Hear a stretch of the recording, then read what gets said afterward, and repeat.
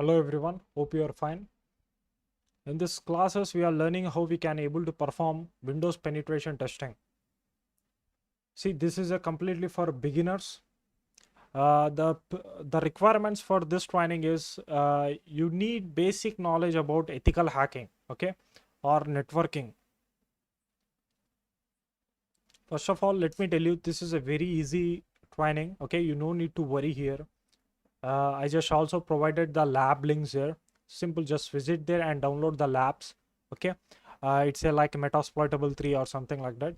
But let me tell you, I just covered each and every the basic things for to perform Windows penetration testing. Okay, like and also I just covered how you guys can able to implement this all attacks when you just enter in one real world organization. Okay, so I just covered each and everything, but let me tell you one thing, guys. The thing is, first of all, you just need to watch this training in 1.5x, okay, speed, because due to the slang issue, sometimes you it might be slow, okay. So that's why the good speed is just try to watch this whole training in 1.5x or 1.2 or something, okay. Right, now here this is our target machine, okay. Basically, if you search here Metasploitable 3 GitHub, here you guys can able to see the first line. See, you guys can also create the image file by following this process, okay, but it will take some time. So the thing is, let's avoid it, okay. Now you guys can also download the pre-built images as well, okay. Just simple, to use a pre-built image, provide at https app.vagrantup.com/rapid7. Just click this one, and from here you just need to download this one. See, basically this is a Metasploitable 3 is a VM that is built from the ground up with a large amount of security vulnerabilities. You just need to download this one, Win2k8, okay. Here it is, simple, download this one. Now here, see, the thing is, you just need to select the VMware, okay. Select the second one, which is around 6.65 GB.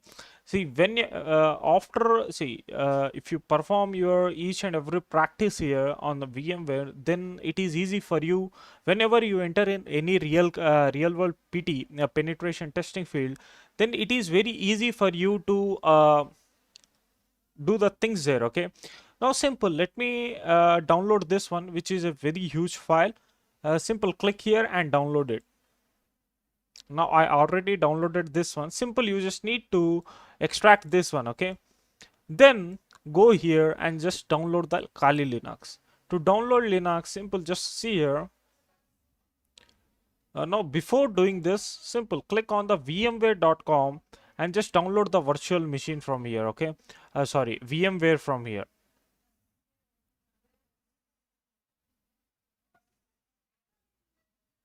Okay, where is the download page? Just get started.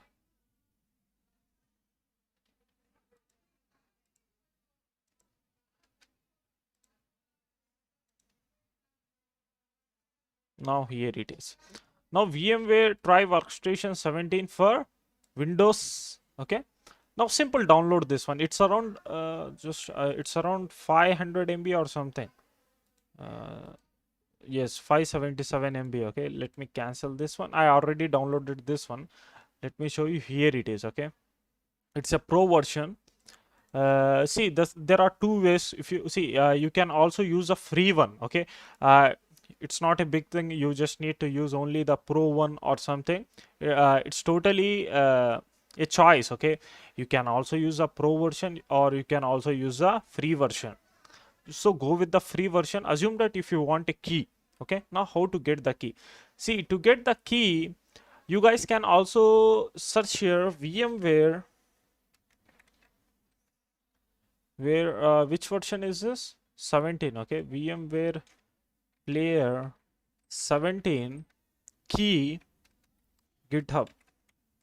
Here you guys can able to see the keys, just try to check this all keys. Okay, now just do it. Okay, see basically here he just mentioned, please do not copy this. If you are frog it, don't edit it. If you have a problem, comment and people will try to help you. No virus, no spam, just license key. So the simple thing is, first of all, you just need to download the VMware from here. Okay, sorry, yes, VMware workstation. Okay, just download it from here. After downloading this one, here you guys can, after downloading this one, you will get the key there. Okay, like license, in the license field you guys can also, let me show you this one. If you click on the help, here there is a enter license key is there, right? Simple click after installing the VMware, click on the enter a license key here, and just copy this license key and paste there. Okay, it will work for you. In majority of cases it will work. Okay, so here is the comments. Okay, now this is the thing, we only need this much of things for Windows penetration testing. One, you just need the Metasploitable 3 and Linux. Linux is an attacker machine. Okay, yes, and to boot this Linux we need a virtual machine. We are not doing any kind of dual boot here. Okay, simple. I'm gonna show you how we can do this all stuffs. Okay, you no need to worry here. Now here there is a the key.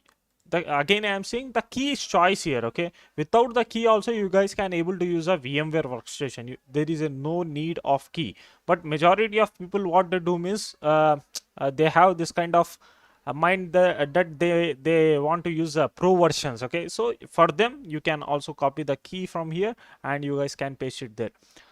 And the second thing is you also need a Windows 7 as well. Okay, simple, just download the Windows 7 ISO from any of this website. There is a Microsoft website. From here also you guys can able to download it. But if you want the ISO files, simple, join our Telegram channel. There I just uploaded the each and every ISO file, like the Metasploitable 3 one, simple, this one, Metasploitable 3, and this one as well. Which one? The Windows 7 ISO file, which I am using in this training. Okay, so there is a no need to worry about this all stuffs. It is a very easy thing. Okay, right, simple. Just see here, there is a Linux user, right? Now simple, what I am using here, I am using the VMware, right? Now simple, click on the virtual machines. Okay, after clicking on the virtual machines, here you guys can able to see this one, virtual machine documentations. Pre-built virtual machines, Kali, VMware, and VirtualBox images are available for users who prefer or whose specific needs requires a virtual machine installation. Now the thing is, you assume that if you are using the VirtualBox, then you guys need to download this one, VirtualBox one. Okay, now what is VirtualBox? You know, right? VirtualBox is the same like a VMware, but this is a free version. Okay, uh, right now I just told you in this training we are using the VMware. See, there is a no difference. Okay, you no need to worry about this all stuffs. If you are using the VirtualBox, then go with it. Now let me see, there is a VMware 64-bit is there. Simple, download this one. Okay, which is around 2.6 GB. Just download this one. Let me download it. It will take around just 10 minutes or something. So let me pause the video. Right, here it is. Let me click on show downloads. Let me cut it this one and let me paste it on D drive.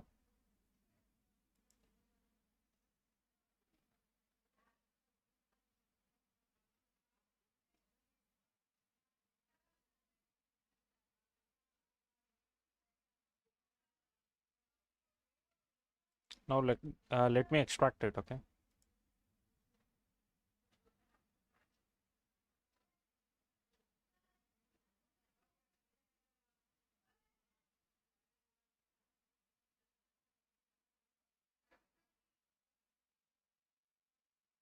Remember, this is a version 2022.4. Okay, remember 22.4, and the previous which one I had is 22.3. Okay, don't be confused here.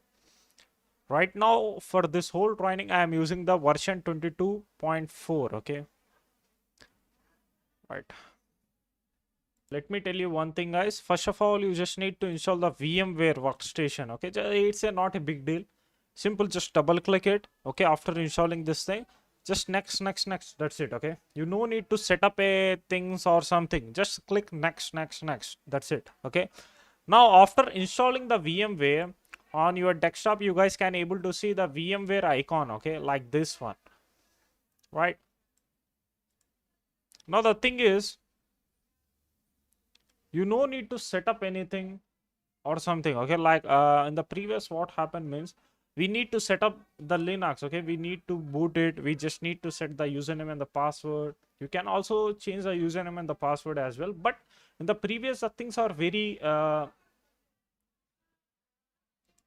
hard. Sometimes what will happen means if we miss some kind of configuration there, then what will happen means the image file will be corrupted. Okay, we can't able to boot our Linux there. Okay, so this is a thing will so this is the things. Okay, so that's why what we did here means we just downloaded the VMware sorry, we just downloaded the VMware image from here. Okay, so it is easy for us. The simple thing is it is very easy for us to boot Linux in our VMware. Okay, so it will take some time. Here it is. Now simple, open this one, and here you guys can able to see, first of all, the thing you just need to do one thing. Okay, click on view and just click on file name extension, check this box, and also check this hidden items as well. Okay, after doing that, here you guys can able to see there is a VMX is there, this file. If you double click this one, then it will automatically open the file in VMware. Here it is, right? Here you guys can able to see, no need to set up nothing. Okay, it's a very easy process, simple. Here you guys can able to see the username and the password. The username is Kali and the password is Kali. Now simple, let me power on this virtual machine.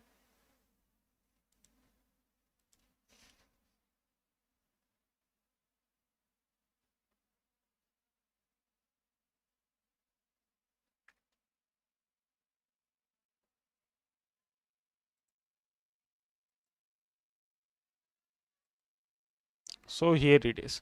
Now simple, just type here Kali. The password is also a Kali.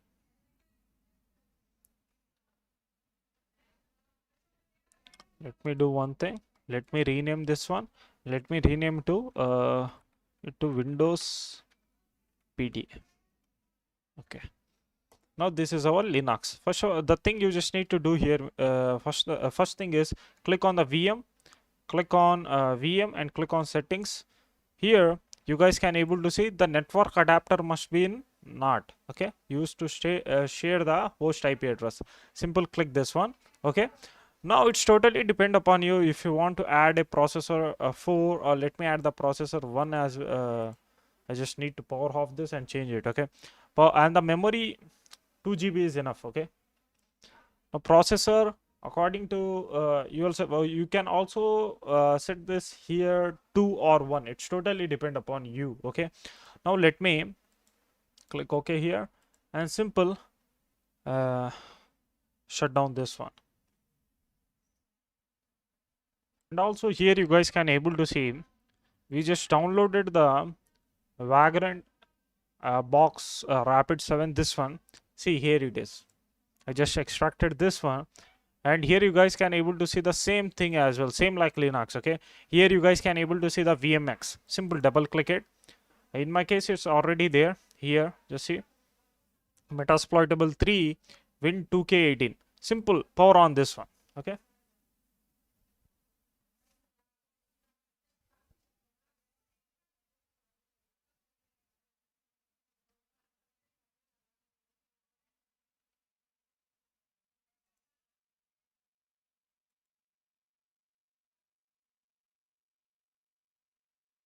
so this is a thing. Simple, control plus alt.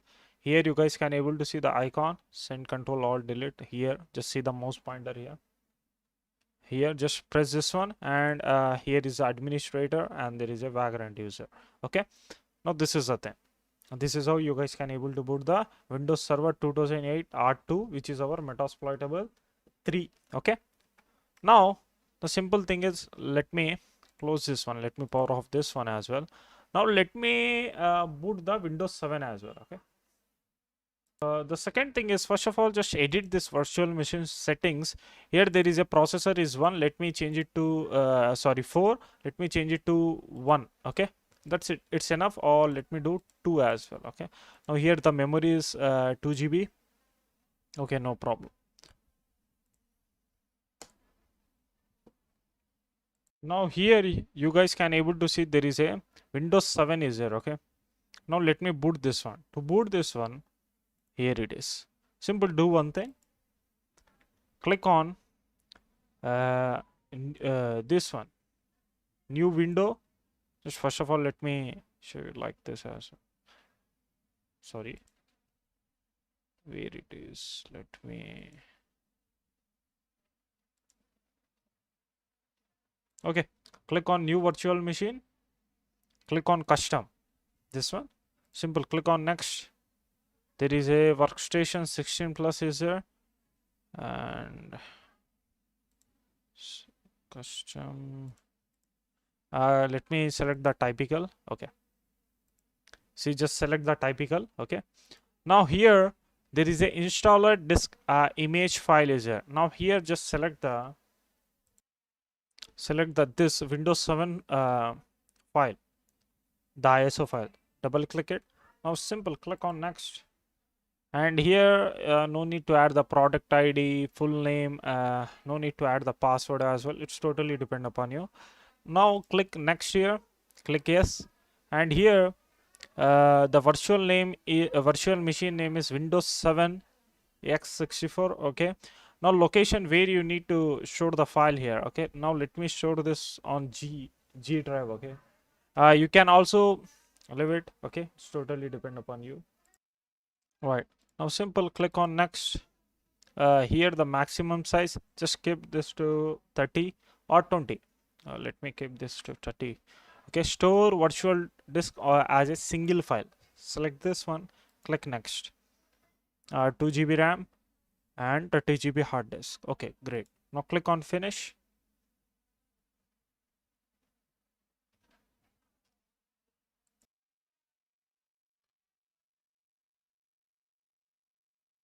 So here it is, Windows 7 x64 64, it's booting.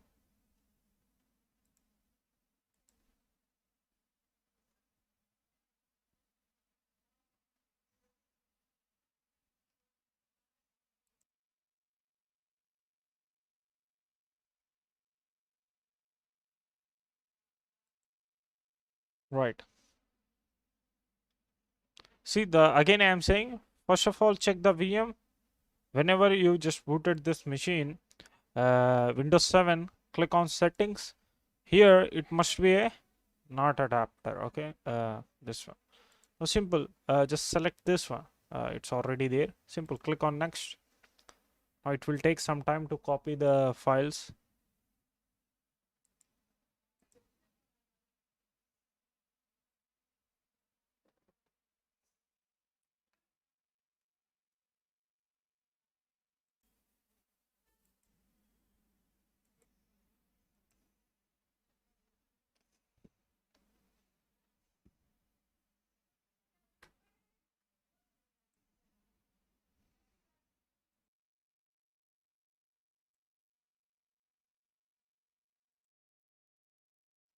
So here it is, successfully.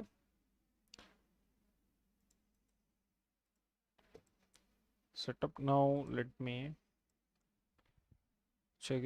This is on not okay. Right, we successfully set up our labs. Now the first thing which we need to do, the thing is, see, whenever you you're just working in a company, okay, Now you just need to first thing what you need to do. Okay, majority of cases what will happen means whenever you just enter in penetration testing field, whenever you enter in one company or if you are doing the work remotely, then the thing is here, the majority of projects, okay, a pen testing projects based on internal pen testing, okay, like you just need to pen test the internal systems, like assume that uh, they will provide you the VPN credentials, okay, like something like that, or yeah, assume that you just visited to that company, okay, on-site when you just sign for on-site projects, okay, when you enter in the field, at that time they will give you the credentials, okay, after getting that credentials you guys can able to connect with the company Wi-Fi, okay, then you guys can able to start the PT there, like you can test systems, okay, each and everything. Now the first thing what you need to do, see, I got assumed that this is a white security company is there, okay, cyber security company. Now the thing is I just entered in this company, and my client has been provided the Wi-Fi. I just connected with the company Wi-Fi. Now now the thing is, now the PD is started, okay. Now I need to perform the penetration testing here. The first thing is I just need to identify my target IP address. Yes, I just need to identify this guy IP address. In my case, this guy is a target, right? Now I need to identify this guy IP address. To identify that, first of all, this is my Linux machine, okay? Simple. Now just let me edit something here. Just click on preference. Now here there is a Kali dark is there. Let me change it to green on black. Apply. Okay. Now let me zoom this one. Right. Now here you guys can able to see. Now first thing is you just need to type here ETH0. Just let me type here. If config first. Here there is a ETH0. Now I just connected with the internet, okay. So whenever you just connected with the internet, there here you guys can able to see the ETH0, and you guys can able to see the IP address as well, okay. Now the thing is here you just need to identify the IP address of your target machine. To identify that, simple, you just need to do, just type a simple command here. Simple, just type here net discover. This is a very simple command. Just net discover and just type here ETH0. See, I'm not specifying any ranges here. I'm not doing anything. I'm just explaining you this all stuffs in a very easy way. Simple. Just type here net discover ETH, sorry, dash I. You just need to specify here dash I for interface, okay. Dash I for interface, because this is our interface, okay. Assume that you have the WLAN 1 here. Assume that you just connected with the in your laptop you just connected with Wi-Fi adapter, okay. So you guys can also type the adapter interface name. Assume that WLAN 1, WLAN 0 or something like that. But in my case, in majority of cases, people won't attach this wireless adapter, because it's only for the wireless pen testing purpose, okay. For system PT you no need that adapters, okay. Now here ETH0 is here. Now simple, just type here net discover dash I ETH0. Just type enter. See here, the cool thing about the Linux is it will show the this kind of outputs, okay. Whenever you get some errors, I'm gonna explain you this all stuffs, okay. Now just type here root. It's because the thing is it's telling you you must be a root to run this. Simple. At that time you just need to type here sudo. That's it. Now just type enter. Here it will ask you for the password.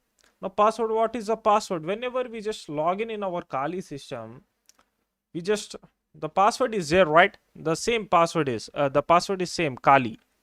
Just type enter. Now you need to wait. Now it will scan for each and everything. Okay, so, see, majority of beginners will get some confusions like about the ranges, about the specify about the specific local IP. Okay, what we need to type there. For them, you no need to worry. Okay, simple, just type this command. It is easy for you. Okay, see, I can able to see the IP addresses right now. Here, this is a one way to identify the connected devices.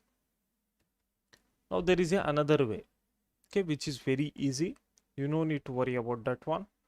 Just let me stop it. Okay, I'm gonna teach you how to identify the target, which is our target. It's a Windows or Linux system. I'm gonna teach you that one. But first of all, let me show you how you guys can also uh, just let me show you the another method as well. Okay, let me open another terminal from here. Now simple, just type here IP ADDR.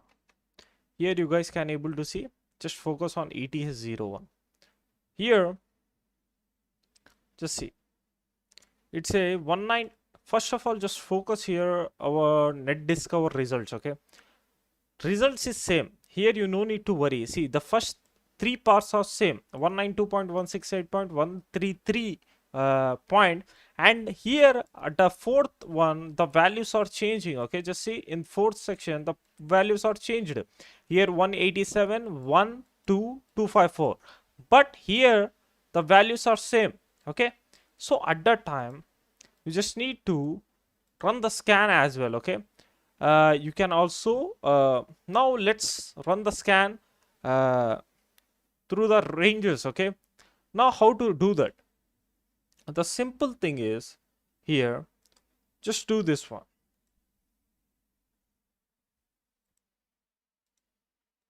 Let me run it here. Just type here sudo net discover dash I for ETH0, which we mentioned. Just type here dash R for ranges, and here in the ranges just do one thing. Just copy this 3 from 192.168.133. Just simple paste it here. Now the thing is, we don't know uh, the this ones. Okay, like the fourth one. At that time, simple, just start from 1 here. Okay, like this, and then simple, just type here forward slash and just type 24.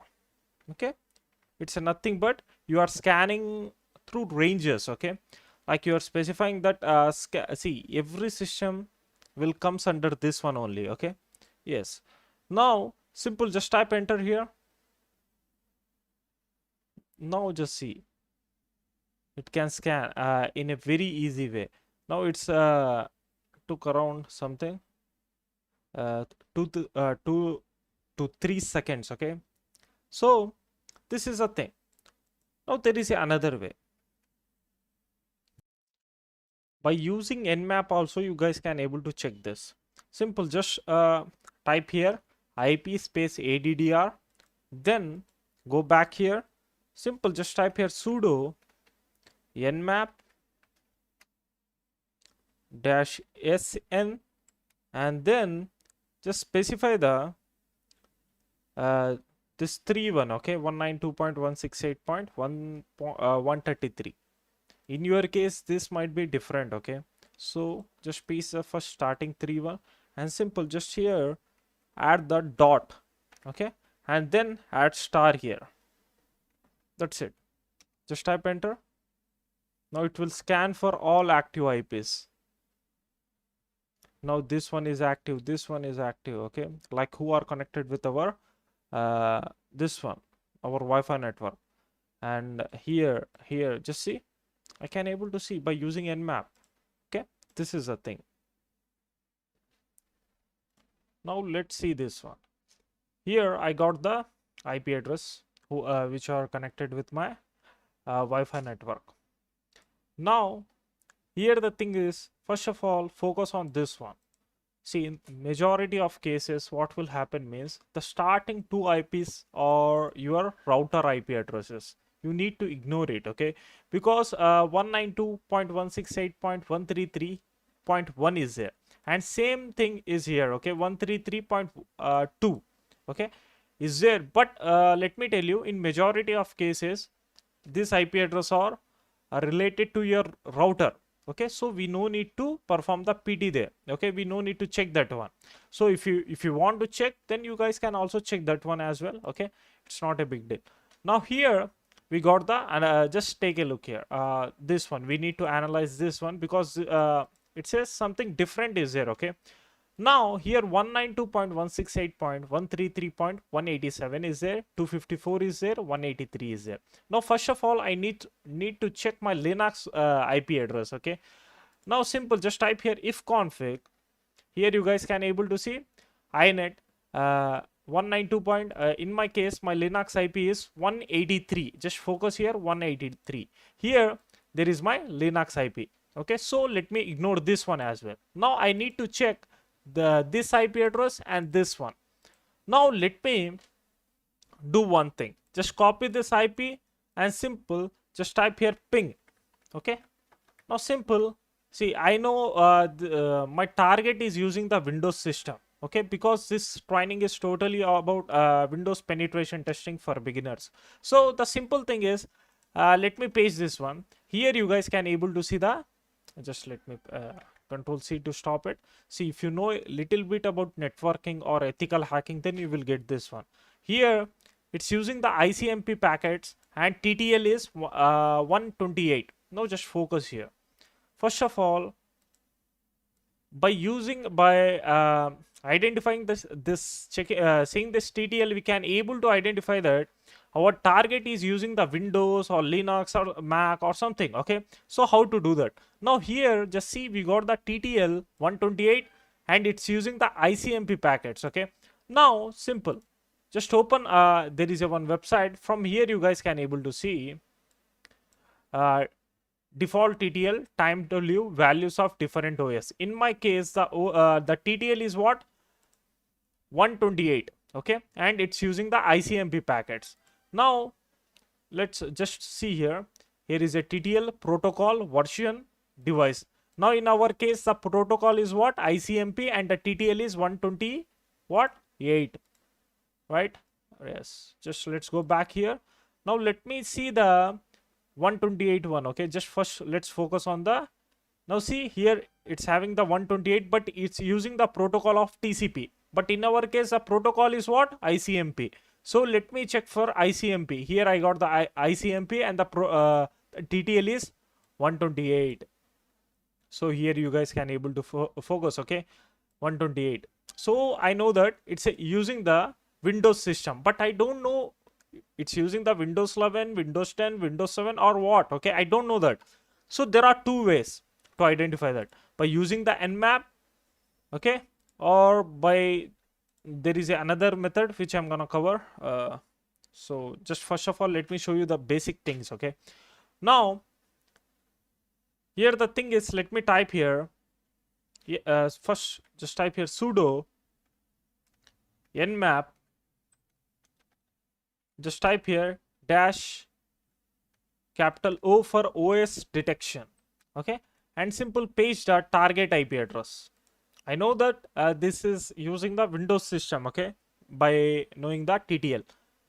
Now simple, let me paste it here, okay. Now just type enter.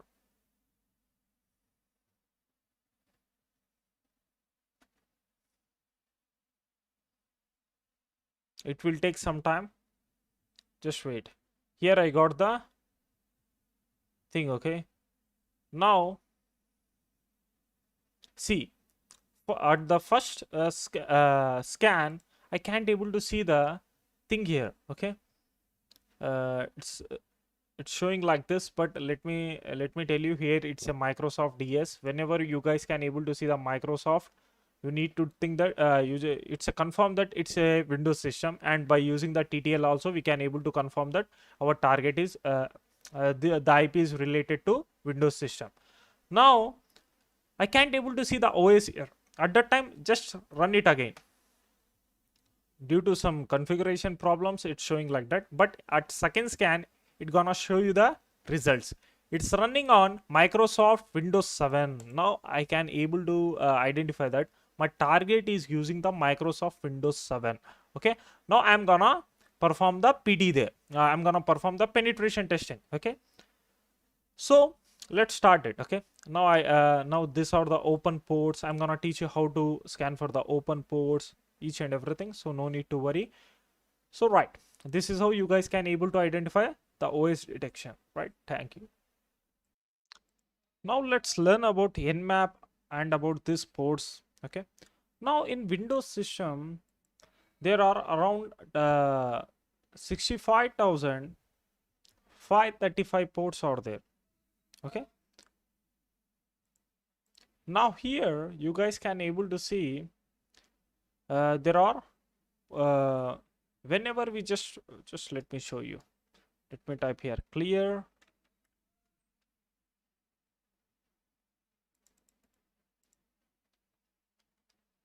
Okay, now simple, just type here nmap. Let me run a normal scan here. If you type nmap and if you simple paste IP here, then you will see this results. Okay, the nmap, this is a normal scan. Okay, by default you can also say that it's a default scan. Now in default scan what will happen means it's only scan for 1,000 ports. Okay, most commonly used ports. Now here it scan 1,000 ports. In this 1,000 ports there are this many ports are open and 976 ports are closed. Okay, now it's like nmap will scan again I am saying it will scan the most common ports. Okay, these are the most common ports for nmap. Okay, top 1,000 most common ports. Now here you guys can able to see the SSH, MSRPC, NetBIOS, each and everything. Okay, now this is a nothing but this is a normal scan. Now assume that I want to run whole just let me type here first of all nmap dash p dash. What is this? Let me tell you. See, whenever I just add this flag in nmap like a dash p dash, that means I'm gonna scan the all ports in the Windows system, like each and every port. Like I'm gonna scan 65,535 ports, every port. Okay, like if I type enter here, then what will happen means just see the results. It will take some time because it's a very huge. Now here we got the results. Now it's scanned for 65,487 ports.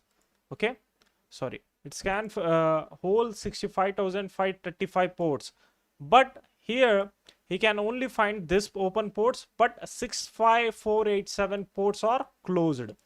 So this is the thing. See, in majority of cases what will happen means we in the real world PT or as a red teamer, or see in the red team field it will happen a lot, because see what will happen means in the we won't perform this scan in the real world because it will generate a huge noise. So at that time what we gonna do means we will specify the specific ports here. Okay, now in our case just see assume that we want to target the SSH. At that time what we gonna do means assume that I want to check in my target system the SSH port is open or not. At that time what I'm gonna do means simple, I just type here nmap dash p. Okay, now just type here what is the SSH port. See, first of all you just need to open the list here. Okay, the port list. Okay, like most common ports or all ports, like you just need to open. Let me open the list here. Now here it is.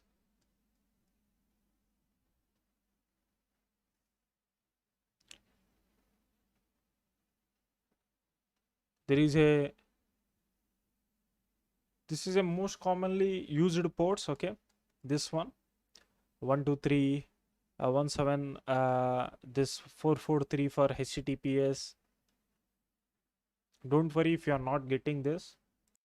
Now here it is, social.technet technet.microsoft.com. From here you guys can able to learn about all these ports. Okay, the port here you guys can able to see 22 20 sorry 21 is for FTP, and here you guys can able to see the SSH one. Okay, I need to check that. Okay, but let me just focus here. Here there is a 22 for SSH. Now I need to check only for I need to check that in my target system the SSH port is open or not. At that time what I'm gonna do means just type here nmap dash p21, just see the port number there, sorry 22, right? Okay, 22, and paste the IP address and just type enter. Now just see the port 22 is open and services SSH. Okay, now assume that the thing is see, I need to scan the ports from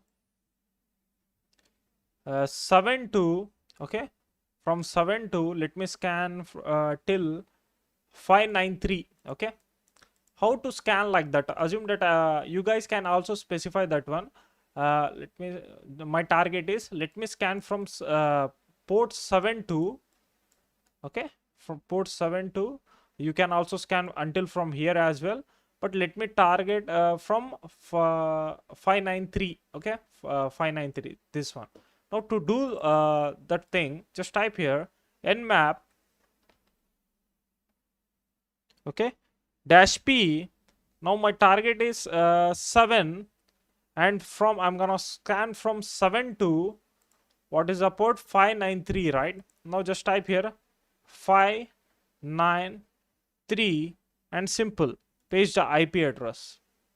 Now it will scan for the ports from where? 7 to 593. Okay, now just type here enter.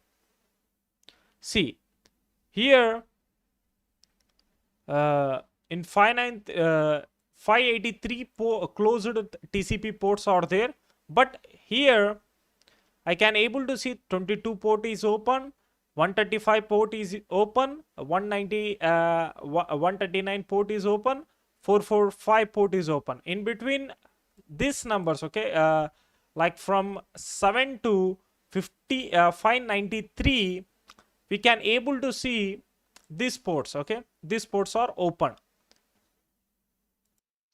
Now assume that, let me scan from 593 to 2103. Same thing. Okay,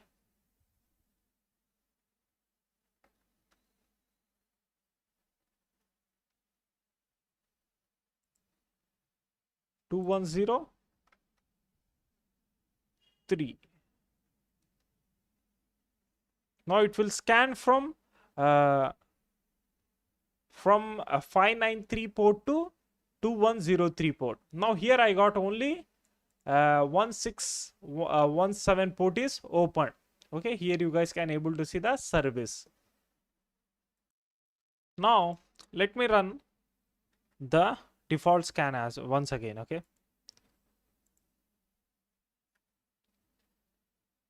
now this is a default scan.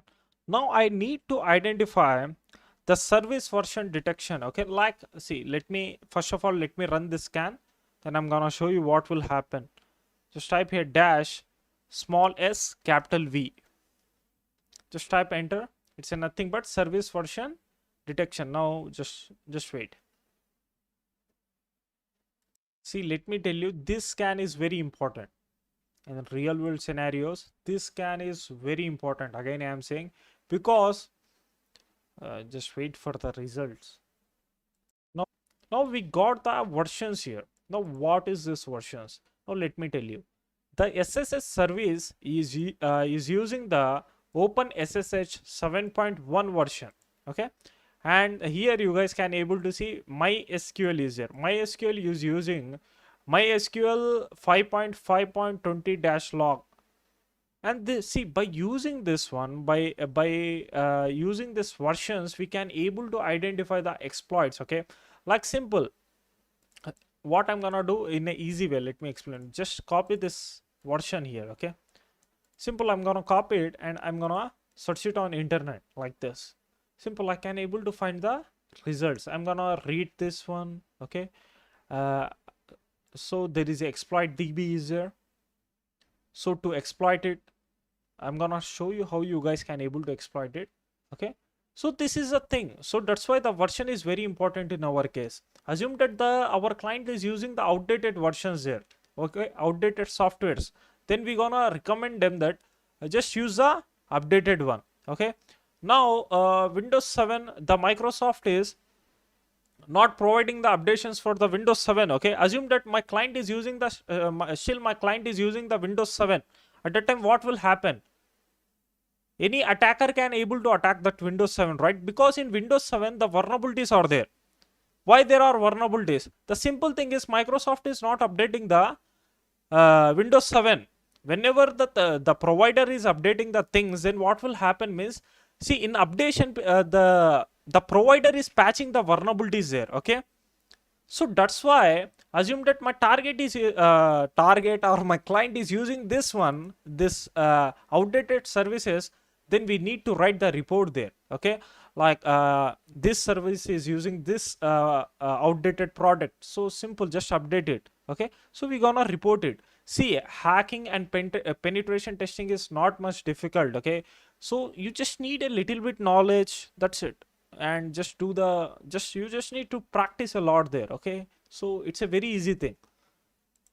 And the second thing is why I'm saying the penetration testing is easy, because in this field you guys majority of people will help you. Okay, like it's not like other IT industry like Python or something, or other SAP or something like that. Okay, it's a here people will help you a lot. Okay, whenever you ask for the doubts, they gonna help you for free. Okay, so this is the thing.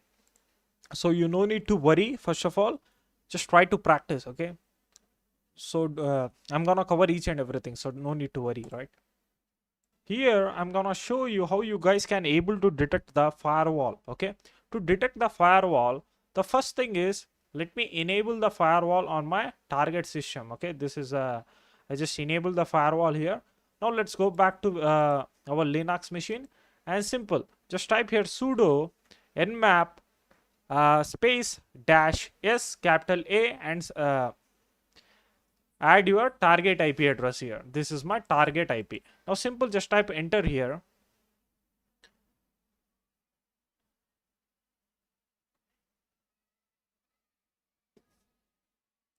Now here you guys can able to see not showing 1000 filtered TCP ports. Whenever you see like this, okay, like filtered, that means the firewall is enabled in your target system. Okay, now let me do one thing. Simple, I'm gonna teach you how you guys can also bypass these things. Okay, now simple, let me disable the firewall. Now let me show the output there. Click OK.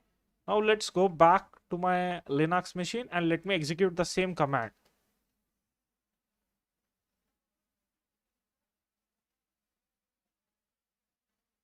See, here you guys can able to see not showing 1000 unfiltered TCP ports are there. Unfilter is a nothing but that means the firewall is disabled in our target system. Let me tell you again. See, filtered means firewall is enabled in our target system. Unfiltered means there is a firewall is disabled in our target system. So this is the thing. Now let's learn some firewall evasion techniques, how you guys can able to bypass these firewalls, each and everything. Okay, now the thing is, let me do one thing. Okay, now here let me enable the firewall. Click OK.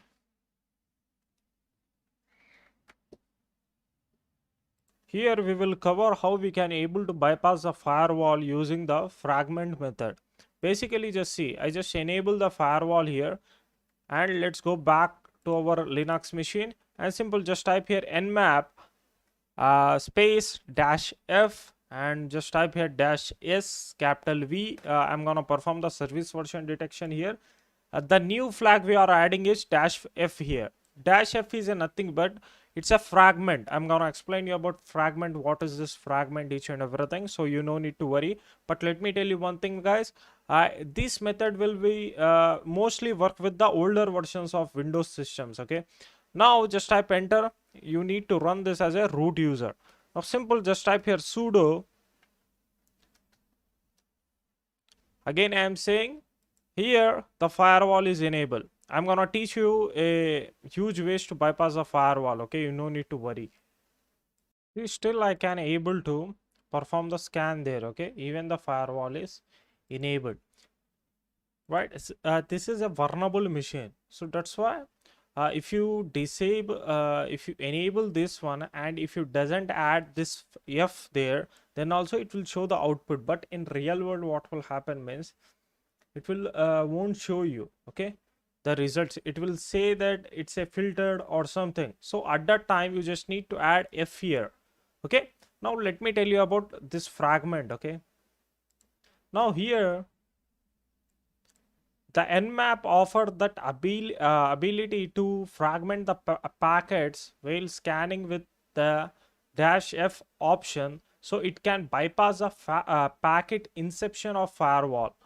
Fragment packets nmap in the next image. Now I'm gonna explain you about this fragment packet. Okay, just wait.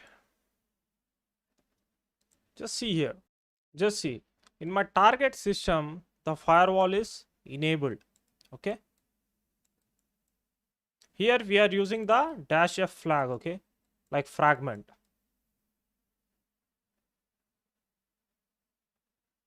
Right, here is my attacker system. Here what I did means I just let me scan for OS detection. Okay, just type here nmap dash O for OS detection. Then let me scan for service version detection as well. Then let me use dash P dash to scan all open TCP ports, and let's add my target IP address. This is my target system. Now in the target system the firewall is enabled. Okay, now I just sent this packet to this guy. Okay, to know the this one, to see the output of like I want to know that the OS and the versions, the open ports, each and everything. Now see, it's look like it's look like suspicious, right? Anyone can see somebody is trying to capture something from my device. Okay, like he want to gather information about me, like my about my OS, about my services which are running in my system, each and everything. It's look like it's suspicious. At that time what will happen means this firewall will block this packet. Okay, yes, at that time we can't able to receive the results here. So that's why we are using dash F flag here. It's a nothing but fragment. Now in fragmentation what will happen means, now let's take an example of alphabets. Okay, now just type here A, B, C, D, E, F. Okay, now I just sended this packet to my target system. The firewall is enabled here. At that time what will happen means this firewall will block this packet because this look like a suspicious and this is a very huge packet. Okay, now what I'm gonna do means I'm gonna add the dash F here. Then what will happen means it will send this packet like see here whenever we just avoid this fragment here, assume that this is a normal one. We are just sending this packet to my target system. At that time what will happen means the same command will send it to the target system. If we use dash F here, then it will divide this one. Okay, like sorry, it will separate this one. Like first it will send A to the target system. Okay, and then B, then C, then D, then E, then F. At the last it will be normal. Okay, like A, B, C, D, E, F. At that time what will happen means we will see the results here. Okay, like our port, each and everything, the OS, each and everything. So this is how the things are working here. Basically, it will send the packet in different, it will send the packet separately to my target system. So this is the way. So simple. From here, you guys can able to learn more about this one, pentestlab.blog, about this fragmentation. Okay. So let me tell you again. Mostly this method is work with the older version of the Windows system. Again, I am saying this thing. Now in this classes, we are learning about SynScan. What is SynScan here? SynScan is nothing but, this is a, SynScan is a default and most popular scan option for a good reason. It can be performed quickly, scanning thousands of ports per second on a fast network, not hampered by intrusive firewall. The simple thing, what is this? See, basically this SynScan, before learning this one, you just need to learn about three-way handshake. Okay. Now, what is this three-way handshake? This is a very important thing. Now, in a easy way, I'm gonna explain you. I don't want to go in deeper in it. Simple, just type here sudo. Just type here nmap. Let me run the SynScan here. Okay, just type -ss, capital S at the just type like this, small s and capital S. Now let me scan for service version detection and just paste your target IP address. Okay.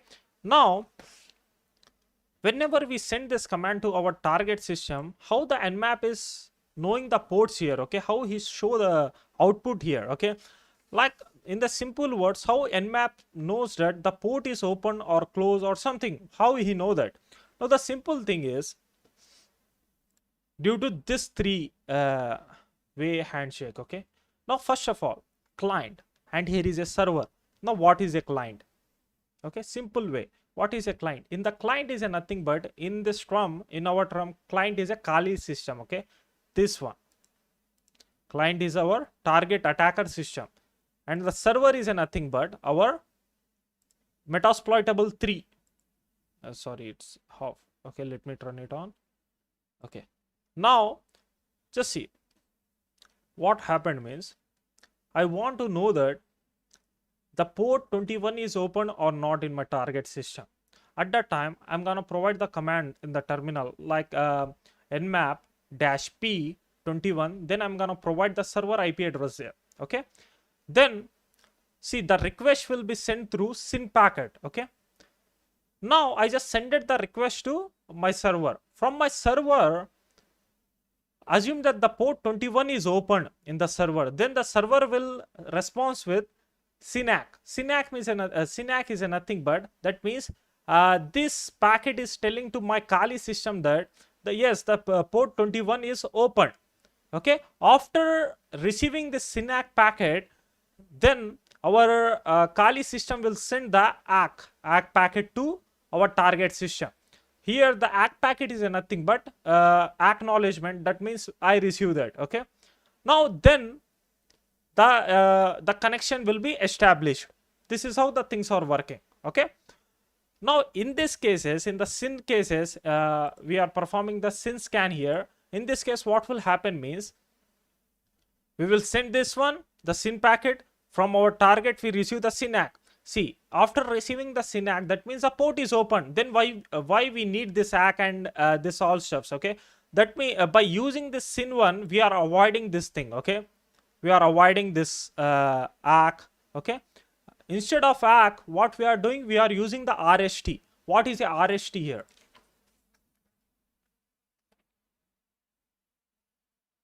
Okay, RST and map. RST, a synac indecence. Okay, indecence, the port listening. Okay, here is a good way. Well, RST is a reset.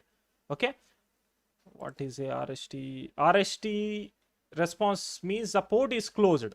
This, the simple thing is, RST is a nothing but the port is closed, but there is a live computer here. No response indications. See, in the simple way, let me tell you, RST is a nothing but what? To close the connection. Okay, that means, see, it doesn't create the establishment here. Simple, it will close the connection. So that's why here it's saying that syn scan is a default and most popular scan option. For good reason, it can be performed quickly. That means it's a fast, because here we are avoiding this ACK here. Okay, instead of ACK, what we are sending, RST packet. Okay, let me show you practically, you will get this one. Let me open Wireshark from here. Just type sudo Wireshark. Before opening the Wireshark, just let me show you my IP address. Okay, if config. Now my IP address is what? Remember, 133.183. Sorry, 133.183 is my Kali Linux IP address. My target IP address is 187. 133.187. Okay, right. Now simple. Let me open the Wireshark. Just open the Wireshark as a sudo. Okay, then only you guys can able to see ETH0 here. Assume that you just open Wireshark as a normal like Wireshark, then you can't able to see the ETH0 there. Now simple.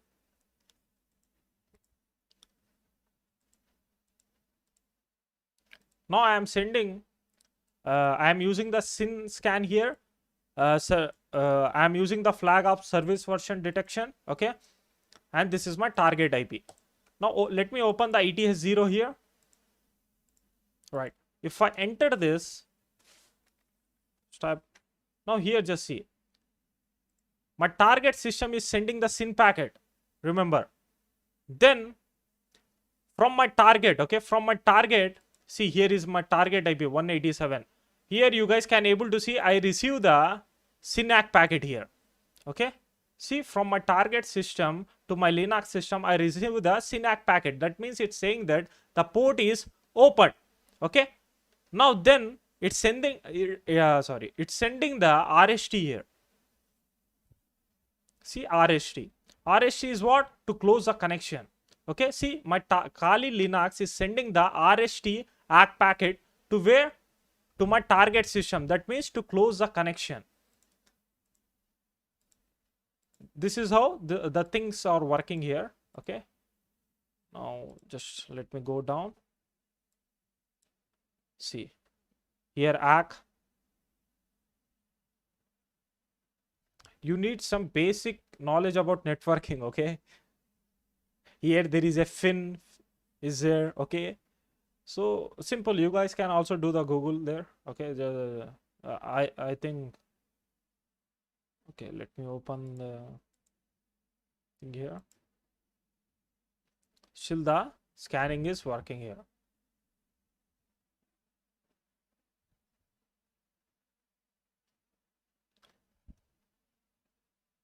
See here, my Linux is sending what? ACK packet. We just see this ACK in three-way handshake. Okay, that means acknowledgement.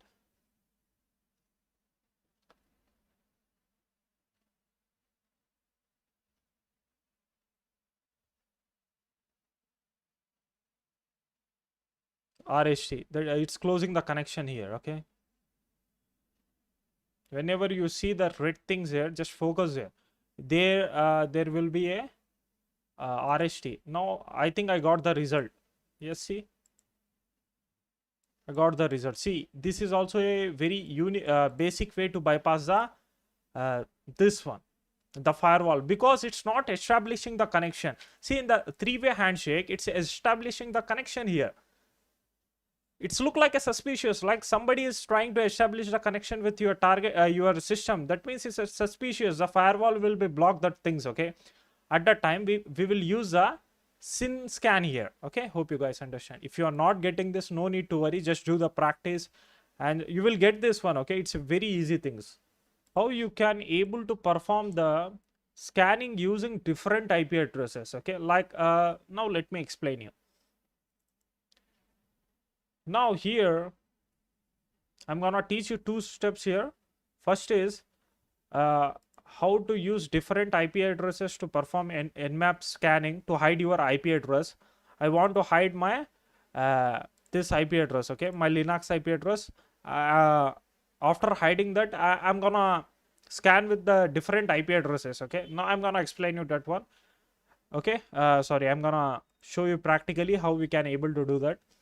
And second thing is I'm gonna teach you about spoofing as well. Now what is spoofing? Just focus here. Now see, I just enter in one company, okay, for PT. Now this is a Wi-Fi network. I just connected with this Wi-Fi network. Okay, my Kali is connected with this Wi-Fi network. Then I just perform the net discover here. After performing the net discover, I can able to see some Windows devices there. Okay. Now clients told me that just perform the PT on this specific IP. Okay. Now what I did means I just chosen that IP address from the list. Then assume that this is my target IP. Okay, a target system IP. Okay, let me like this. Okay, this is my target system. Then now just see what happened means, let me type here Kali Windows. Now what happened means I just performing the scan here by using the nmap. Okay, after doing that, sometime what happening means it can't able to show the results because it's blocking my IP, because this guy is a not trusted one. Okay, here the firewall is enabled. See, in the PT in the real world, you guys can also told them you can also ask for whitelist your IP. Okay, the it's totally depend upon you, but let me explain you this stuffs as well. Okay, now here what happened means you guys can't able to access this one. Okay, you can't able to grab the results from this system at that time. You guys can do one thing. Okay, you just perform the net discover, right? In the net discover, you guys can able to see the different IP addresses who are connected with this system network. Okay, this Wi-Fi network. See here again, I am saying you are the new guy in this network. Okay, so sometimes due to firewall rules, they won't accept the new guys. Okay, because this is a kind of this is a firewall, right? Assume that any hacker enter in this organization and he just perform the scanning on any kind of IP addresses, sorry, any kind of okay, let me take an example of he's just performing the scanning on any IP, then it is a suspicious. Okay, so what they do means in companies, they block the scanning. Okay, like any suspicious activities from new systems. Okay, like this guy is a new guy here. Okay, basically this is a new guy. Even I just entered in this network, I just connected with this Wi-Fi network, then also I can't able to perform the scanning on the connected systems. Okay, so at that time what we can do means we can spoof the IP addresses of different systems. Assume that here this is a router IP address. Okay, in the last classes we show we can able to see the router IP address, right? 192.168.133.1.1. okay, this is my router IP address. In the last classes we see this local IP. Simple, what I'm gonna do means I'm gonna scan this Windows system as a this IP. Okay, simple, I'm gonna spoof this IP address, then I'm gonna scan here. Okay, because this is a trusted guy. Okay, this is a router, no one can able to flag him as a suspicious thing. Okay, because he's a trusted guy. This is a router page, router gateway, so it is easy for me to do the things. See, the simple thing is we are spoofing the IP addresses. Okay, we are spoofing the IP addresses of our connected clients to scan the target system. Okay, this is a simple things which I'm going to explain you. Now there is a another way. What we are doing means, see, sometimes whenever we try to scan, there is a, you know, about blue team or SOC analysis, you need a knowledge, you need to gain some knowledge about SOC team as well. Okay, the blue teamers, what they do means whenever you just try to scan their server, okay, you are just continuously scanning, or just assume that let me give another example. This is a very good example. Now this is a facebook.com is there. Okay, now in the Facebook, I got the IP address of the Facebook and I am just performing the scanning on that IP. Okay, the Facebook IP, the, like facebook.com. Okay, I'm just performing the scanning on this domain or IP. At that time, what will happen means, first time I can able to see the 6 open ports. Okay, after performing the second scan, I can able to see 1 open port. This will happens. Okay, because here there is a firewall is here. which can able to see, assume that somebody is sending some suspicious packets to this IP, then what will happen means the firewall will automatically block him, so he can't able to scan the server.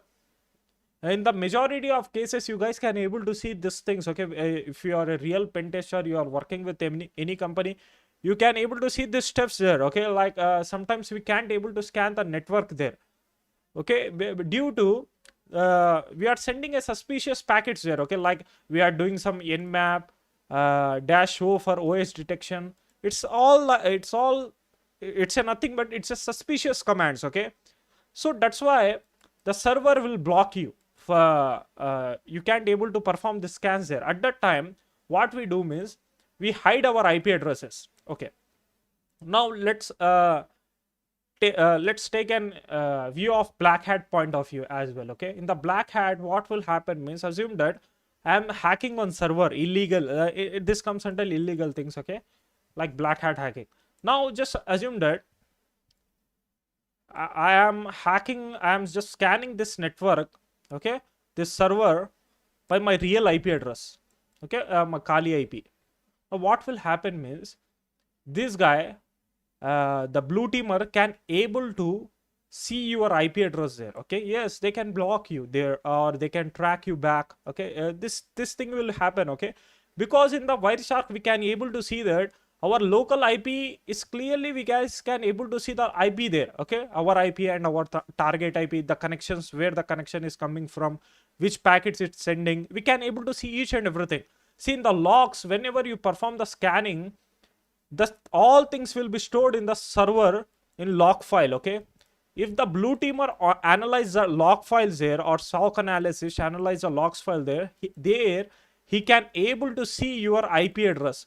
He can able to analyze that where the attack is coming from. Okay, so at that time, what we do means we use the decoy.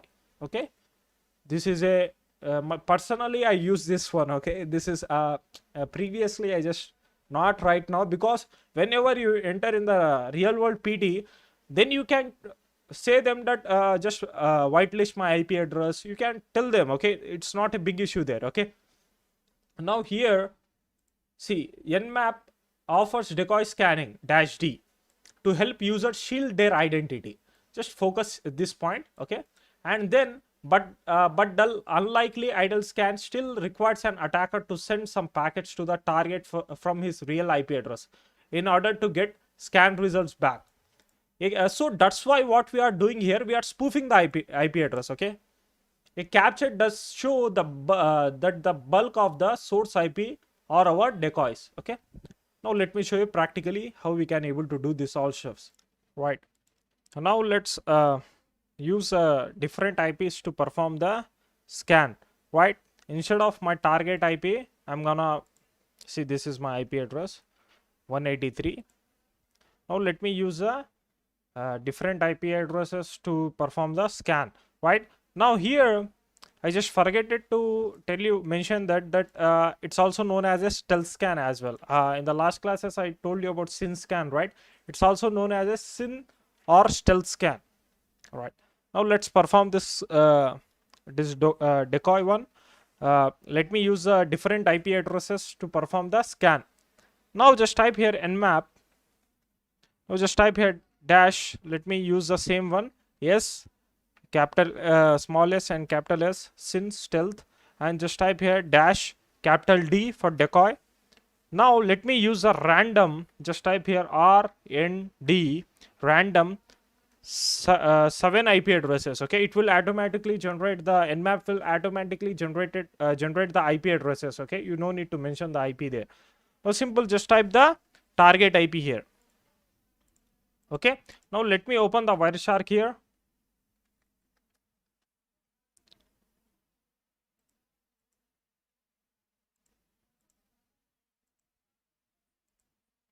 All right, if I open this one,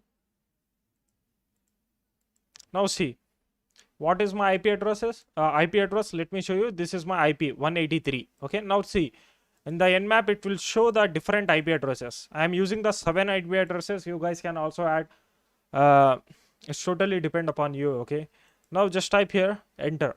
You need to run this as a root. Just type here sudo.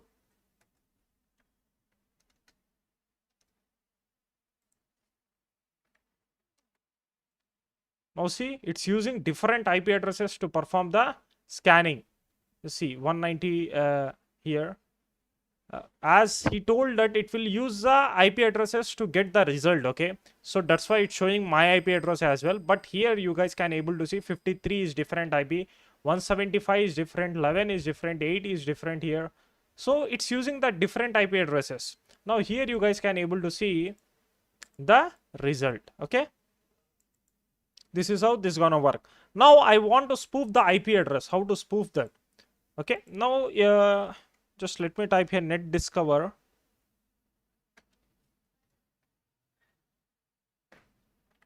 Let me see the connected systems.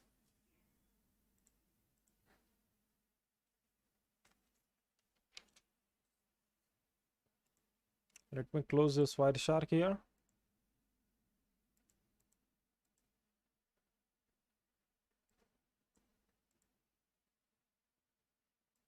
Now here I got the one IP address. Okay, 192.168.133.2 is my router IP. Now simple, let me spoof my IP address to router 1. Okay, now simple, just type here the same command.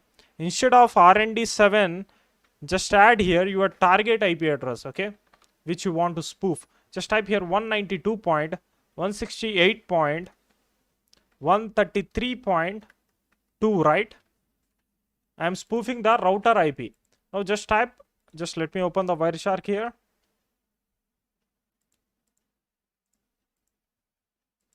Let me stop this. Now see, it will show you the here. If I type enter, now see the destination source IP.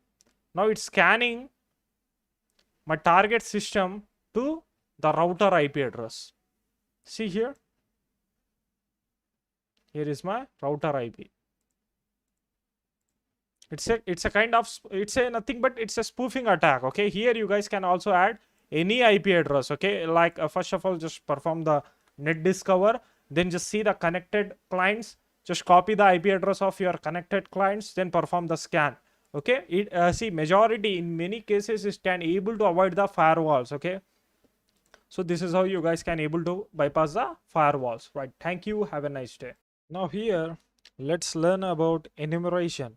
Okay, now what is enumeration? Now here you guys can able to see, let me close this one and let me open the terminal, and here let me scan the target IP. Now first of all, before enumeration, let me explain you about aggressive scan. Now see, this is only one flag which can able to perform 3 different scans. Okay, like first it will perform the service version detection and OS detection. Okay, OS detection, and also it will perform the script scan. Okay, now see, by using single dash capital A, it can able to perform 3 different scans. Okay, we learn about service version detection, we learn about OS. Okay, how to identify the OS, right? Now we let's take a look on about this one, script scan. Now let me show you. Now let me show you. First of all, let me perform the service version detection and dash O, and let me perform the script scan as well.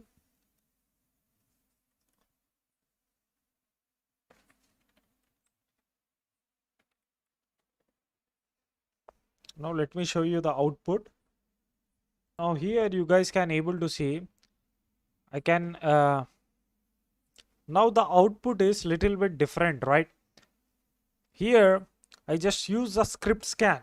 Okay, now I'm gonna cover about what is script scan, each and everything, but just see, by just adding this flag here, I can able to see these things. Okay, see, service version detection can able to see the service versions of the services. Okay, and the OS dash capital O will show you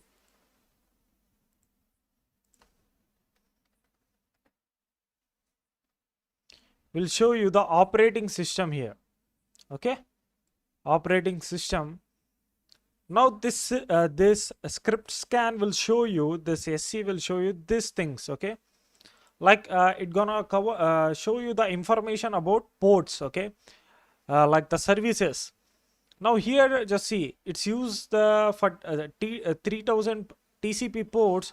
The scripts can use the HTTP dash title script, and from here you guys can able to, the simple thing is by using the script scan you guys can able to get more information about the ports. Okay, now here just see I got the more information about the port, like 9200 port is using this one. Okay, HTTP 200 is there is a build hash is there. Okay, so this is how by just adding the script scan you guys can able to get more informations about the ports. Okay, now the simple thing is from where you guys can able to see the scripts. Okay, now let me show you the nmap scripts. Okay, if you click on the file system, in the file system there is a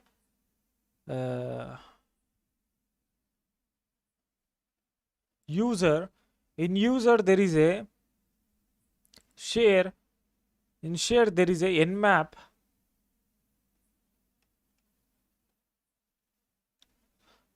From here also I can able to navigate to there. Okay, I can also show it from terminal, but let me show you like this. Okay,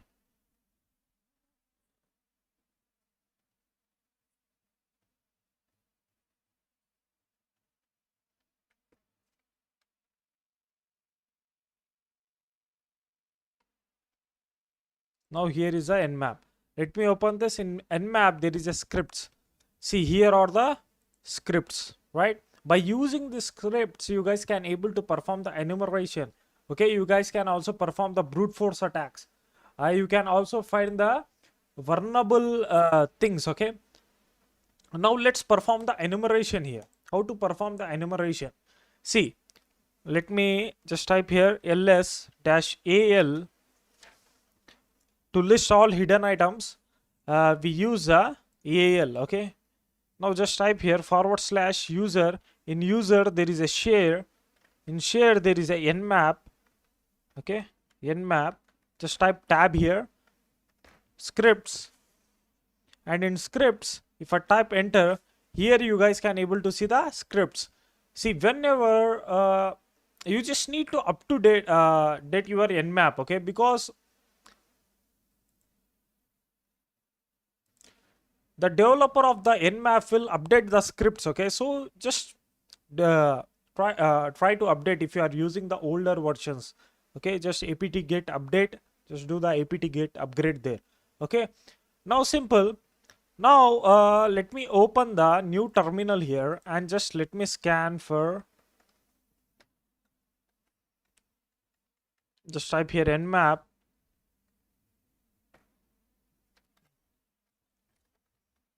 Let me perform service version detection. Then let me scan for all ports, all TCP open TCP ports, and let me use a fragment, and also let me perform the SYN scan, SYN and stealth scan, and then okay, that's it. Let me type enter here. Got some error.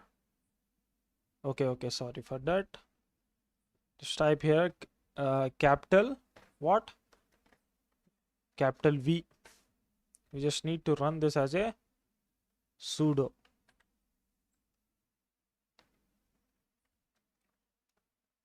See, here the thing is, sorry, I just forget to explain you this thing. Here, instead of this much command, like instead of this 3 commands, we can also type something like this. Okay, sudo nmap dash aggressive scan. Okay, let me perform the aggressive scan here. That means it will cover these 3 things. Okay, like service version detection, OS detection, and script scan. Just let me show you the output there. Now, what is the IP address? 192.168.133.187.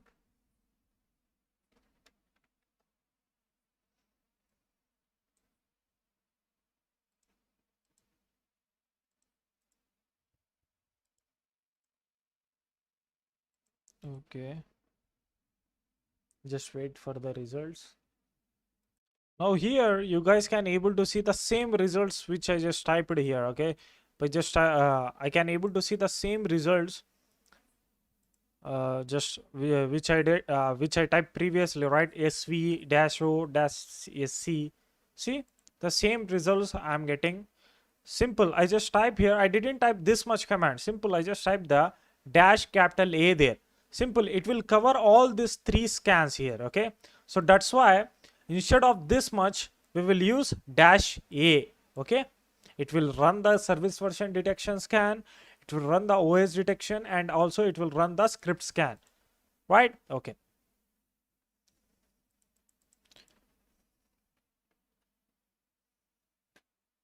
let me close this one.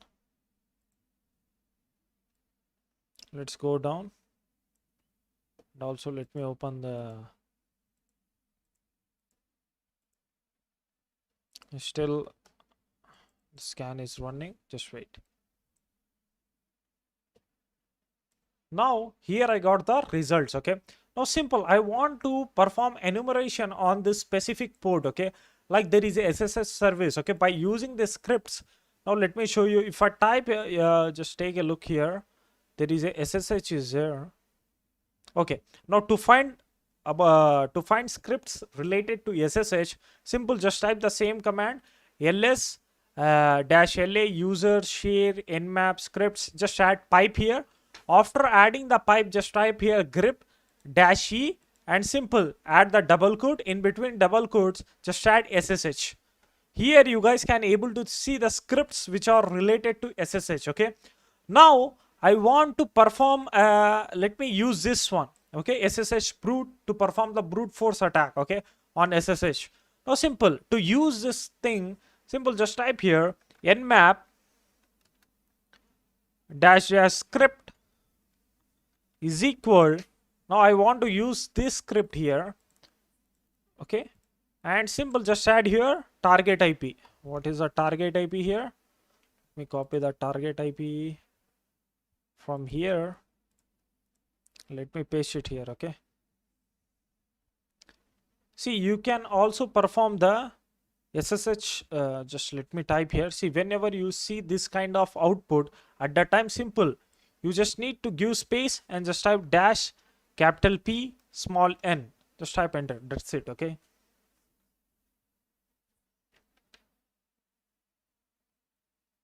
now here it will start to perform the brute force attack. Okay,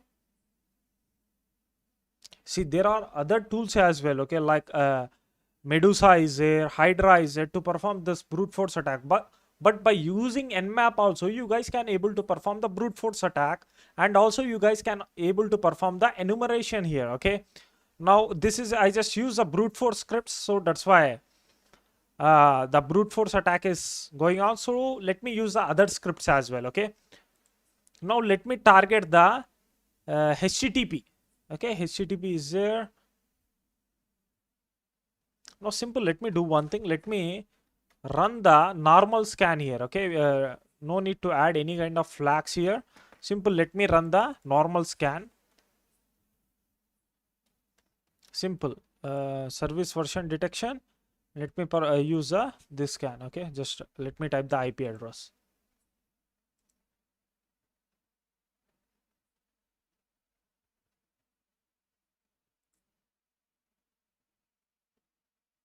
Just wait for the results. Now here I can able to see the ports. Okay,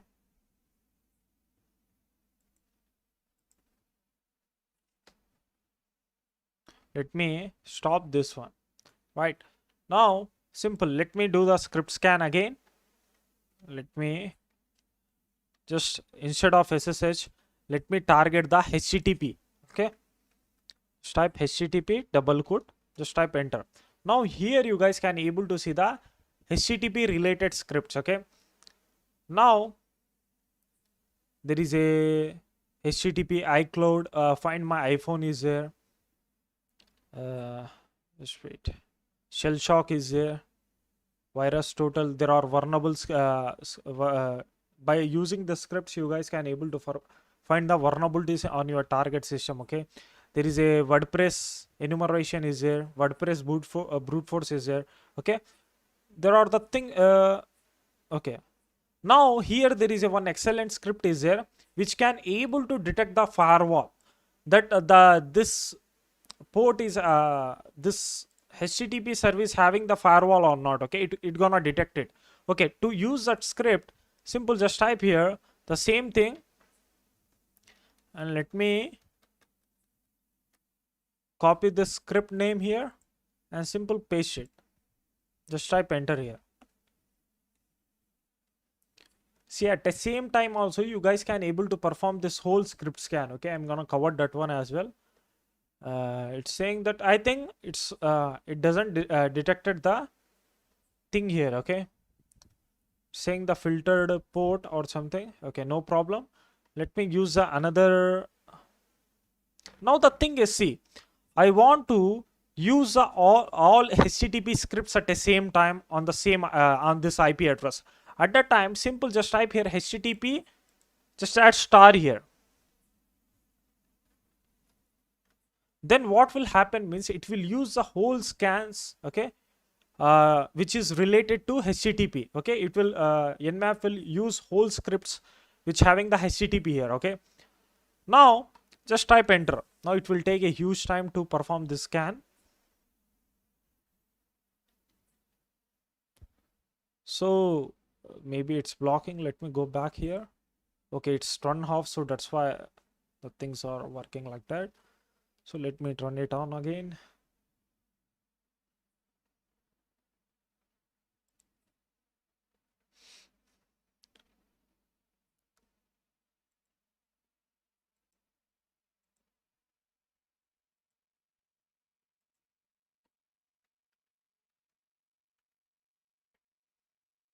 The password is Vagrant. Okay, VAGRANT.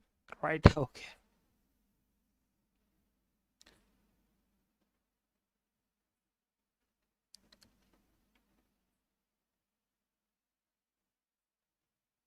Right. Let's go back here. Let me run the firewall.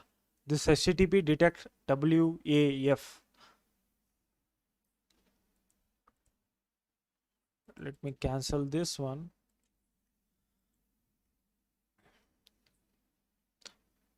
See, if you want to come out from this system, then simple just type here Control plus Alt. Okay, see here there is a mouse. Let me navigate to here. Now let me remove this -pn. Let me execute this script here. It's saying it's blocking. Okay.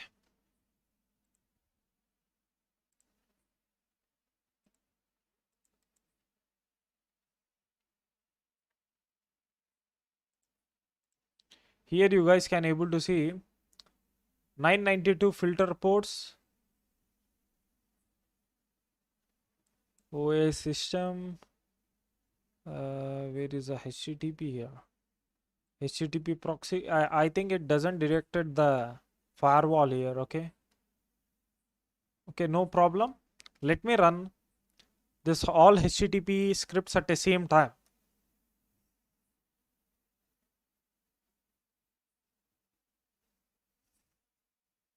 Now let's go back here. Now there is a Apache is there. Okay. Now let me find any scripts. Let me find any Nmap scripts related to Apache.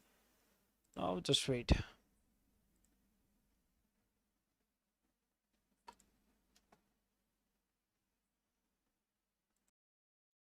Let me stop the scan because it will take a huge time. Now let me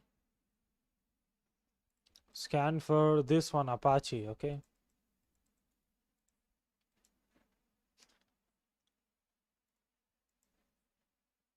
just type enter. No scripts are there which is related to Apache, right? Now if there is any script related to Java, uh, it's not. Let me scan it again because it's only showing it doesn't showing some ports. Okay, so that's why let me scan it again. Just let me run the normal scan here. Now still I can able to see this much ports only. I don't know why, but okay. No, let me add this one to avoid ping pn. Still okay, no problem. Let me perform the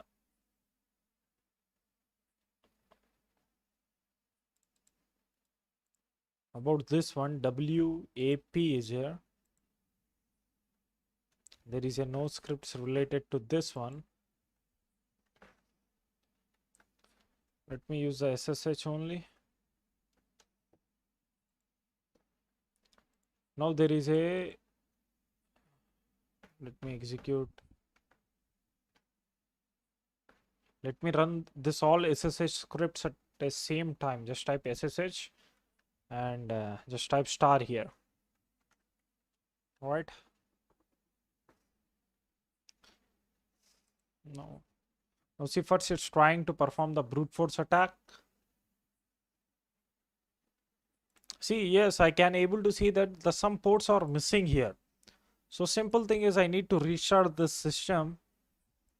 Maybe due to some problem, it can some errors or something. It can't able to show some ports here. Okay, so no problem. So this is how you guys can able to perform the enumeration. Okay, basically enumeration is very important in our PT. Okay, without enumeration we can't able to perform anything. Sometimes what will happen means here you can't able to see the version details or service version detections at sometimes. Okay, let me show you here. See here it's showing that unknown. Here it can't able to detect the port. Okay, the version. So it will do like this. Okay, in the nmap whenever you perform the scanning, it can't able to show you some versions. At that time what we do means we perform the enumeration there. Okay, to find more about that service. Okay, to get more information about that specific service. If first it gonna perform the brute force attack, then I don't know which. Just let me stop this one. So such, let me use this one. Okay,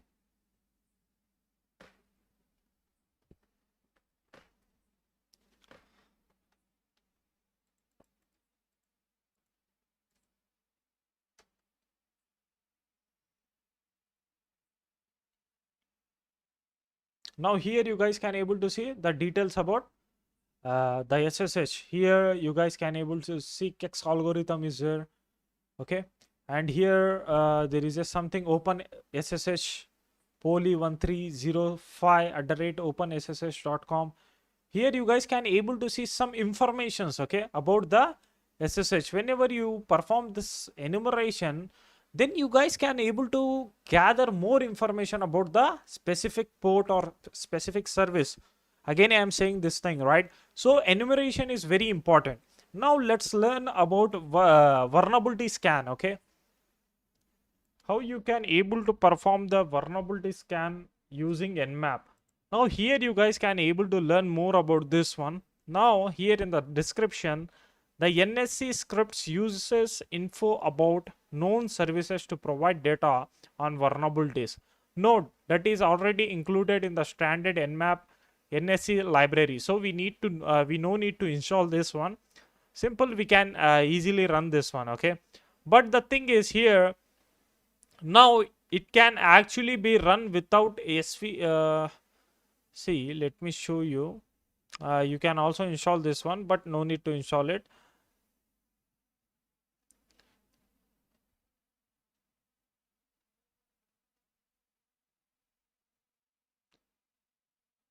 See, keep in mind that the scripts depend on having information about software versions, so it only work with dash sv flag. Now how you guys can able to run this vulnerability script? Okay, uh, to target, just let me, okay, here it is.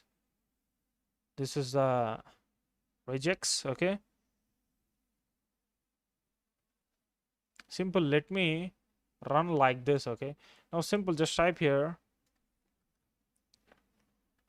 nmap. Let me copy my target IP here. All right, now simple, first of all just type here sudo nmap, just type here sv dash s service version detection. Okay, just sv there, and just mention your target IP. But before typing the target IP, just type here dash script and give space and just type here vulners. Okay, like this. Okay, now just type enter.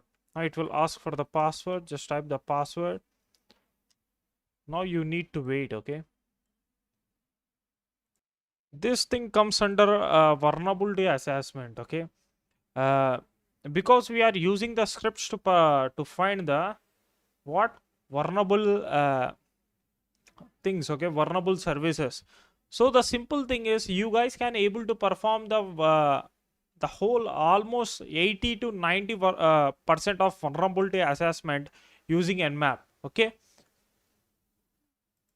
but the company uses the different software such as nessus, nexpose. Okay, so whenever you just enter in any field, okay, any vulnerability assessment field, then just try to use the nessus or nexpose. It is very easy to use. I'm gonna create one different course upon about this nessus or nexpose. Okay, how you guys can able to perform vulnerability scanning, sorry, vulnerability assessment using this nessus. So you no need to worry, but simple, just focus here first.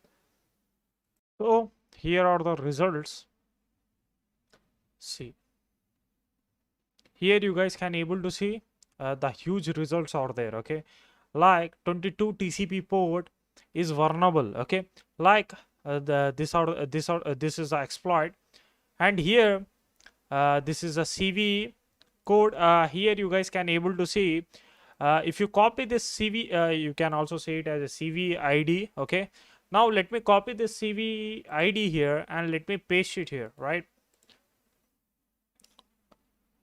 So you guys can able to learn more about that, about this vulnerability. So here it is. See, hyperlinks are there. If you open this links, then you guys can able to see the way to exploit that vulnerability. Okay, now here there are some links. Let me copy that links here. See, again I am saying nmap is a very excellent tool. Okay, so here is a exploit code. By using this, you guys can able to exploit the things. Okay, now what is CV? CV is nothing but common vulnerability exposure. Now basically there is a 1337 day ID is there. If you want to learn about that exploit, here it will provide the links as well. By visiting these links, you guys can able to learn about that exploits. Okay, now in the real world scenarios, you guys can also search like this, or you can also use a metasploit to exploit these things. Okay, this vulnerabilities. So let me copy here. There is a 3000 TCP port is here. Here is exploits. See, in the exploit DB, see, first of all let me tell you everything. Sometimes it's contain the information. Okay, sometimes it's contain the exploit, with the exploit. Okay, don't think that whenever you see like the CV, that means you guys can able to get the exploit. Okay, so it's not like that. Sometimes you guys can able to get the information as well. Okay, if I open this one, this link, see here it's using the exploit DB. Okay, let me copy and let me paste it here. Okay, sorry, copy link.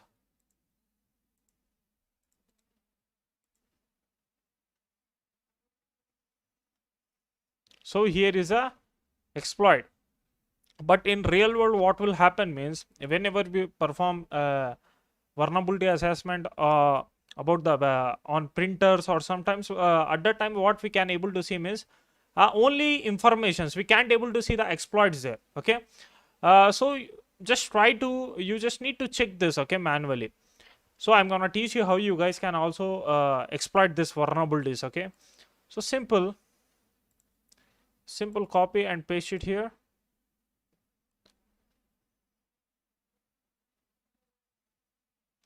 And also you guys can also just type like this, copy like this, and let me paste it on here.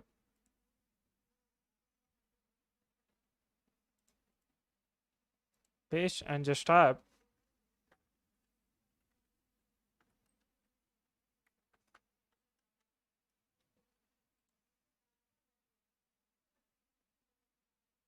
So it's having the CVSS score is 7.5. Gain access is none here. uh, so here it's showing like it's a eternal blue vulnerability. So I'm gonna teach you how you guys can able to exploit this. Okay, so here is the thing. Okay, how you guys can able to exploit the vulnerability.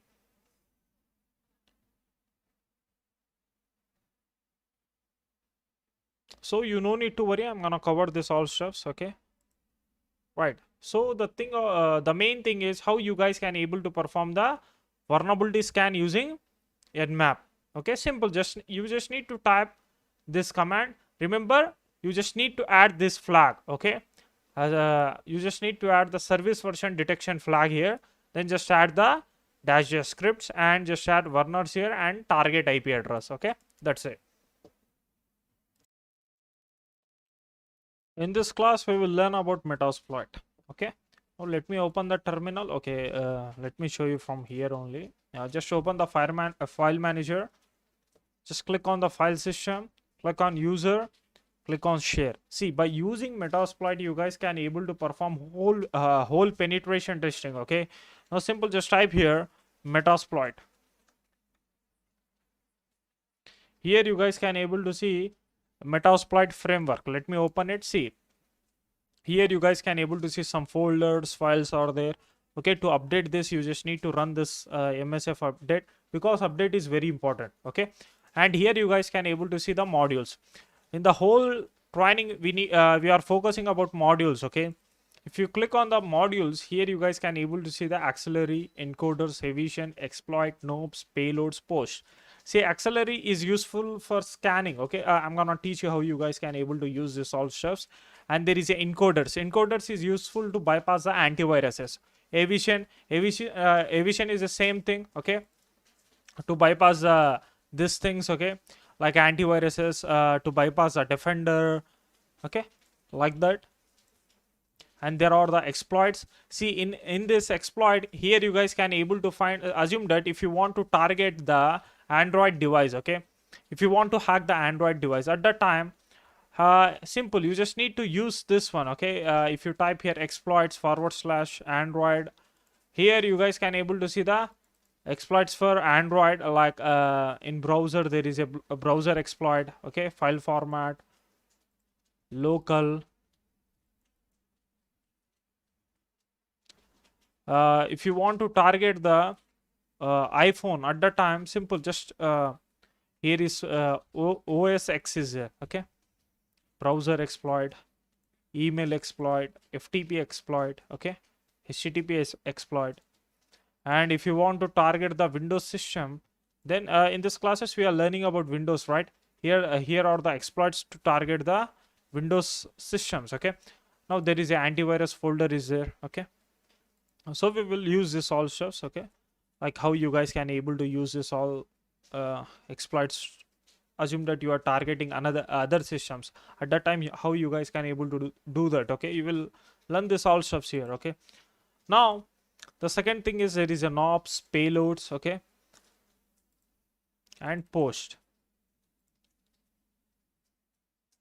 Now, see if you are running Metasploit for first time on your Linux system at that time, simple. First of all, just type here before running or before starting Metasploit, just type here sudo systemctl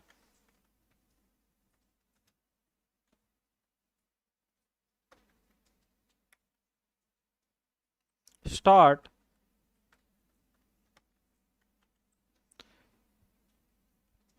PostgreSQL. Just type enter.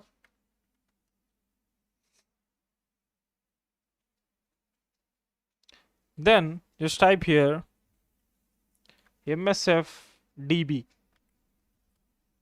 Here you guys can able to see MSF. You can use the specific port number for the PostgreSQL connection settings. You no need to just no need to focus this one. Here there is a msfdb init is here to start and initialize the database. First of all, just copy this one and just type sudo and just initiate the database here. Okay, just type enter. Database is started.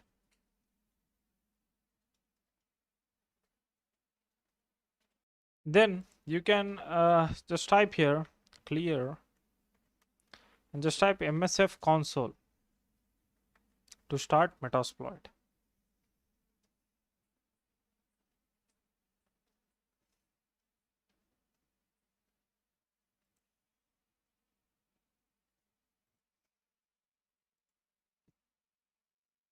So here is 2264 exploits are there, 1189 auxiliaries are there, 404 posts are there, okay, 951 payloads, 45 encoders, 11 knobs, 9 evasions. Now simple, just see I want to target SSH service. Simple. First of all, just type here help. Here you guys can able to see the things, okay. This is if you type the question tab, then also you guys can able to see this output, okay, the help output. There is a banner, display an awesome Metasploit banner, cd to change the directory here, okay, advanced, back, favorite, info, okay, kill a job. So you will learn this all steps, but here many commands and options that take a list of things can use ranges to avoid having to manually list each deserved things.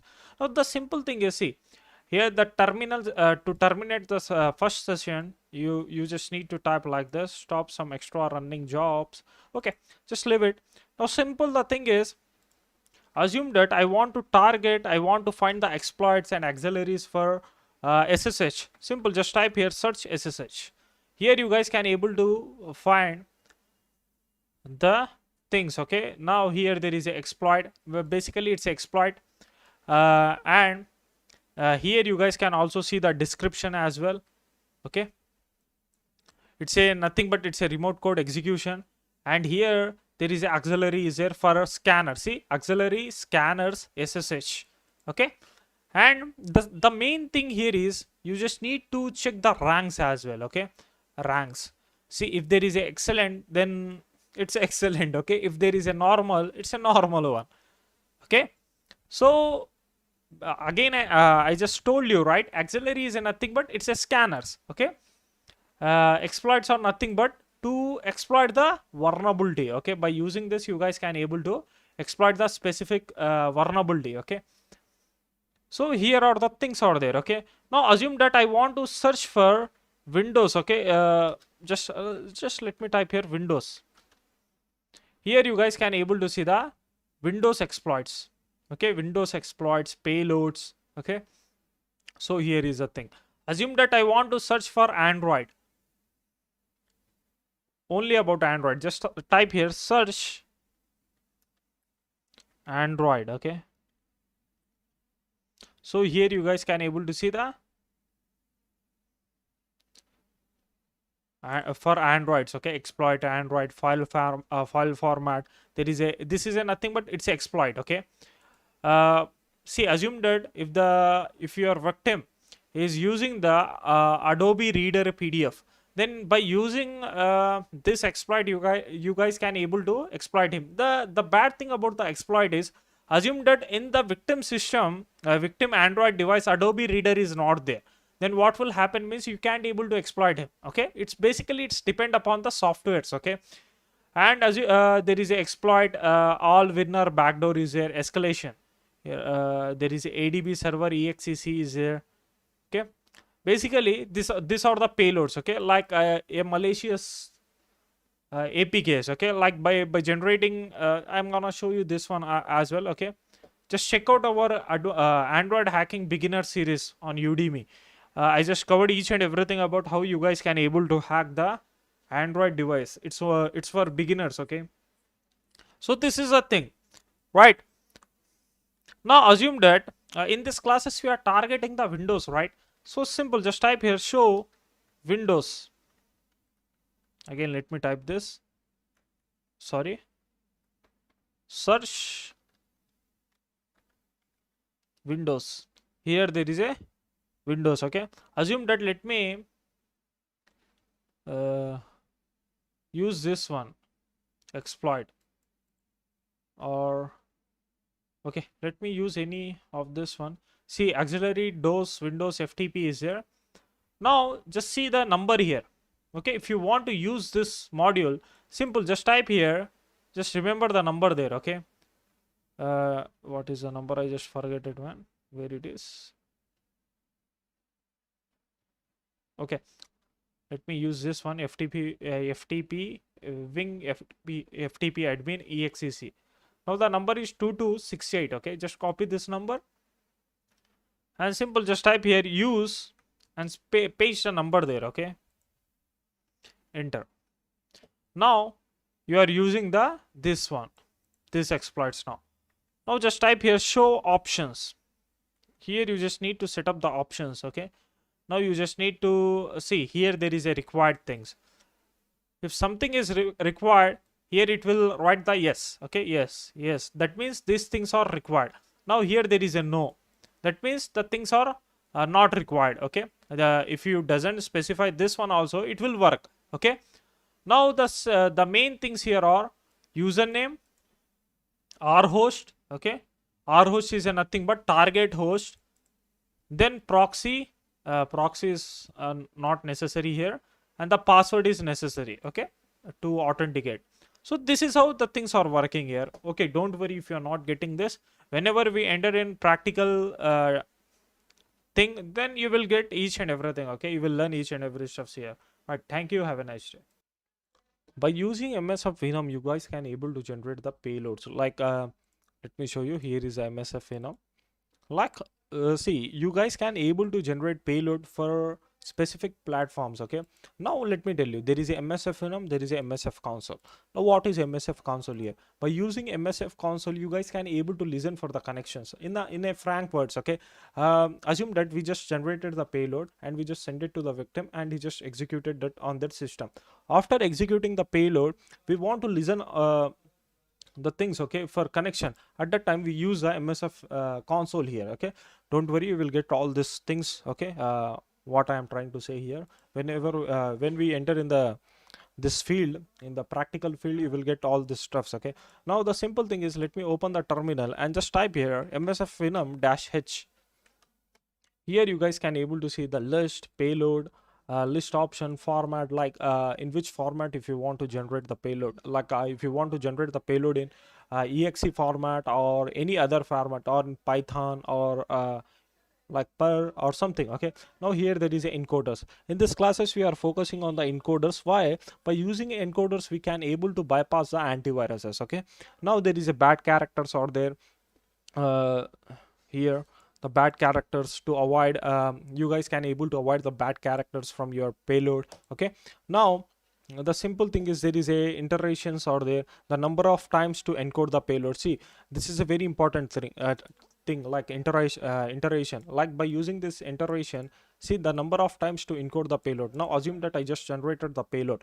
Okay, I want to encrypt that payload for 15 times. Okay, whenever see, assume that we increase the times of encoding there, that means it is easy for us to bypass the antiviruses. Okay, it's work very fine. Okay, now the thing is, let's generate let's first of all, let's go back to our Chrome, and here you guys can just type the MSF Phenom cheat sheet GitHub.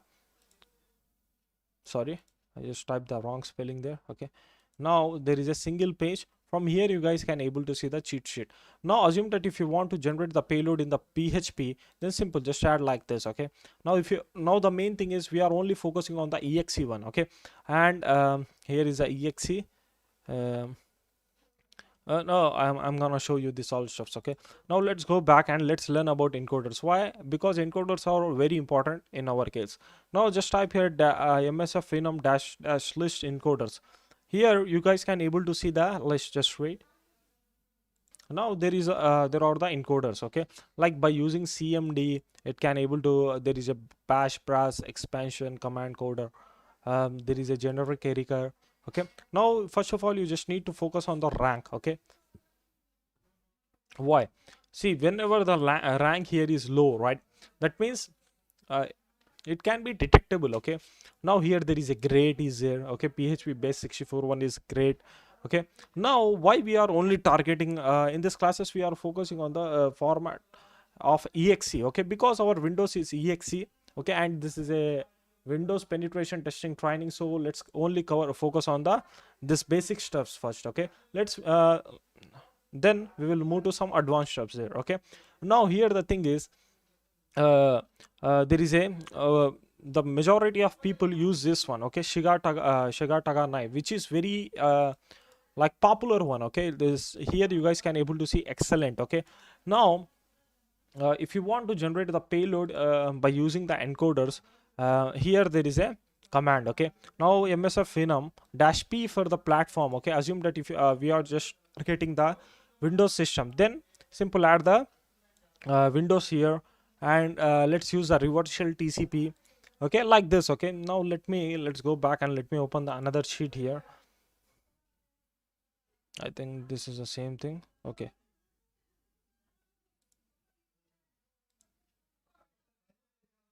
so here is the web payloads, Windows payloads. Now we just need to focus on the Windows payloads. Okay, like there is a we just see the encoders here. Okay, now he sorry guys, there is a IP port. Now let's generate a payload. Okay, a normal payload. Now in this payload we gonna use encoders. Okay, like we gonna use the Shikataga 9, and then we will use the this one bad characters. Okay, and here the bad characters are these are the by default one. Okay, let's generate the encoded payload. Okay, so don't worry, right now I am generating the encoded payload. Okay, I'm gonna teach you how to generate a normal payload as well. It's just a basic classes how the things are working. This is only for the idea purpose. Okay, so you no need to worry here. By watching the videos after some time, okay, you will get each and everything what I am doing here. And also you guys can also perform the PT there. Okay, by watching this whole course. Right now, simple, the thing is, we are right now we are generating the encoded payload. Okay, basically by using this encoded payload, we can able to bypass the antiviruses. Okay, now see, this is a metasploit. Okay, this is an open source one. If you generate the encoded payload, then also the antiviruses will detect it. Okay, so we will use some other softwares to bypass the this antiviruses. Okay, so you no need to worry, I'm gonna cover that one too, but here this is a basic things. Okay, so that's why I'm showing you.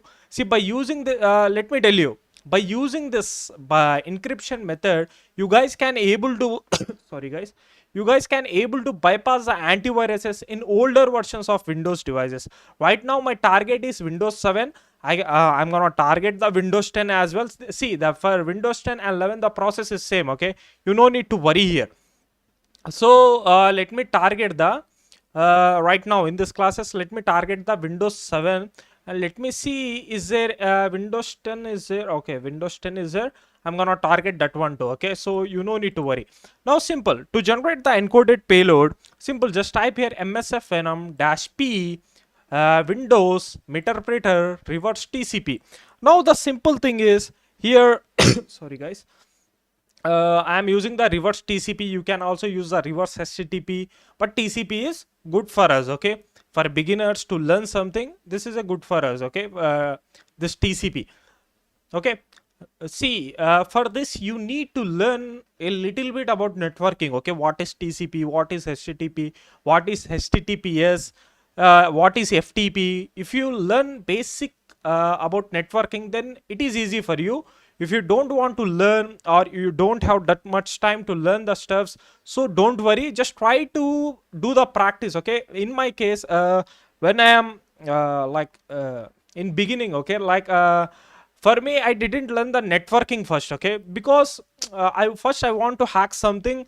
Then after hacking the things, I thought, let's learn some more. Okay, so at that time, after hacking something, I learned the stuffs. Okay, like what is TCP, HTTP, FTP. Okay, each and everything. Okay, so first of all, if you are a beginner, then first focus on hacking. Just hack some systems. Okay, hack some VMs. Okay, after that, just try to learn about networking. Okay, I did this process. Okay, majority of people will think that why you did like that, because I need to focus in cyber security, right? First, if I learn about ethical hacking, this stuffs, then it is easy for me to learn networking. Okay, assume that the instructor in YouTube or somewhere, he's just saying about TCP, then in my mind, I the flag will it's like a flag to me. Like, if whenever he's just say about TCP, then I'm gonna remember this payload. Okay, okay, at that time I just use the TCP stuffs. Okay, this is how it's gonna work. Okay, for me, I don't know about you. Okay, now the simple thing is, here I am using the TCP localhost. I just told you about the localhost. Localhost is a nothing but my Kali Linux IP address. In the real world, what will happen means they will provide you a jump server or VPS or some other stuffs. Okay, so at that time I just told you how you guys can scan the IP addresses. Just add the IP there.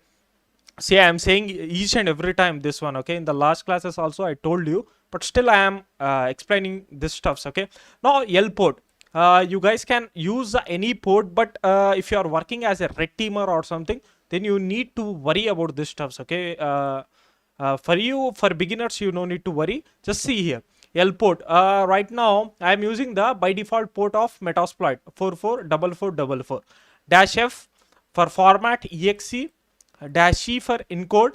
I am using the Shikataga 9 here, and I am just using the dash A. What is dash A? I just told you in the last classes. Iteration is a nothing but whenever we increase this stuffs, then what will happen means, we assume that I just added 10 here. At that time, it will encrypt the payload for 10 times. Okay, then it is useful to bypass antiviruses. Okay, if you play with this stuffs, and if you guys play with this bad characters, then by using this MSF Venom also, you guys can able to bypass the antiviruses. Okay, this is the thing. Okay, right.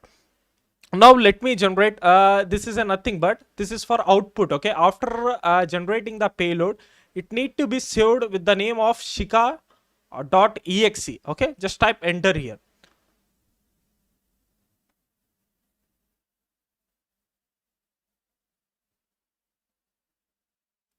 Now here you guys can able to see the payload has been generated. Let me open the file manager, click on Kali. Here is a shika.exe has been generated. Now simple, let me increase the iteration here. Okay, just let me add here 15. Let me encode this payload for 15 times. Okay, now it will take some time. Just see the file size here, 73802, right?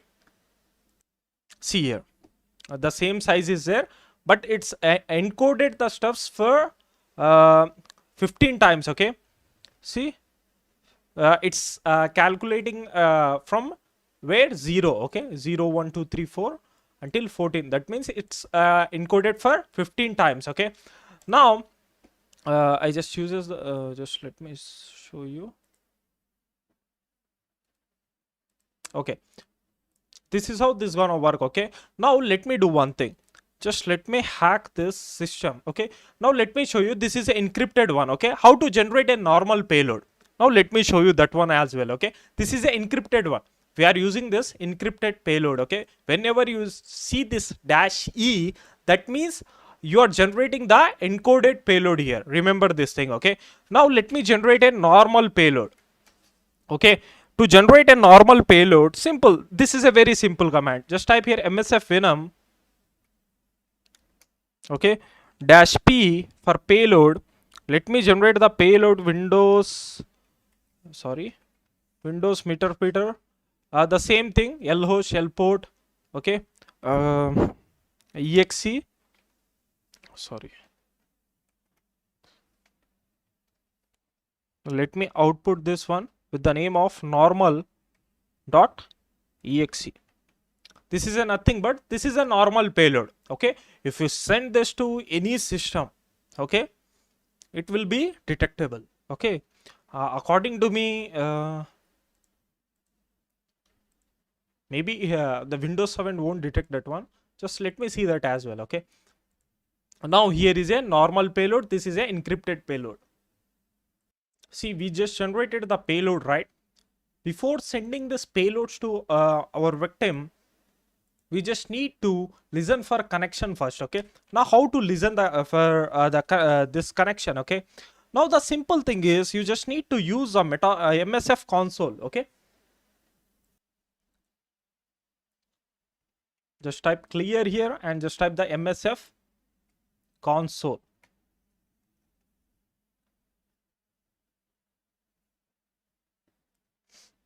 Now simple, here you just need to type here, let me zoom this one. Okay, use exploit forward slash multi forward slash handler.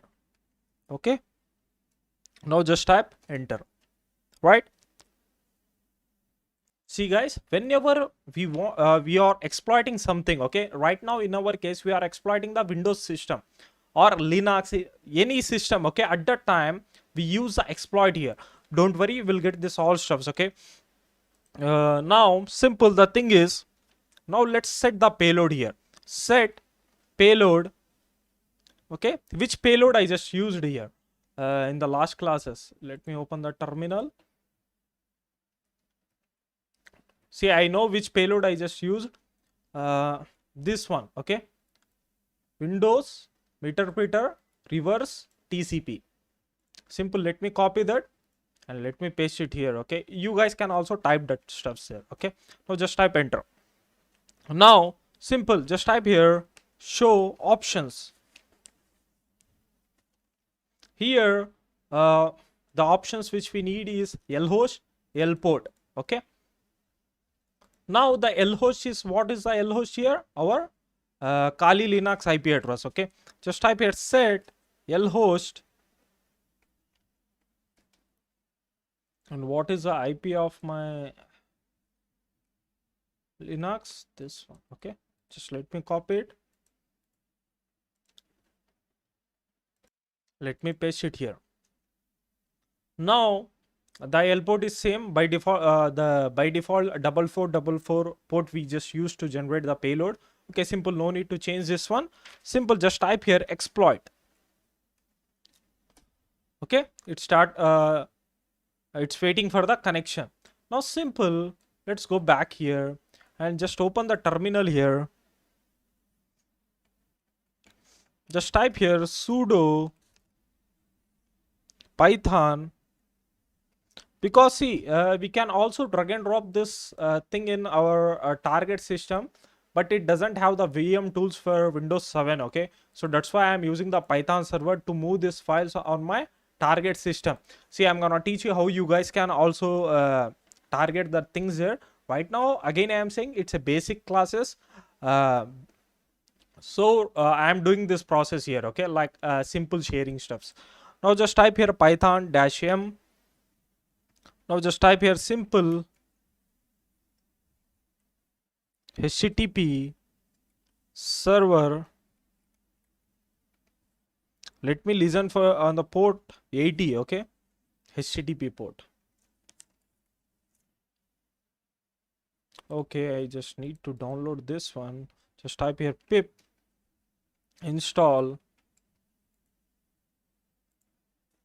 Just type enter. Let me install this module here. So let me just type this one. Okay, python 3 dash m http dot server. Okay, it's use the port 8000 here by default. Now let's go back to my target system.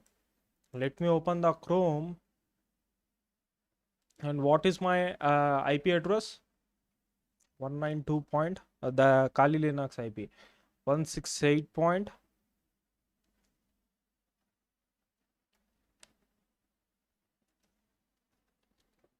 I just forget it, that one.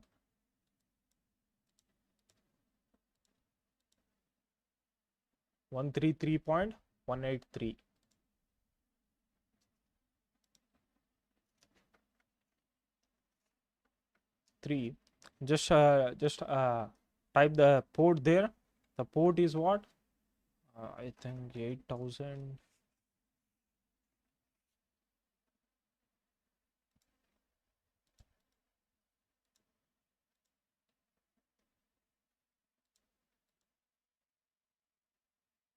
Yes, 8000. Now just type enter here. Now here you guys can able to see the list. Now this is a normal payload. Okay, see it's showing like it's a dangerous one. Now there is another payload, the name of shika.exe. Chrome is blocking this one. If I open this on my here, just see what will happen.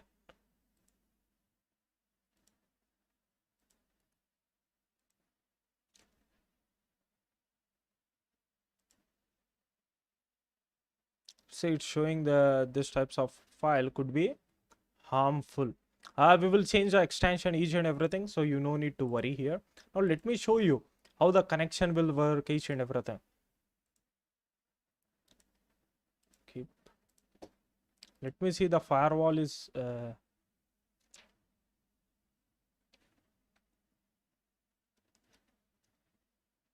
here is a firewall. Sorry, just type here defender.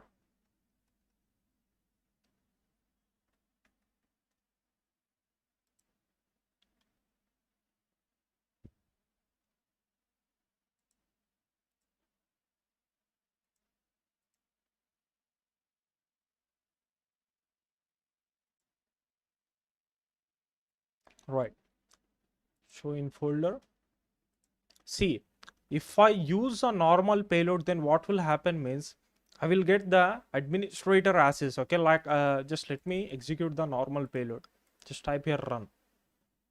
If you go back here you guys can able to see on Metasploit, you got the connection here. Okay, that means you successfully hacked the Windows 7 system.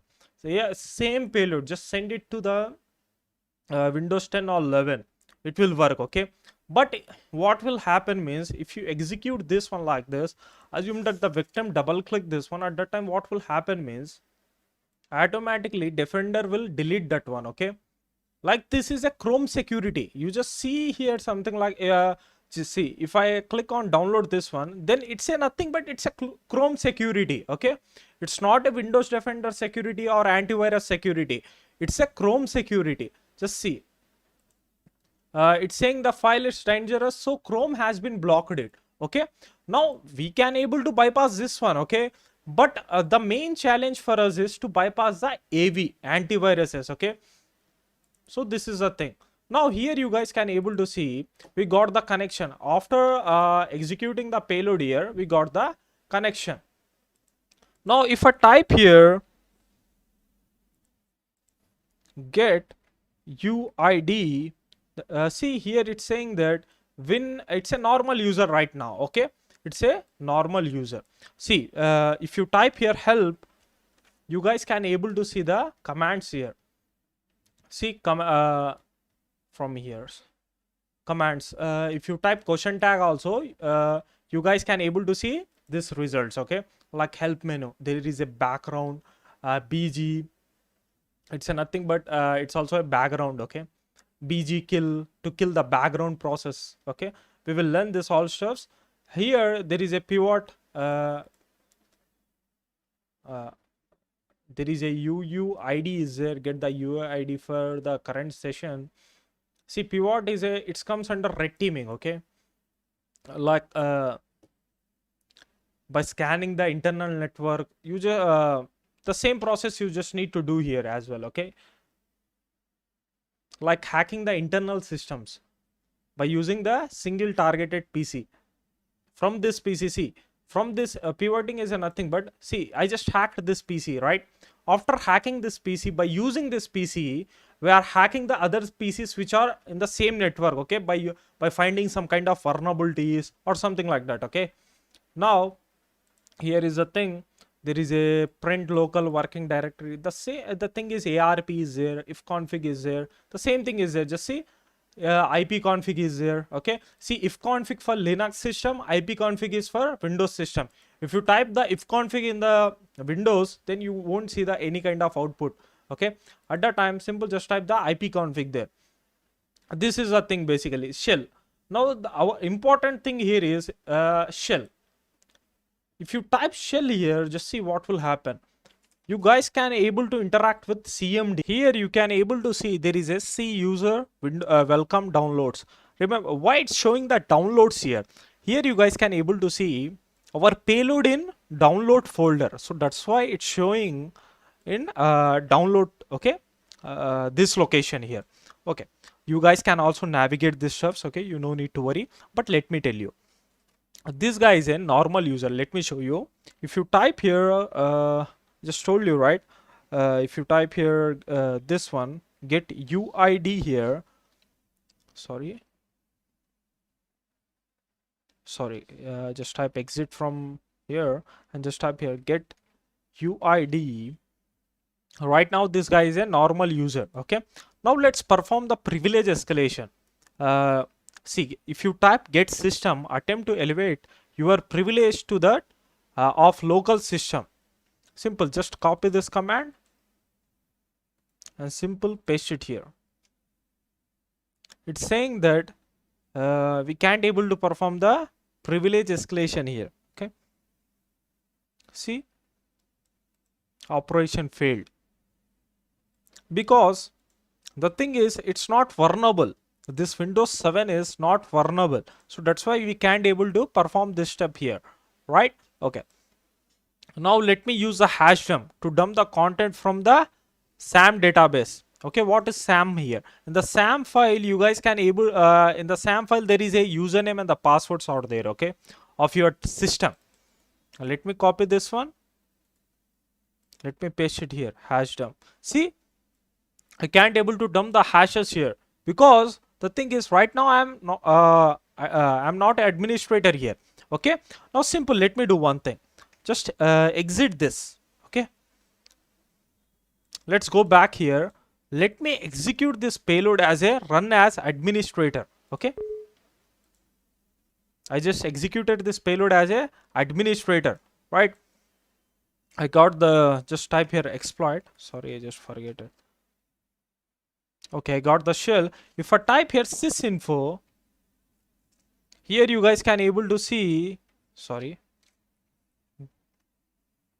get UID. Here you guys can able to see win 87 m, the same thing. Just type here help. Okay, okay, and then let me type here something like this, the same thing. Okay, get system.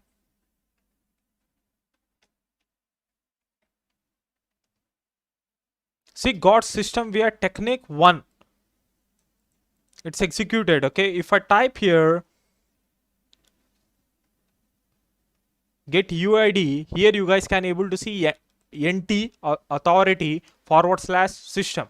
That means whenever you see this NT authority system, that means you are a administrator here. Okay, see, the simple thing is whenever the user executed something here, right? If in this case, what I did simple, I just run as an administrator. This is a manual process. Okay, in this cases, the targets need to execute this executable as an administrator. You guys can also perform the privilege escalation here. I'm gonna teach you that one as well. Okay, you no need to worry how you guys can able to perform the privilege escalation. Okay, right now assume that our target, what is a privilege escalation, let me tell you that one as well. But let me tell you here what we did. Again, I am saying we did this manually. Okay, run as administrator, right? But we can also perform this by using some vulnerabilities. Okay, by using some tools, by using some scripts, we can able to perform this whole steps by using our Linux system. Okay, by using the MSF console. So you no need to worry about this all stuffs. The simple thing is here again I am saying we did here manually, but in our case in the real world, target won't do this manually, right? He won't execute this exe as an administrator. Okay, this is a thing. At that time we need to perform the privilege escalation. Basically by using this command get system, we can able to perform the privilege escalation here. Okay, because why we can't able to perform this privilege escalation here? Okay, the previous, why we can't able to do that? It showed that like we can't able to perform the privilege escalation here. It shows some error here. Okay, why? Because it's not vulnerable. Again I am saying it's not vulnerable with this one. Okay, so that's why we can't able to perform the privilege escalation by using this get system. If I did this same process in my metasploitable machine, it will happen. Okay, if I type the get system, then it will happen. Okay, I'm gonna show you that one as well. Okay, now this is the thing. Now let me explain you about privilege escalation. What is privilege escalation? See, in the simple scenarios, let me explain you this one. See, there is a document is there. Okay, now the simple thing is I just enable the RDP protocol for this system. Okay, I just provided the see what is RDP. By using this RDP we can able to connect with this system. Okay, like in companies what will happen means by using RDP protocol he can able to connect with this system and he can able to perform his work there. Okay, in some cases what will happen means in companies, assume that I am employee, this is a system. Okay, just let me explain you here.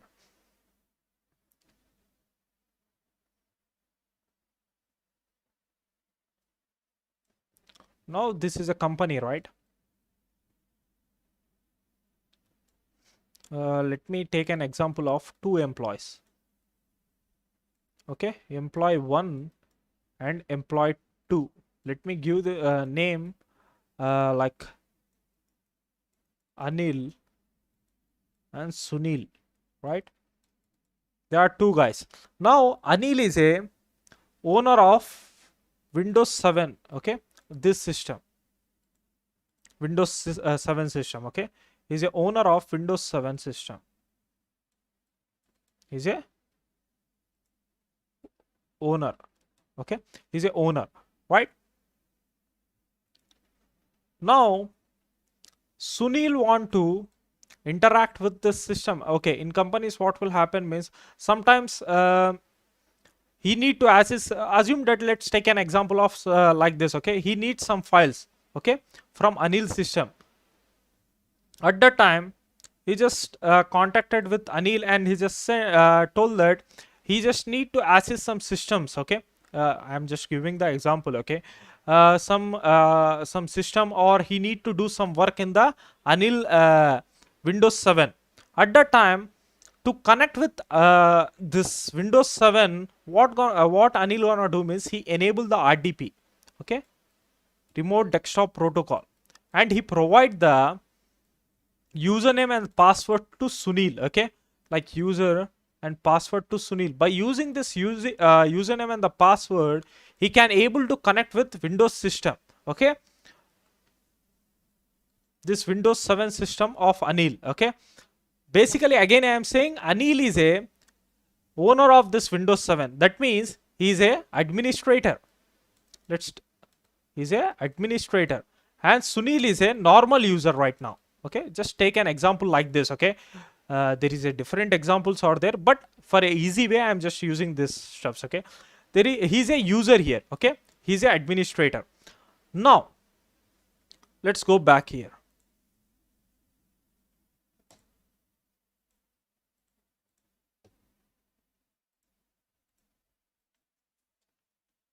Let me open run here. If you type here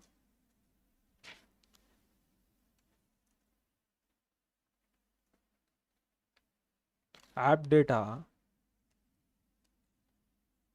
this is a app data basically. Okay, see, I can't able to see the app data, right? The app data is accessible only by the administrator, the owner of the system. Okay, assume that any normal user can't able to access that one. Okay, now let me, in this case, I don't want to tell you take the example of app data because it will become complicated. So let me take an example of this text document. Okay, now let me tell you one thing. This text document is a private one. Okay, the Anil don't want to share this text document. Okay, now just simple thing is, see, in Anil system there are some private photos and videos are there. Okay, see, assume that if the this Sunil connected now right now the Sunil is accessing the Windows 7 system, right? He this guy Anil, in Anil system there is some private videos are there, or private company data is there. Okay, which is in one specific folder. Okay, now what he gonna do means, like, see, if he just providing the access for the Windows 7 system, his system, okay, to Sunil, at that time he can also access the folder, right, the private folder. At that time what he gonna do means, he will provide the limited privileges to Sunil. Okay, he just provided the limited privileges to Sunil. At the time what will happen is, what is limited privileges? This is the thing. Okay, what is limited privileges? Limited privileges is nothing but he can only access the desktop only. Okay, if anything in the desktop, he can only access that one. Okay, if you want to open the file manager, at that time what will happen means, it will show the pop-up, you are not an administrator, you can't able to access the file manager. Okay, this is a simple thing. He can't able to access the private folder there. Okay, at that time, assume that the Sunil is a hacker. Okay, he can able to perform the privilege escalation there, like by finding some vulnerabilities or something. Okay, he can able to perform the privilege escalation there. By using the privilege escalation, he can able to become the administrator. Okay, right now, see, Anil given the normal user authority to this guy, but this guy, the Sunil, is a hacker. He just, what he did, he performed the privilege escalation. Okay, sorry, privilege escalation, this one. By performing the privilege escalation, he can become the admin. Okay, he by performing the privilege escalation, he can able to access the private folder of the Anil. Okay, this is a thing here. Basically it's a nothing but you are doing the you are becoming the administrator on your target system by finding some vulnerabilities. Okay, this is a thing here.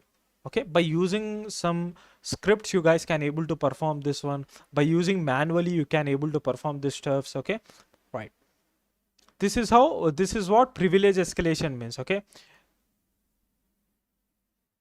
sorry, I just forget to explain you this one, why I just created the new text document. Let me tell you the another example of about privilege escalation. Let me tell you, this is just examples. Now in the last example what I told you, Anil is an administrator and Sunil is a normal user. Okay, he's a normal user. Let me type here something like normal user and administrator. Right, he's admin and Sunil is a normal guy. Now I just told you that he just sent the RDP credentials. Okay, Anil just sent the RDP credentials to Sunil to connect with the Anil Windows system, okay, through RDP. Now the simple thing is, after connecting to Windows system, the Anil Windows system, Anil added some privileges. As I told you, he just added some limited privileges to Sunil. He just provided only limited privileges, such as Sunil can able to access the Windows. Okay, this Windows system. He can also access this new text document. Okay, but he can't able to delete this one. Okay, and he can't able to modify the content. He added the limited privilege. Sunil can able to see this stuffs, okay, but he can't able to delete it or he can't able to modify it. Again, he just added the restrictions such as he can't able to access the. He added the restrictions such as he can't able to open the file manager. Okay, whenever Sunil click on the file manager, okay, file manager, it won't open. Okay, in our case it's opening, but this is how it's gonna work. Okay, whenever he click on the file manager, it can't able to open. Okay, like whenever he click here, then it will ask for the username and the password and it will show the pop-up. Okay, there are two steps. He can also type the username and the password there, but in some cases what will happen means it will show the pop-up. Okay, like you are not an administrator here. Okay, you can't able to access this folder. If you want to access the folder, simple just yeah, there is a one button like type the username or the password or something like that. Okay, this is a thing here. Basically this is just focus here something like only about this one. Okay, whenever the Sunil click on the file manager, it will show the pop-up something like you are not an administrator, you are a normal user. Okay, you can't able to access this one. He got that pop-up. Okay, that means now Sunil got idea that he just added the Anil added the limited privileges to him. Okay, so simple. Again, I am saying so this guy is a hacker. He performed the privilege escalation here. Okay, this is the thing. Okay, again I am saying privilege escalation is nothing but becoming an admin in this system. Okay, like in the targeted system to bypass the restrictions. Okay, this is a thing. See, there are two steps. You can able to perform the privilege escalations by using scripts, by performing the manual stuffs. Okay, by vulnerabilities. Okay, by doing manual stuffs. Okay, by using the vulnerabilities, by using binaries. Okay, there are a lot of stuffs out there. Okay, but the thing is, the whole thing is nothing but we are bypassing the restrictions here. Okay, we are bypassing what? Restrictions. This is the thing. As I told you, Anil added the restrictions such as I can able to access his systems. Okay, but I can't able to access his file manager. I can't able to delete this document or I can't able to modify this one. Okay, but assume that if there is any kind of vulnerabilities here and I just Sunil can able to perform the privilege escalation, and after performing the privilege escalation he can able to delete this one, he can modify this one because he's an admin there. Okay, this is the thing, right? Hope you guys understand this one. See, if you are not getting this, simple, just type on Google what is privilege escalation. Okay, you will get all the stuff there, right? Hope you guys enjoy these classes. Thank you. Have a nice day. Now let's do this process on our metasploitable. Okay, I just changed the background here. Right now, see, I'm not running this payload as an administrator. Okay, in the last classes what I did, I just run this as an administrator, but let me run it as a normal user in this class. Okay, just run it. See, if your target, okay, just executed any your malicious payload or file as an administrator, then you no need to perform the privilege escalation. Okay, because he just executed the payload as an administrator, at that time you will get the privileged shell. Okay, at the time you no need to perform the privilege escalation. This is a simple thing. Okay, if the user, if your target is executing this payload as a normal user, basically it's a nothing but it's a normal user. Okay, if you double click this one, then it's a old version, but in new version it won't show like this. Okay, whenever you double click here, the payload will be executed in the background. Okay, that means it's a normal user. Again, I am saying if you are victim, click like this. Okay, like run as an administrator, then the thing will be your payload will be executed as a administrator. At that time you no need to perform the privilege escalation. Again, I am saying this thing. Okay, if I type here exploit, maybe I just need to do it again because I didn't. Okay, let me run it as a normal user. Okay, double click it, run.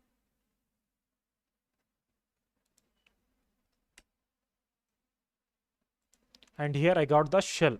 If I type here help, there is a get system is there. Okay, if I copy this and let me paste it here.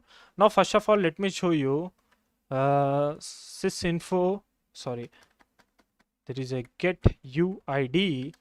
Here there is a vagrant. It's a normal user right now. Basically it's an administrator, I think. See here. Okay, sorry for that.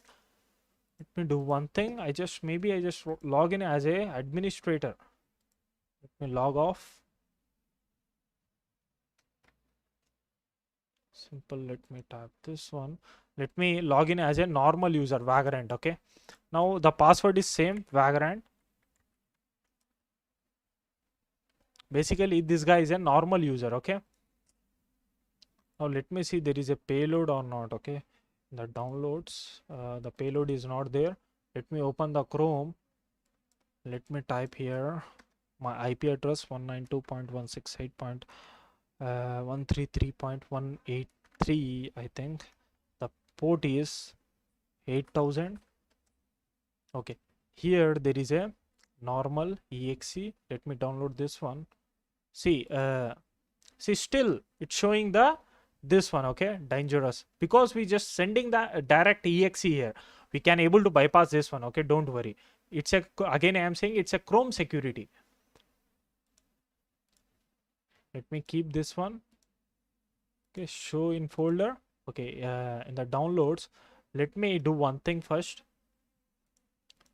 Okay, let me Control C to stop and just type here exit. Okay, and let me clear this. Now let me vagrant is a normal user. Okay, he's not an administrator here. Simple. Let me double click this one again. It's showing like this. Let me run this one. Let's go back here and just type here exploit. I just forget it to type this one. Okay, I got the connection. Okay, if I type here sysinfo, this guy is a normal user basically. Okay, just type here get uid. Here you guys can able to see he's a normal user right now. Okay, now let me type here help, and there is a get system user, right? Let me copy this one and let me paste it here. Now see what will happen. I got the right now. Let me do let me type here get uid. Now see here I got the privilege. I just perform what? Privilege escalation. Okay, because this is a vulnerable system, so that's why the command has been successfully executed and I got the privileged the administrator one. Okay, I can able to perform the privilege escalation by just executing this command. Okay, this single command. Now here you guys can able to see an anti-authority system is here. I just told you whenever you got the anti-authority, that means you are an administrator on that system. Okay, now if I type here shell, you guys can able to see system 32. That means you are an administrator. This is a second point to check. Okay, now just type here exit. Sorry, here exit, and let me execute the hash dump here. Maybe it will work. Still maybe there is a no passwords, or I don't know why, but it's not executing. Okay, don't worry, I'm gonna show you the another method to dump this all stuffs. Okay, you no need to worry about this all stuffs. Okay, now this is how it's gonna work. Okay, hope you guys understand this things. Okay, because in the last classes I just log in as an administrator. Let me tell you, In this vagrant, in this metasploitable, there is two users over there. Okay, basically one is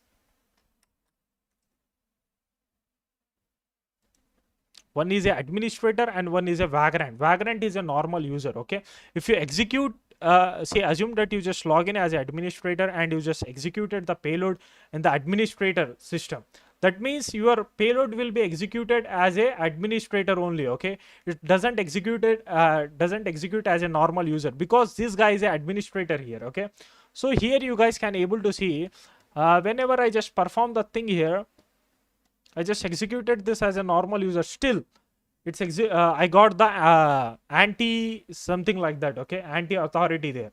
So the thing is, if you want to perform the challenges, then you just need to log in as a vagrant here. Okay, to learn the PTE, you just need to uh, enter as a vagrant here. Okay, hope you guys understand this one. Okay, if you are not getting this one, don't worry. Okay, in the next classes we will do this all stuffs practically in the systems, in the real world system, in the Windows 10 or something like that. Okay, right, thank you, have a nice day. In this class, you will learn how you guys can able to exploit the eternal blue vulnerability. Now, the simple thing is what is this eternal blue vulnerability? Now, let me tell you in a simple word. See, in the last classes, what we did, we just sent it the payload to our victim. He just executed it. Then we got the reverse shell. Okay, this is the thing. But by you assume that in our target system, the eternal blue vulnerability is there. At that time, we can able to hack that system by using the IP address. We no need to send any kind of payload or something. Okay, this is the thing. Mostly this vulnerability will present in older version of Windows systems like Windows 7, Windows 8. Okay, now in the real world also you guys can able to see this kind of vulnerability, because the thing is, see, this happens due to our client, sometimes they won't update their systems. Okay, they use the older version. Sorry, older versions. Okay, uh, now let me show you. Just type here eternal blue vulnerability. Here there is a CIS link is there. Just open this and read it. Okay, here you guys can able to see eternal blue is an exploit that allows cyber threat actor to remotely execute arbitrary code and gain access to a network by sending specially crafted packets. It exploits a software vulnerability in Microsoft Windows operating system server message block SMB version 1. Basically, it's work with SMB version 1 protocol, a network file sharing protocol that allows access to file and remote server. This exploit potentially allows cyber threat actor to compromise the entire network. See, in the cyber threat actor is a nothing, but you just need to think that this is a attacker. Okay, to attacker can, in the normal words, attacker can able to compromise the entire network and all devices connected to it. Okay, due to eternal blue this ability to compromise network, if one device is infected by via eternal blue, every device connected to the network is at risk. Basically, this comes under pivoting. Okay, uh, just read this point. Every device connected to the network is at risk, because assume that this thing is vulnerable. Okay, this system is vulnerable. At that time, by using this system, I can able to scan the other devices. Okay, yes, in the red teaming training we just covered this all stuffs. Okay, now just see here, this makes recovery difficult as all devices on a network may have been taken offline for remediation. This vulnerability was patched and it's listed on the Microsoft security bulletin as MS17010. Basically, this vulnerability is completely patched, but still, okay, but still in internal networks, if there is any kind of older versions out there you guys can able to find this vulnerabilities. Okay, mostly in big organizations. Okay, or a normal organ like there is a big organizations is there, and there is a some organizations which only have the around 300 to 200 systems. Okay, in that organization you guys can able to see the this kind of vulnerabilities. Why I'm saying this in a simple words. See, the employees or the company use the older versions of that systems as a server, okay, as an internal server to transfer the files, okay, something like that. They use that the older versions of the systems as a server in their company. Okay, so that's why the server, the older, assume that, let me explain you here. I will get this. Okay, now why you have some doubt, right? Like this is a very critical vulnerability, then why you are explaining this? Like this is a completely patched vulnerability, still why I'm trying, why I'm exploiting this one, why I'm trying to show you, why I'm showing you this stuffs there in a simple way. Just see, there is a one company is there. Okay, in company, in large company you guys can able to see the thousands of systems. Okay, in middle, like in a normal company there are, let's take an example of a small organization which have 300 systems. Okay, in 300 systems, just see, uh, sorry guys, assume that in this 300 systems there is a one system is there, just this is example, which having the Windows 7, okay, or Windows 8, which is vulnerable by this eternal blue vulnerability. Okay, eternal blue vulnerability. See why? Now why they are using, still why they are using this system in their network? In the simple way is they use this system as a server. Okay, to they host the files in it. Okay, to share, see, simple, to access the files. Okay, they use something like that. Okay, like they use this older versions as well. Okay, like as I told you, like a server or to store files. Okay, to transfer files to one system to another systems. Okay, like by just typing the IP address, this system IP address, I can able to access the files, right? In the last classes I just enable the HTTP server there. By using the local IP I can able to access the files, right? I just downloaded in my Windows 7 by in this Windows 7.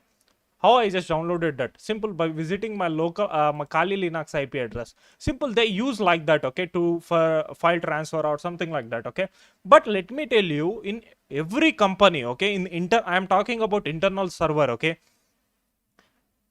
in every company there is a outdated systems are there. Okay, you don't think that in companies there are updated or something? Yes, they in the companies there is outdated systems also is there. Okay, like sometimes they are huge. Okay, sometimes they use outdated servers, outdated Microsoft, this Windows servers are there. Okay, by using the, see, this is the work of pen tester. Simple, you just need to visit that company and you just need to audit or perform the vulnerability assessment there, or just perform the penetration testing there.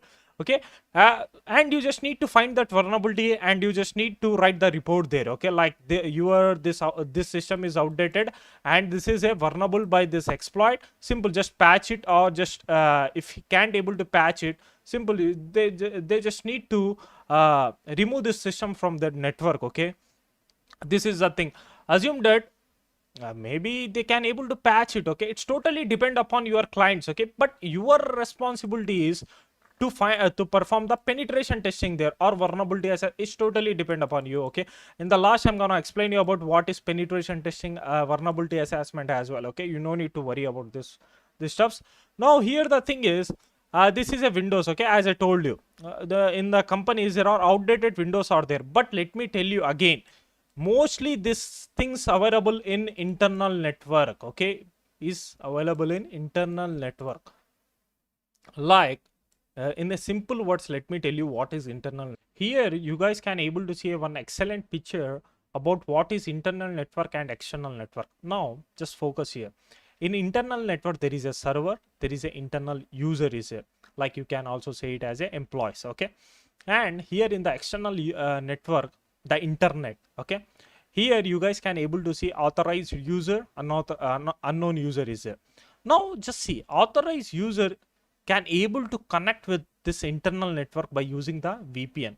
Okay, see, unknown user can't able to connect with this internal network. Okay, no connection allowed. Now let me give you one example. See, this is my IP address. Okay, my Linux IP address. Just copy this IP and perform this nmap scan. Okay, just type the nmap and paste this the IP there. Okay, just type this IP. You won't get any results because basically this is an internal network. Okay, if you want to perform the penetration testing on this IP address, then you just need to connect with my network first. Okay, then only you guys can able to perform the nmap scan on this IP address. Okay, this is the thing, right? Simple. The thing what he is saying means, uh, first of all, he need to connect with the internal server. Then only he can able to perform the PT on the internal network. Okay. Now see here, just see external network, the internet. Internal network. He didn't mention any kind of internet here. Okay, this is a thing. Basically, to perform these things, it's a local IP, right? We all know this is a local IP, so that's why he doesn't mention the internet here. Okay, internet here. Just see, but here he just added the something like VPN. Okay, why he just added the VPN? Let me explain you this one as well. See, the authorized user is not in the internal network. Okay, he's not in internal network, but if you want, if this authorized user want to connect with the internal network of the company, then the company will provide the VPN credentials. By using this VPN credentials, he can able to enter in this internal network. Okay, he can by using this VPN, assume that he just connected with the internal network VPN. Okay, this company VPN. Okay, after connecting with this VPN, he can able to scan this internal networks as well, this internal IPs. Okay, this private IPs, he can able to perform the private this penetration testing on this private IP addresses. Okay, now in the easy words, let me explain you. See, sometimes what will happen means, this is a company. Okay, and you just in another location. Okay, the company is in Mumbai and you are in Chennai right now. Okay, now you need to perform the penetration testing on this internal network of the this company. Okay, at that time what will happen means, these guys, okay, will provide you, the company will provide you VPN credentials. By using this VPN, you guys can able to connect with the company network. Okay, like this, in the easy words, you guys can able to connect with the company Wi-Fi network. Okay, then you guys can able to access the internal systems. Okay, like this 192.168. From there you guys can able to perform the penetration testing. Okay, now here there is another guy who is in internet. He doesn't have the VPN credentials. Okay, just tell me, he can able to access this network? No, he can't able to do that. Okay, because it is impossible. How he can able to communicate with this internal IP address of this company? Okay, just tell me one thing. Okay, just open your just open the nmap and scan this IP address. Okay, you won't get any kind of results because this is an internal network. Okay, if you want to perform the penetration on this IP address, then you just need to connect with my Wi-Fi network, right? Again, I am saying this thing. Okay, this is a thing. This is a nothing but this is a internal network. This is a difference between internal and external network. Okay, hope you guys get this stuffs. Okay, if you're not getting this, just try to do the Google search. Now here you guys can able to see Marvel that utilizes eternal blue can self-propagate across network, drastically increasing its impact. For example, WannaCry, a crypto ransomware, was one of the first and most well-known malware to use this exploit to spread. WannaCry uses the eternal blue exploit to spread itself across the network, infecting all devices connected and dropping the crypto ransomware payload that increased the precision and damage that WannaCry could cause in a short amount of time. This increase had made Eternal Blue popular with various malwares such as Trickbot, a modular banking Trojan, as well as coin miner and Wana mine crypto miners that uses to use the eternal blue exploit in order to gain access to computing power to mine cryptocurrencies. Now the simple thing is, see what attacker gonna do here. Simple, he gonna exploit our system. Okay, assume that this system is vulnerable with this WannaCry. Okay, sorry, this eternal blue vulnerability. At that time, what he gonna do? Attacker, simple, he just performs some scanning, or simple he grab my IP addresses. After getting my IP, he gonna exploit it. Okay, I just told you this eternal blue vulnerability, we can able to exploit this vulnerability. Simple, we just need a target IP address, that's it. Okay, this is the thing. Simple, the attacker can able to exploit my system by using the IP address. Okay, yes, this is the thing. After exploiting my system, he gonna inject this kind of WannaCry or crypto ransomware in my system. Then he gonna encrypt my files. Then the attacker gonna ask the money. Okay, something like that. Okay, it's a ransom. Okay, now the simple thing is, what he's trying to say means in this report, mostly, okay, mostly at that time attacker inject WannaCry and crypto ransomwares uh, crypto ransomwares on the target systems. Okay, see here, it just there is a point. WannaCry uses the eternal blue exploit to spread itself. Okay, to spread this WannaCry ransomware, uh, WannaCry uses the eternal blue exploit because it is easy for them. Okay, because you no need to send any kind of payload to your target or something. Okay, simple, you just need a IP address of your target network. Okay, simple. After injecting the WannaCry in that target system, automatically it spread itself across the network. Okay, infecting all devices connected and dropping the crypto ransomware. He gonna exploit the systems who are in that network. Okay, just see, infecting all devices connected and dropping the crypto ransomware payload. Just see this point. Okay, this is the thing. Basically, let me show you here. Now you have some doubts, right? Such as how the attacker connected with the internal network of the company or any other guy. I just told you there are two IPs out there. One is private and one is public. Okay, now just see, the attacker uses some steps there, okay, which we covered in the red teaming, but let me explain you. See, in the this is a external penetration testing. See, in the external penetration testing, what he gonna do means, he just gather the information about the company. Okay, and he just gather the information about the employees as well. Okay, and he just see, by gathering the information, we can able to get the email addresses as well, right? Who are the employee email addresses. Simple, he just sent the email to the employee, the malicious email. Okay, he just opened that email, the employee has been opened the email. Simple, he got the reversal on that system. From that system, he just jump in the internal network. Okay, he can able to do the stuffs there. He can inject the WannaCry. He can do a lot of stuffs there. Okay, but see, there he just, there are, it's showing the three methods here. One is firewall, one is router. See, what is firewall here?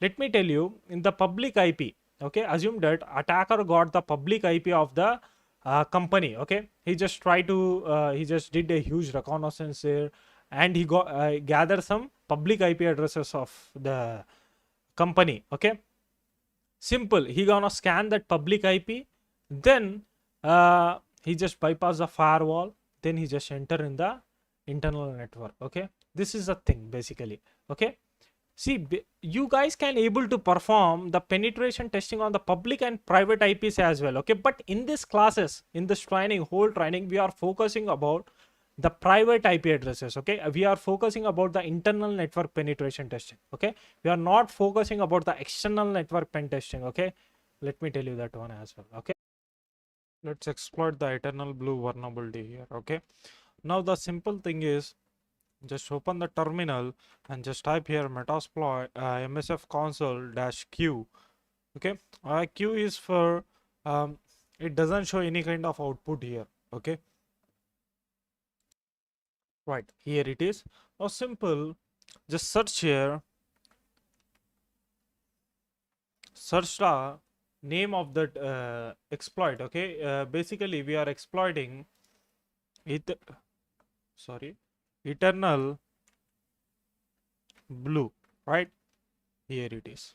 Now simple, you just need to select one exploit from here. Okay, see, in majority of cases which I use is this one. Okay, where it is, uh, exploit windows smb ms17010 eternal blue, which is average. Okay, in majority of cases we use this one only, right? Just type here use and type the number here. Okay, the number of this exploit is the id number. Okay, it's nothing but its id number, which is 0. Here, see, first of all let me exploit it. Okay, simple, just type here show options. Here you guys can able to see there is a payload option, module option. In payload option you just need to set the IP address of your Linux system. Okay, just type here IP config, sorry, if config, and this is my Kali Linux IP address, which is 192.168.133.183. Simple, just type here set lhost, and simple just type the let me do it for you. Just let me copy it and simple paste it here. Let me set the port to for 4444 only. Okay, now this is very important. Now just see here R port it 44445. Okay, you no need to edit this one. Okay, here there is a R host. Here it will come the our target IP address. Just type here set, sorry, R host. You guys can also type the small characters or capital or small characters. Okay, set R host. R host is my target IP address. Here is my target IP. Okay, my target IP is 192.168.133.187. See, in your case, if the client provide you the public IP, just type the public IP. Okay, see the let me show you first. Just type here 192.168.133.1 what 187, right? Yes. Now just type enter here. See, just type here again show targets.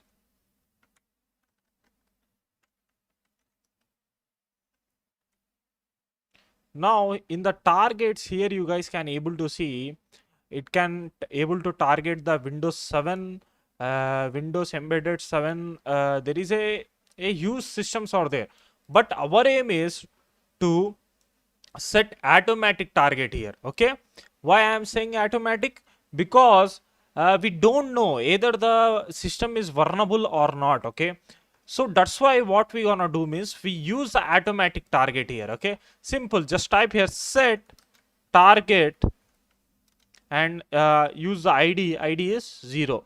Assume that you know that your target system is Windows 7. Simple, select the Windows 7 embedded standard 7 server 7. If you know the system name, this one, the versions, you guys can able to use it. But in my case, assume that I don't know. Simple, at that time I'm gonna use the automatic target. Just type enter here. Now simple, type exploit. Now see what will happen. First of all, it will scan. Okay, I just told you auxiliary is a nothing, but in this module you guys can able to see the scanners. Okay, first it will scan that the target is vulnerable with this exploit or not. Okay, you no need to worry. Majority of people will think that how we can able to do this. Simple, you no need to do or you no need to worry. Simple, you just need to use this exploit. Okay, it will do each and everything for you. Okay, you no need to worry here. Simple, just see I got the shell. If I type here sysinfo, here I can able to see there is a Vagrant 2008 R2 server, Windows 2008 R2, and here I can able to hack the system. The simple thing is what I did, I didn't send any kind of payload, I didn't do anything here. Simple, I just grabbed the my target IP and simple, I just hacked that. Okay, this is how the eternal blue vulnerability will work. Okay, if I type here hash dump, hope it will work right now. See, right now I can able to dump the username and the passwords here. Simple, I can able to crack this by using the hashcat. Don't worry, I'm gonna teach you that one. Okay, now this is how this attack gonna work. Okay, again I am saying in this attack, if your target is vulnerable with this eternal blue, then see, first of all, according to me, okay, it's not a live class, right? So that's why maybe majority of people will get this kind of issue. Like how we know that our target is vulnerable or not, okay, with this exploit. At that time, again I am saying this thing, you no need to worry. Either you guys can also use the nmap scan, but I don't prefer, okay, because it will take some time. Simple, the thing is, in my case, what I do means I use this one, okay, this module. Okay, let me show you how you guys can able to perform the nmap scan as well. Okay, simple, by I just told you the vulnerability script, right? Nmap dash dash script, here you just need to type the just use the vuln there. Okay, simple, it will show the output, or you guys can also use the smb. Okay, because this attack is vulnerable to smb. Okay, so the simple thing is, so that's why I didn't tell you about the nmap, because maybe majority of people will get some kind of confusions here. So that's why I didn't tell you about the nmap. Okay, if you know the basics about nmap, or you know ethical hacking, then you will get this stuffs. Okay, this is the thing. Okay, now let me execute this attack. Okay, simple, you just, again I am saying, instead of this one, you guys no need to add the smb. If you are getting some kind of confusion here, then you no need to add the smb. Simple, just type here script is equal vuln. Okay, that's it. It will do each and every work for you. Okay, see, my aim is to teach you in a easy process. Okay, like you no need to worry, you no need to worry a lot here. Okay, here you guys can able to see there is a this one. Okay, the 445 is vulnerable with which one? Remote code execution vulnerability in Microsoft SMB v1 server. Okay, and it's a state, just see the state is vulnerable. Okay, this is the thing. This is how you guys can able to find the it's vulnerable or not, but I don't prefer this one because this guy, these exploits do the whole work for me. Okay, see, it gonna scan it, then it gonna tell us it's a vulnerable or not. Okay, host is likely vulnerable. If the host is likely vulnerable, then it gonna start the attack here. See, the target is vulnerable. See, it just given me the flag here, connecting to the target for exploitation, then establishing for the exploitation, then I got the meter shell here. Okay, this is how the things gonna work here, right? Hope you guys enjoy these classes. Thank you, have a nice day. Now the again the last thing is, you no need to worry about external and internal pen testing. I just forget this thing. Okay, you don't need to worry. See, if your target if your client is providing the public IP or subdomain or domain, then it is known as a external pen testing. Okay, like okay, this is known as a again I am saying, if your client providing you the public IP, okay, or subdomain or domain, then it comes under what? It comes under external pen testing. And the second thing is, if you are not visiting to that company and and your client is doesn't not providing any kind of credentials to you, basically it comes under black box pen testing. Okay, yes, means the client doesn't provide you a lot of stuff. Simple, he gonna provide you the IP address or domain. Okay, from there you just need to perform the PT. Okay, what is internal pen testing? Simple, you just enter in one organization and you just connected with that Wi-Fi network of that organization, then you are just performing the scanning there. This comes under what? Internal PT. So you no need to worry. Okay, in the last classes, according to me, majority of people will get some kind of confusions, right? So simple, you no need to worry. If you are visiting to company or the company provided the VPN credentials, that means it's a nothing but it's an internal PT. If your client is providing the public IP or domain or something, and you didn't connected with the company network, okay, that means it's a external PT. Okay, you no need to worry here. Okay, right. Hope you guys understand this all stuff. Thank you. Have a nice day. Now in the last class, what I did, I just targeted the metasploitable machine. Okay, now in this class, let me target the Windows 7, the same process by using the eternal blue vulnerability. Okay, now here just see, I just use the same thing and I just exploited this machine. Okay, see the IPv4 is 192.168.133.185. Okay, right. See, now the simple thing is, let's learn some more about this commands. Okay, the important stuffs. Now here we sorry guys, we all know that by using get system we can able to perform privilege escalation. Just if I type here paste, then already running as a system. Okay, no problem. Whenever you send any kind of payload or something, what will happen means, sometimes sorry, if you are targeting the Windows 10 or something like that, at that time what will happen means this won't work. Okay, at that time you just need to use a different method. I'm gonna cover that one too. Okay, now the simple thing is, there is a hash dump.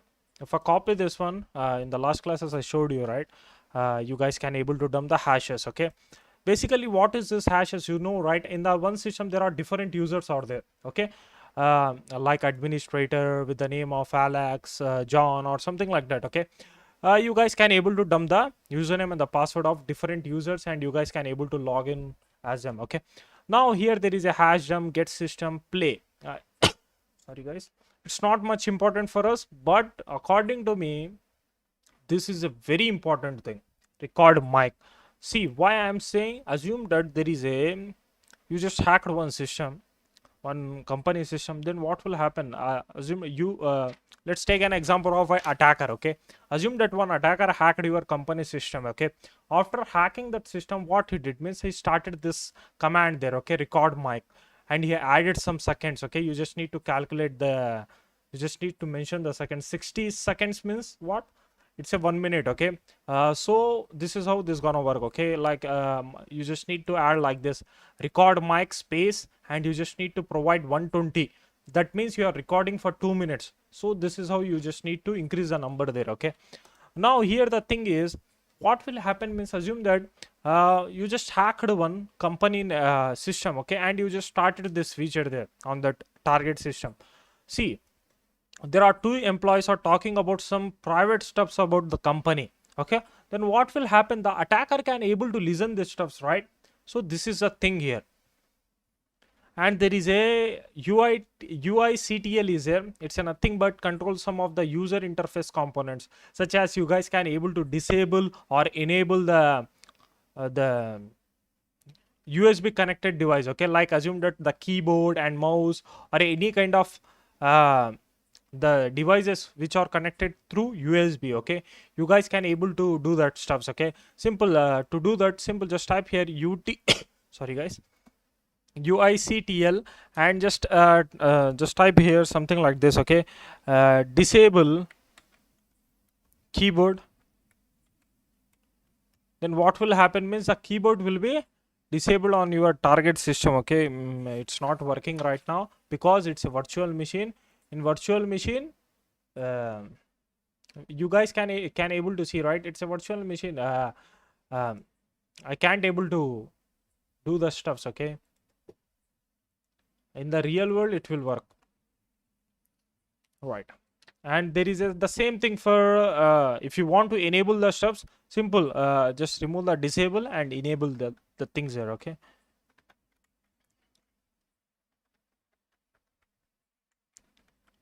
right. Okay, it's not working, leave it. And there is a set desktop is there, change the interpreter current desktop is there. It's not that much. And here is a screenshot, you guys can able to take the screenshot of your target system. Just type screenshot here. See, it's saved here, home Kali. Here maybe home here there is a screenshot. Okay, not this one. Okay, this one.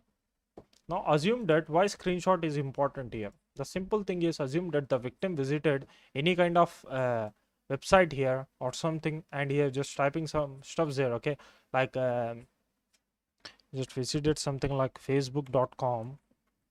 Okay, it will take some time because it's a internal internet explorer.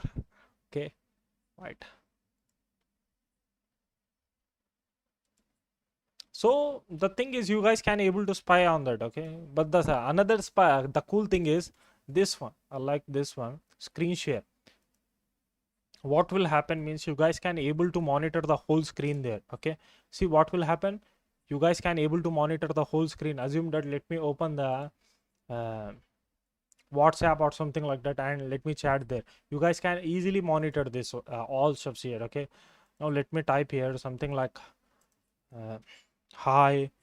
Okay, let me open the recycle bin here.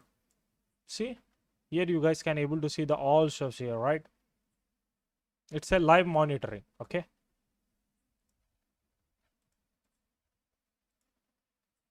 let's go back.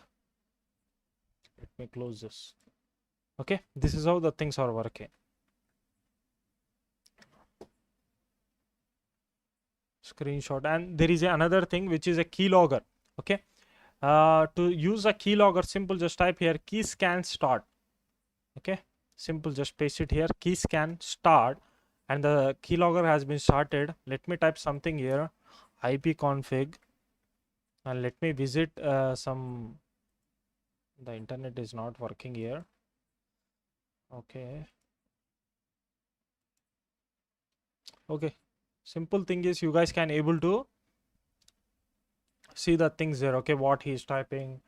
Assume that he just visited any company portal and he's just typing his password, username and the password. Simple, you guys can able to grab that. Okay, and to dump that, simple, first of all you just after starting the keylogger, simple, you just need to copy this key scan and just paste it here, key scan underscore dump. Here you guys can able to see the username and the password, the things. Okay, just let me see it here.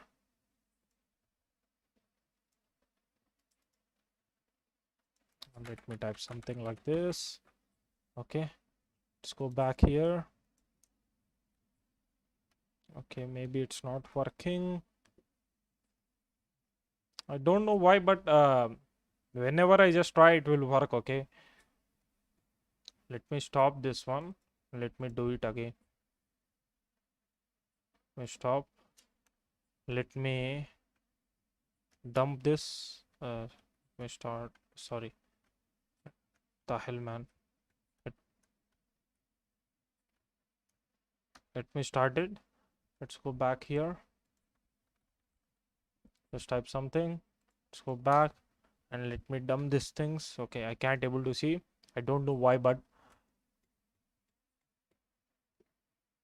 in Windows 10 it will work, but in I don't know why, but in Windows 7 it's not working.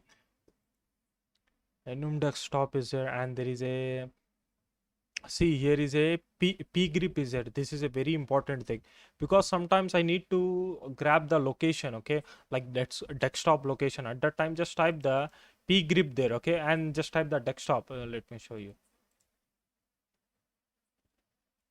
Just paste it here, p grip, and let me type here desktop. Like, let me show you. Just type here ps first. Okay, and there are the hosts are running. Okay, now the thing is, let me uh, find that this one, p grip is, it's same like a grip. Okay, uh, which one, explore. Okay, so here you guys can able to see the id. Now what is this basically, id and this architecture and session user. Now assume that, see, by using this there is a one excellent command is there, which is, where it is,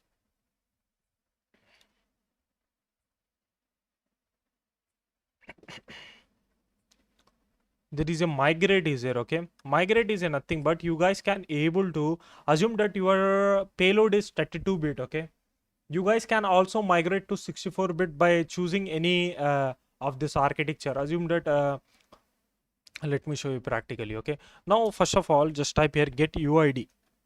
Okay, and just see the server username is what, anti authority forward slash system is here. Where is the anti authority here? This is the anti authority. Right now I am in this group. Okay, now let me change it to this one, anti authority local services. Okay, let me change to this one. At that time I'm gonna migrate it. Okay, just simple, just type here migrate and see uh, the exe files which are in that group. Okay, what I said, let me migrate to local services. Okay, let me migrate to which one, this one, sv host. And just remember, you just need to select the id here. Okay, what is id here? 1028. Okay, just see pid. Just let me copy it and simple, let me paste the id number there. See, I'm migrating to 992. Okay, failed, access denied. Let me migrate to this one, welcome. Okay, let me migrate to where, explorer.exe, and here 180.8. Okay, just let me paste it here. Okay, migration completed successfully. And here the thing is, if I type here get uid here, you guys can able to see right now my server username is what, Windows desktop welcome. Okay, this is how the things are working here. Okay, if I type here dir, here you guys can able to see the dll files and exe files, each and everything. Okay, assume that if you want to download something here, simple, you guys can also download this. Okay, there is a vusa.exe is there. Simple, just let me copy it and just type here download. And simple, let me paste the name there. You guys can able to download the stuffs. Okay, just if I open this one, see there is a vusa.exe. This is how you guys can able to download the files. If you want to upload something, simple, just type here upload. Okay, and simple, just paste the location, any file there. Okay, just drag and drop there. Simple, just type enter, it will upload there. Okay, okay, in this class let's learn about persistence. We are setting the persistence in Windows 7. Okay, now how we can able to perform this, and let me tell you what is persistence and why it is important. Okay, well, let me explain you here. See, let me tell you, first of all, this one, we exploited this system by using what, the vulnerability. Okay, the eternal blue vulnerability. We doesn't send it any kind of payload here, the victim doesn't execute anything. Okay, simple, what we did, we just attacked the system through vulnerability. Okay, because in this system the vulnerability is there, so that's why we can able to attack that one by using this exploit. But assume that what will happen if this guy, the employee or this user, patched this vulnerability. Okay, at that time we lose our victim. Okay, this is the thing. Basically, let me explain you in the easy way what is persistence here. See, after some days, okay, I just hacked this system.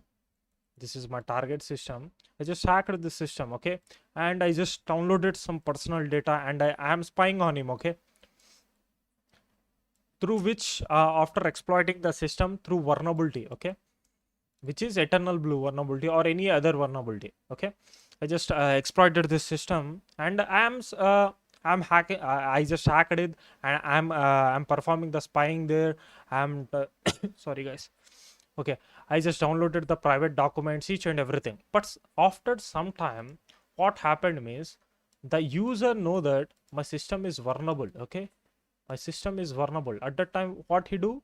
Simple, he will update his system or he will patch that vulnerability. Okay, he will update or he will patch that vulnerability. Okay, after patching it, what will happen means we can't able to communicate with our system, with our target system, because the vulnerability has been patched. Okay, this thing has been patched here. After patching this vulnerability, we can't able to connect with it. So at that time, in the red teaming, in penetration testing, mostly in red teaming, what we do means we perform the persistence here. After assume that this guy successfully patched the vulnerability. Still, I can able to communicate with this my target IP, my target system through this persistence. Okay, this is the thing.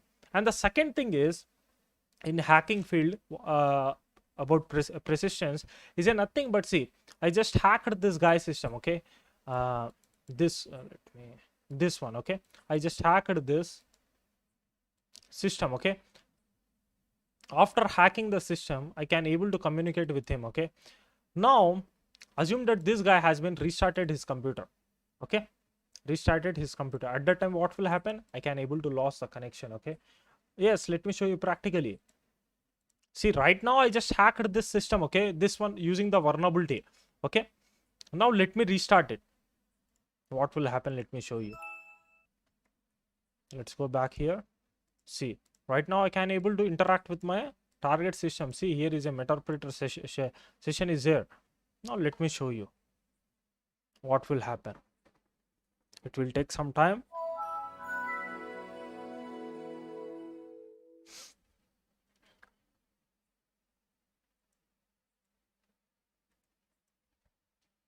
For type, just type here help.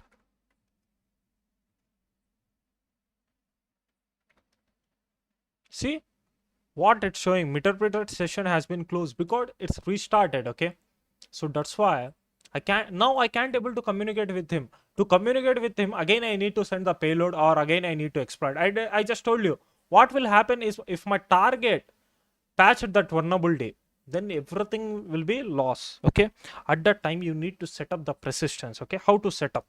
Now simple thing is just go back in the Metasploit only, just go back and search for, just type here search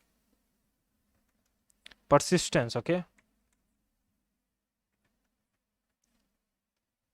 now here you guys can able to see the exploits for this one. Okay, now the basic exploit is you can also use this one. This is for Linux. Okay, let me tell you, this OS X. Okay, it's for Mac. You just need to only select the Windows because your target is Windows here. Okay, Windows, there is a Windows, okay, this one is excellent. Windows persistence registry, startup payload installer. See, majority of people use this one. Okay, they just target the payload on Windows persistent registry startup. Okay, they will inject the payload on the in the registry. Okay, yes, whenever our target restart our system, then what will happen means we can able to just let me use this one. Okay, it's for the same. Okay, after it's for the vulnerability base as well, it's for the restart base as well. Okay, assume that if the vulnerability patched here as well, I can able to communicate with my target because I am using the persistence here. Okay, now let me show you in the practically. Okay, just type here use, what is the number here, 16, right? Just type here 16.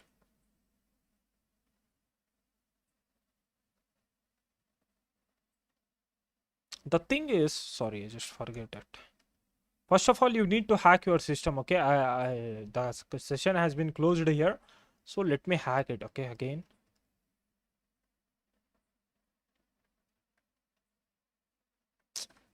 Okay, search. The hell, man, what happened here? Okay, now it's working. Eternal blue. Now there is, which one I use? Yeah, I use this one. Okay, use 0. Again I am saying, after attacking the system, okay, after hacking the system, you just need to perform this step. Okay, yes, use 0. And what I just set up each and everything here. I just need to set up my target IP only. Okay, just let me exploit it. Now the attack has been started. Now it will take some time. So I successfully hacked my system, my target system. Simple, you just need to type here background or BG. Okay, Now see, it has been background. Now you guys can able to use another module, okay, to see that sessions. Okay, basically the sessions has been background. To see the sessions, simple, just type here sessions. Okay, you guys can able to interact with this one. Okay, after doing the process, see, remember the session id is very important here. Okay, yes. Now if I want to interact with this session, then what I need to do, just simple, just type here session. Okay, just type here 6, the id, sorry, sessions 6. Now I can able to interact with this session. Okay, let me do it background again, or you guys can also type bg. Okay, now let me use this module. Okay, this persistence module. See, first again I am saying, first you need to hack the system, then you need to follow the persistence step here. Okay, see, again I am saying, see, I just attacked this system and hacked this stuffs. Okay, see, I got the connection here. Then what I did, I just background the session, then I am using the another this one, the module. Okay, now let me search for persistence. Okay, tense. Okay, now which one I need to use? Let me use this one. Just type here use 16. Okay, all right. Now just type here show options. It's a very basic one. Okay, you guys can also add the name here. Okay, see, the file for the payload to be used on the target host. Okay, you guys can also name it. Just type the set exe underscore name and set up the name, but it's use a random names here. Okay, there is a path is there, path to write the payload. Basically by default this will write on temp folder. Okay, registry name, uh, this is not for this one. Okay, for beginners you no need to worry about this all stuffs. There is a startup user is there. Okay, just see, there is a delay is there. Okay, delay in seconds. After 10 seconds the connection will communicate with you, the your target will communicate with you. Okay, now here there is a what uh, payload options. Okay, here there is a what L host is there and L port is there. Here what you need to set up, the thing you just need to set up is session. Okay, I just told you, you just need to remember the session number there. Okay, session id, simple. From here also I can able to see the sessions. Okay, you no need to worry. Simple, if I type here sessions, okay, here I can able to see the id is 6 here. Now simple, just set the session here. Okay, just type here set session, let me paste it and set the id here. Okay, the id is what, 6. The id has been successfully set up. Now see, basically in the let's go back here. It's using which payload port? It's using the 4444. Okay, see which one, this payload, this thing is using, the payload is using 4444. Okay, our system is using 4444 payload, sorry, the port. Here you just need to change it. Okay, just change this one, because this one and the precisions one can't use the same port. Okay, because every port is single. Okay, it's not like duplicate or something like that. You just need to assume that you just given the previous port is 4444. For this you need to change the port. Okay, just type here set L port, let me change it to 5555. Okay, now simple, exploit it. See, failed to make entry in registry for persistence. Okay, why? Not currently using the startup user. This may not log in often. Maybe a script. Okay, the simple thing is, let me use a different one.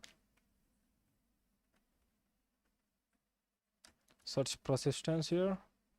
Type here back, and let me search for persistence again. Let me use another excellent one. Let me use this one. Use 18. Registry persistence is there, right? Use what? 18. Okay, just type here show options. Here what you need to set, the same thing. Just type here set session. What session is that? The session number is 6, right? And here there is a sleep time. Sorry guys, See here there is a yes, just select that one. And here the thing is lhost is my Kali Linux IP, and I just need to change the what L port. Set L port 5555. Let me exploit it.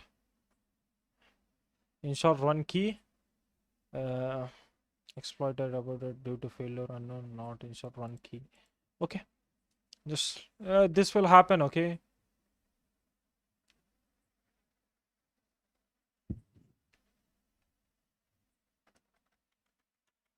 type here sessions again. Okay, the session doesn't it's not created any kind of session here, so let me do it again. Just type here back, search persistence. I just use this one, right? Let me use this one, persistence service, use 17. Just type here show options. Now the same thing you just need to add here, session. Just type here set session to what, 6, and let me set the L port to 5555, and also let me check the IP of my Kali machine, 183. Right, just simple exploit it. Okay, now it's successfully executed. Okay, now see, let me type here bg for background. Just type the session. See, I got right now I got two sessions. One is 6 and one is 7. Okay. Now let me tell you, 7 is a persistence one. Okay. And 6 is not persistence. Okay. Yes, this is a previous one. We all know that. Okay. Now just type here sessions 7. Okay. I can able to execute this one. I can able to interact with it. Now assume that this guy patched this vulnerability, eternal blue vulnerability. Okay.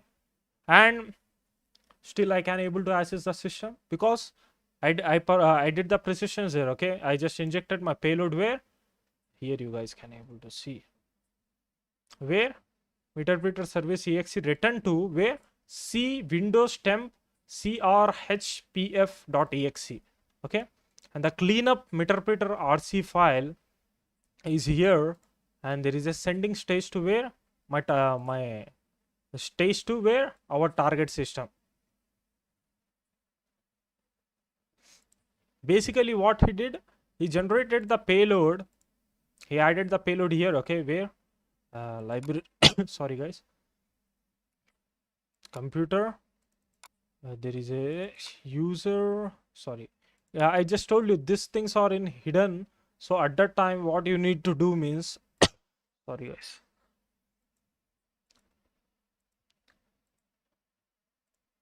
simple, let me type here show hidden folders is here, hidden files or folders.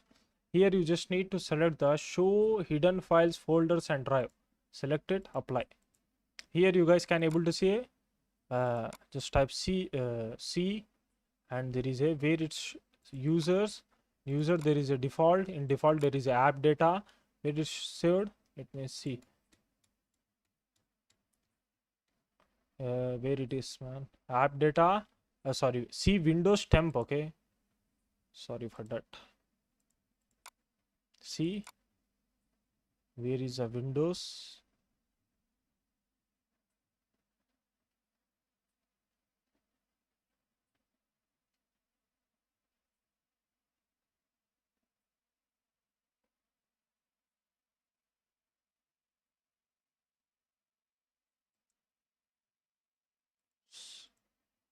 there is a temp is here, here is a temp. See, I can you current you don't have currently have the you don't currently have permissions to access this for simple continue. Here it's generated one payload where it is with the which name. Okay, it generated the payload with crhpf. This is a nothing but this is our payload. Okay, whenever this guy patched this vulnerability or he just restarted, automatically the payload will be executed and we will get the connection here. Okay, let me show you.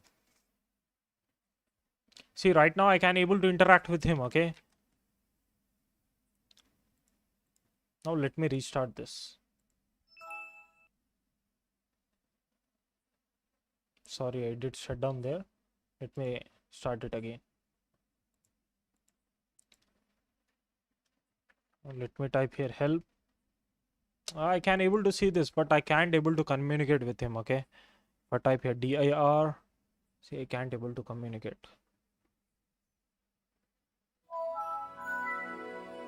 See, interpreter session closed. 6 has been closed. See, 6 is not persistence. Okay, we just exploited this using what? Using vulnerability. Okay,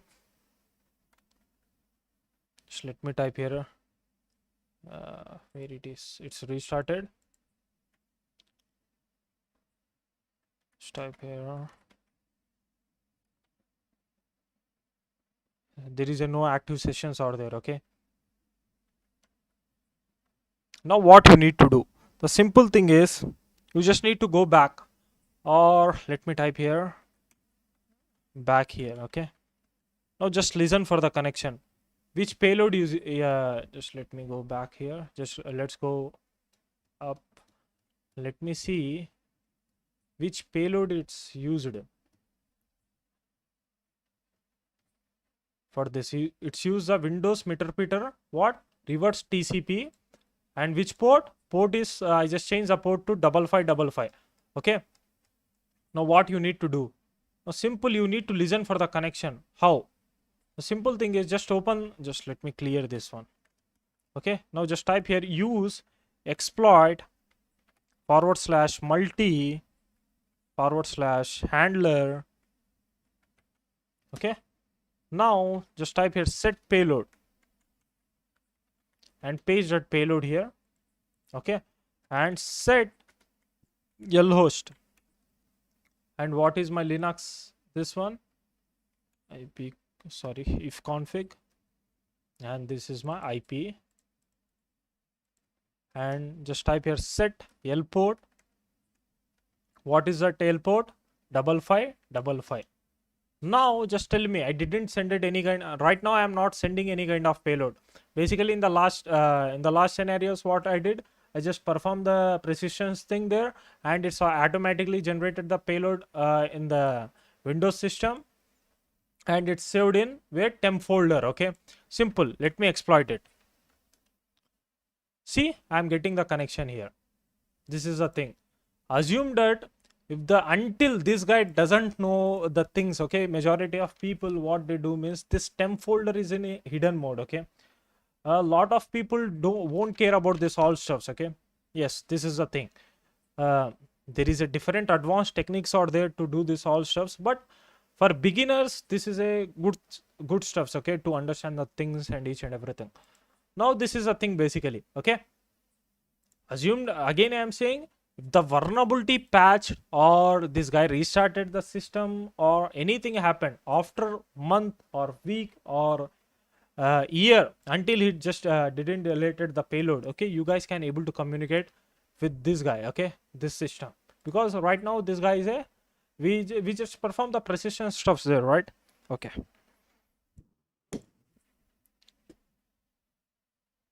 now let's learn about privilege escalation as well. Okay, now to we all know that this is a basic thing. If you type here get system, then right now I'm a administrator, I know this all stuffs. Okay, I'm an administrator. Now I need to just assume that I am a normal user at that time. How I can able to perform the privilege escalation, I'm gonna cover that one too. Okay, the last classes we learn about persistence. Okay, now here let me do one thing. Let me perform the privilege escalation in where in Windows 7. Okay, let me show you. In the last classes, in the first, okay, in the starting I just generated two payloads, right? One is Shika and one is normal payload. What I did means I just let me download this Shika.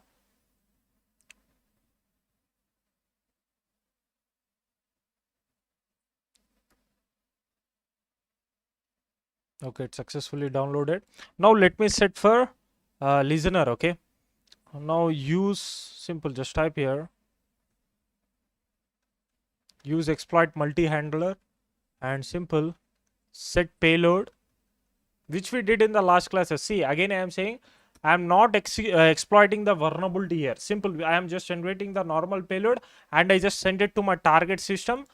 From here, I am performing the privilege escalation. Okay, because whenever I just perform the eternal blue I just exploited to eternal blue vulnerability.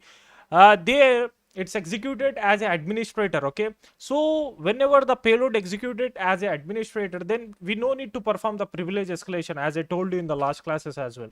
But see, you just binded your payload with any other file. Okay, and you just send it to your victim, then he just double click it. Okay, we got majority of cases we can able to hack the system, but the connection the payload is executed as a normal user, so we can't able to perform the huge processes there. Okay, so that's why I just told you about the privilege escalation, right? Why the privilege escalation is important.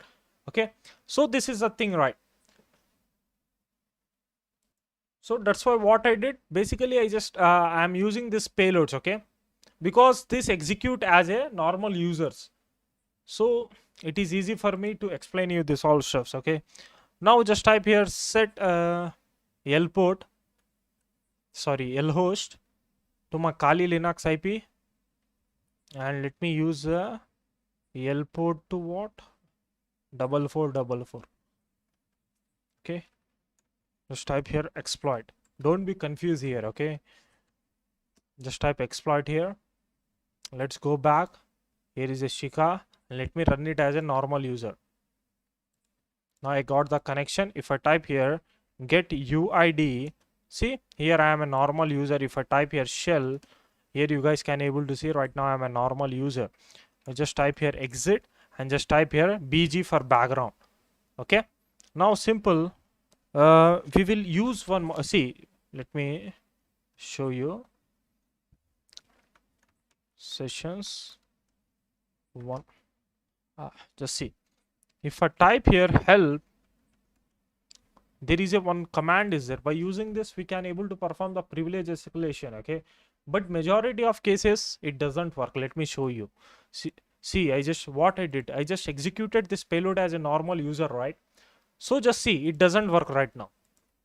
See, get system, it doesn't work. Okay, so at that time we use a different modules. Okay, now let me show you how we can able to perform that. Simple, first of all remember one thing, just type BG here, background. Okay, then just go back, clear, to clear this all stuffs, and simple search for suggester. See, suggester is a module which will help you to which will help for scanning purpose. Okay, it will scan the system, our target system, and it will tell it will show some exploits to perform the privilege escalation. Okay, yes, to use this simple, just type here use the id, hash id is what, 0 here, or you guys can also copy the name and paste it here, right? Just type enter. Now simple, just type here show options. Okay, here you guys can able to see say session, you just need to set the session only. Okay, first of all let me see the session id here. Here the session id is 1. Okay, now let me set the session here. Just type here set session, and what is the id? Id is what, 1. Just type enter and exploit it. Now it will scan. Okay, collecting local exploit for x86 Windows. It will take some time. Okay,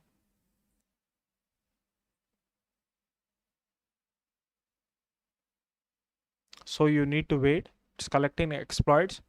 It's around 2264 is there.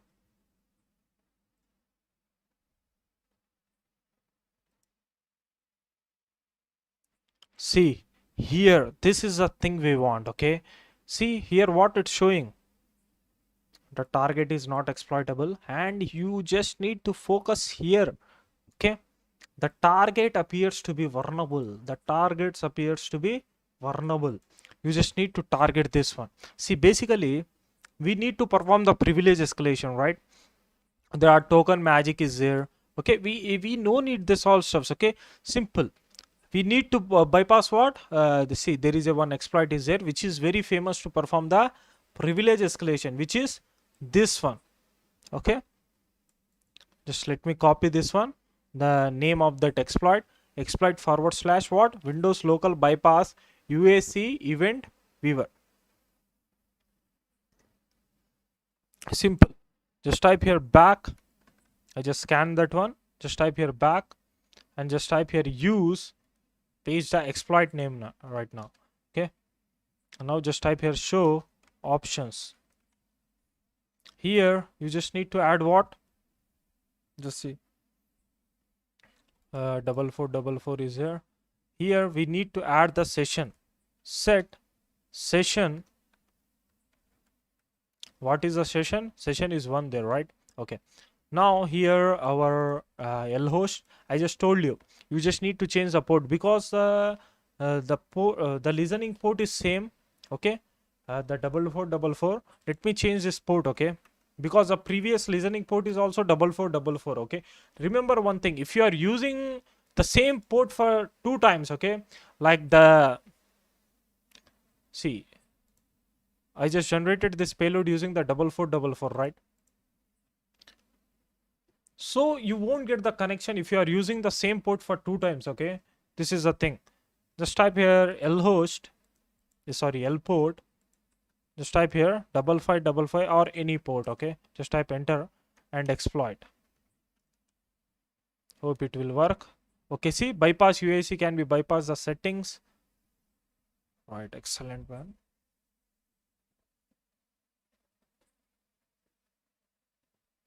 So if you type here get UID, here you guys can able to see win welcome is sorry. Just type here back, exit, and just type here sessions. Here I got 2 sessions. Okay, one is what, a normal one. See, Windows welcome at the rate win9f something. Now here there is another one, NT authority forward slash system underscore. I just told you NT authority is nothing but it's a what, it's administrator. Okay, now just type here sessions 2. Okay, right now I am interacting with the session 2. Okay, now just type here sys info. Okay, here there is a logged on user architecture is here. Okay, and just type here get UID. See, right now what I am administrator. Now simple, let me type here shell. See, system 32-bit. This is the thing. Okay, see, you will learn in red teaming training why this privilege escalation is important. Okay, you will be shocked by using if we get the privilege escalation of our target system. Sorry, after performing the privilege escalation in our target system, okay, we can able to perform each and everything. Okay, we can dump anything, we can change the username and the password of our target, we can do a lot of stuffs. Okay, this is the thing, right? So this is how you guys can able to perform the privilege escalation in Windows 7. Now in this class I'm going to teach you how you guys can able to perform the privilege escalation in Windows 10. First of all, you just need to hack your target system. See, I just set up the previous stuffs only, like set payload meterpreter, reverse TCP, lport 4444, lhost IP, and I just click on exploit. Okay, now let me execute this one as a normal user. Okay, just double click it, just click on run. See, I got the connection. Now simple, just type here sys info. Here you guys can able to see it's a Windows 10, and let me type here get UID. Okay, it's a desktop IoT. Okay, and just simple, just type here, let me see shell. Here you guys can able to see it's a normal guy. Okay, Now let me click on exit and me clear this. Sorry, I can't able to clear this. First of all, I need to perform the privilege escalation here. At that time, what I need to do, simple. First of all, I just need to do the background. Okay, just background this session. Just type bg and enter. Okay, now let me clear this. Right, then just simple, just type back here. Now search for suggester. The same steps you just need to follow for resistance as well. Okay, just use a different modules here. Okay, search suggester. Like here is it. Here it is. Sorry, just type here use 0. And first of all, let me see the session ID here. The hell, man, what happened? The session is closed.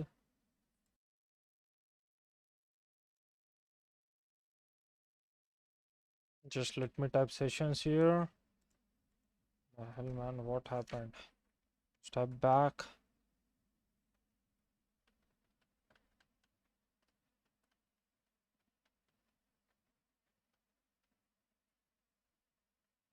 And let me set up again. I don't know what happened. Set lhost.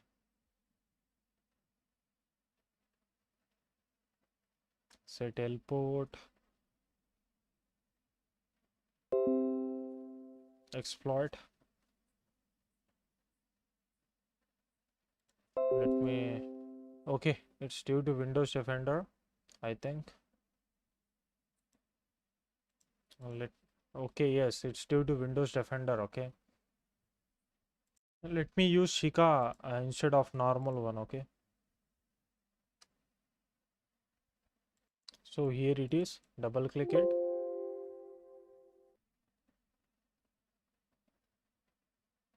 Run. Let's go back here. Okay, I got the connection. Right. Now simple. Just let me type here get UID. Okay, it's a normal user. Shell. Okay. Just type here back. Sorry, exit. Just type here BG for background. Just type here back. Search for suggester.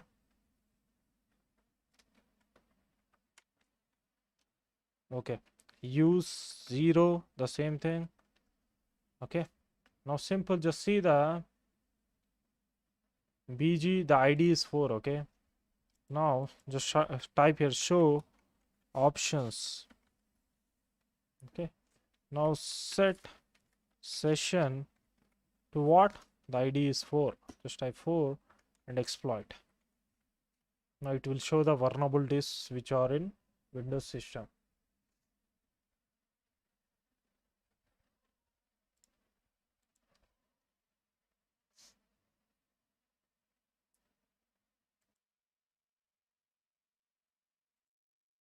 So here is the things. Okay, see, I got this one. Exploit Windows local bypass, the same thing which I got in the last class only. Last class. Okay, like a bypass UAC event viewer, and there is another exploit I got. Bypass UAC FOD helper is there. Okay, where it is? FOD helper is there. Bypass SULI SLUI hijack is there. Okay, it has been vulnerable. Okay, and there is a CV. Just ignore this. Let's focus on this one. Okay, bypass UAC Ford helper is there. Okay, now simple, just copy this one. Let me use a different module now. Okay, just type here back. The hell, just type here use, paste it, enter. Just type here show options. What is this? You just need to add the session, and you just need to change the L port there. Okay, now just type here set session ID is 4. Sorry guys, set L port. Let me change the L port to 6666. Just let me exploit it. The hell, man, what happened? Exploit. Let me see. UAC bypass, UAC can bypass these settings. Okay, now just type here, sorry, exit. Just type here sessions to see the session. Just see, I got I didn't got any kind of new session here. See, meter session 5 opened. It's saying that but I can't able to see the sessions here. Just type here back. Okay, and let me type here session. Why I can't able to see that? See, it's saying that meter session 5 opened, but whenever when I just type the sessions there, I can't able to see that. See, so no problem, it happens. Okay,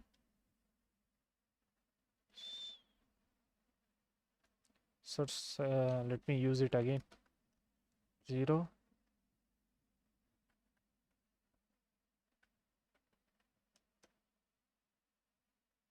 Search.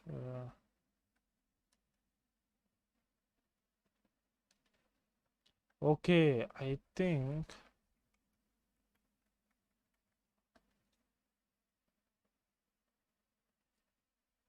Okay. Simple. You just need to type exploit here. You no need to set up the L port. I thought that just using for bypass UAC. Okay, so that's why it's given the L port. The simple thing is I am doing the same process again.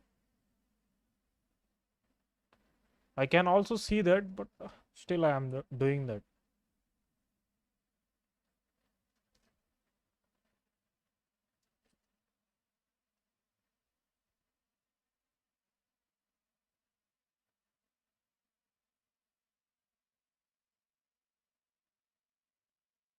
Okay, I don't. It's successfully exploited, but still the thing is I can't able to get the session. Okay, the session is also open, but I can't able to see that whenever. So let me use another one.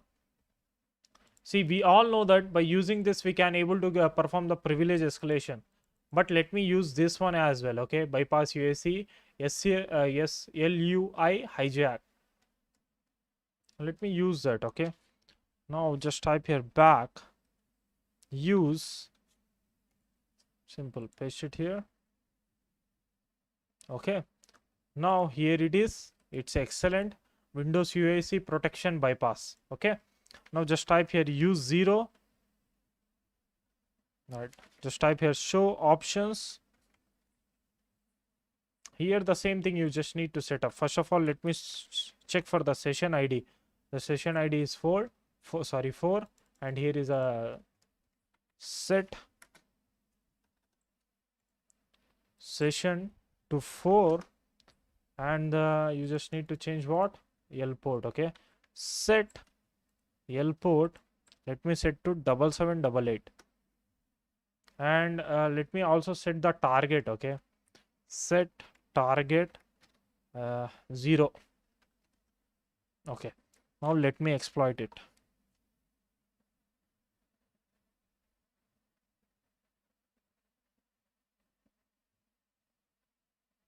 Okay, now let me type here get UID shell.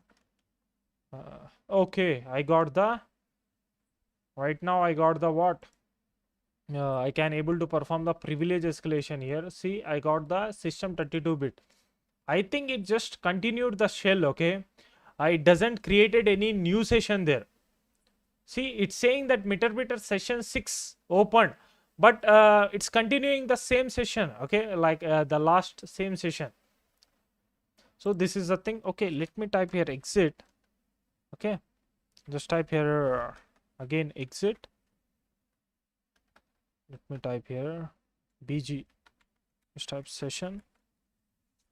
See, it's created new session, but I don't know why, but for last it doesn't create it. Okay, now there is a 4 and the new one is 6. Okay, but see, let me go back here. Here just see it's created the session 5 open, but still I can't able to access that. Whenever I just type the sessions here, I can't able to see that. Maybe I just forget it to do the background, I think. Okay, no problem. See, this is how you guys can able to perform the privilege escalation in Windows 10. Okay, the simple thing, guys, the simple thing is you just need to use the suggester for that. Okay, sometimes suggested won't help you. Okay, at that time you just need to learn more. Okay, which we covered in red teaming training. This all stuffs. Okay, each and everything like AD penetration testing, internal and external pen testing, each and everything. Okay, now this is a thing. Now let's do one thing. Let's perform the persistence as well. Okay, just type here back clear, then just search here. First of all, let me see the sessions. It's closed or not. Okay, okay, I have the sessions here. Now just type here search persistence. Okay, here I got the persistence modules. Simple. The thing is, it's for Linux, is there Unix? The thing is for we need for Windows, right? So let me target for Windows. Let me target the excellent one. This is excellent one. Let me use it's a 2012 auto start is there. I think in the last classes we used this one.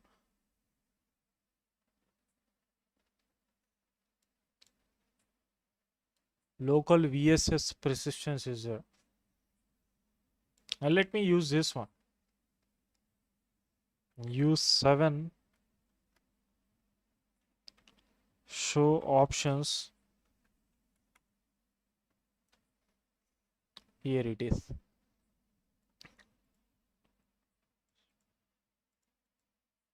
You no need to change this all stuffs. There is a R path. R path is there. If you want to change it, change it. Okay. Run key session is there. Let me add the session here. Timeout in 60 seconds. Okay, let me try it. Okay. First of all, let me set session. Let me set session to 6. Okay, the administrator one. Then let me change the L port. I just told you. Set. Okay, let me type it. Okay, set L port to 8888. Just type enter. Exploit. And let me see it will work or not.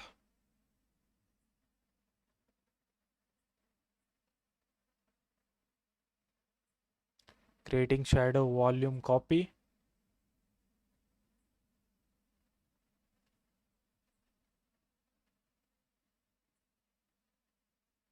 Exploit failure. Okay, no problem. It's not working. Let me use another one.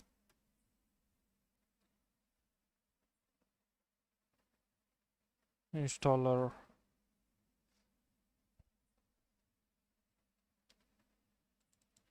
SCXI local VSS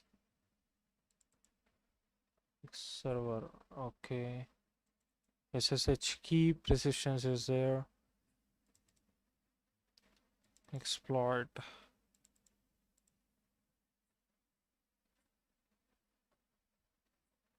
This is the only one which is working great. Okay, and this one registry persistence is working great, and exploit Windows local persistence service is working great. Okay, let me use the same thing. I think let me use registry persistence. Just type here use 18. Show options. See why I am doing this all stuff. So I can also select the working one as well. But see, sometimes in your case the things won't work. Okay, so that's why I am using the different exploits. So by watching this, you won't get that much tension about this all stuffs. Okay, because you just need to only add the session ID there. Okay, you will get a complete idea. First, you need to target your system. After targeting the system, you just need to perform the precision. You just need to perform the privilege escalation. Then just perform the persistence. Okay. Now, yeah, either you guys can also, after exploiting the system, you guys can also perform the persistence there. Okay. Yes, this is the thing. It's totally depend upon you. But some exploits, okay, some exploits won't work like that. Okay, they need they need privilege escalation for that. To make the payload persistence in the Windows system, they need the privilege escalation. But let me tell you, this module won't need the privilege escalations. Okay, yes, this is a thing, right? Okay, just type here set session. Let me use a non-privilege escalation session, which is 4. Okay, now let me set L port to 8888. Sorry, 388, no problem. Just type here exploit. See, it will work.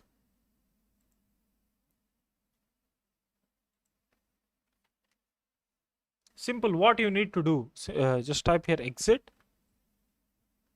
You no need to do BG or something like that, because you got the persistence here. Okay, in this class you will learn how you guys can able to clear the locks on your victim system. Basically, whenever we just inject anything, or whenever we just perform privilege escalation persistence, here the thing is, you just need to everything what we are doing will store in our target system. Okay, on our just let me show you practically.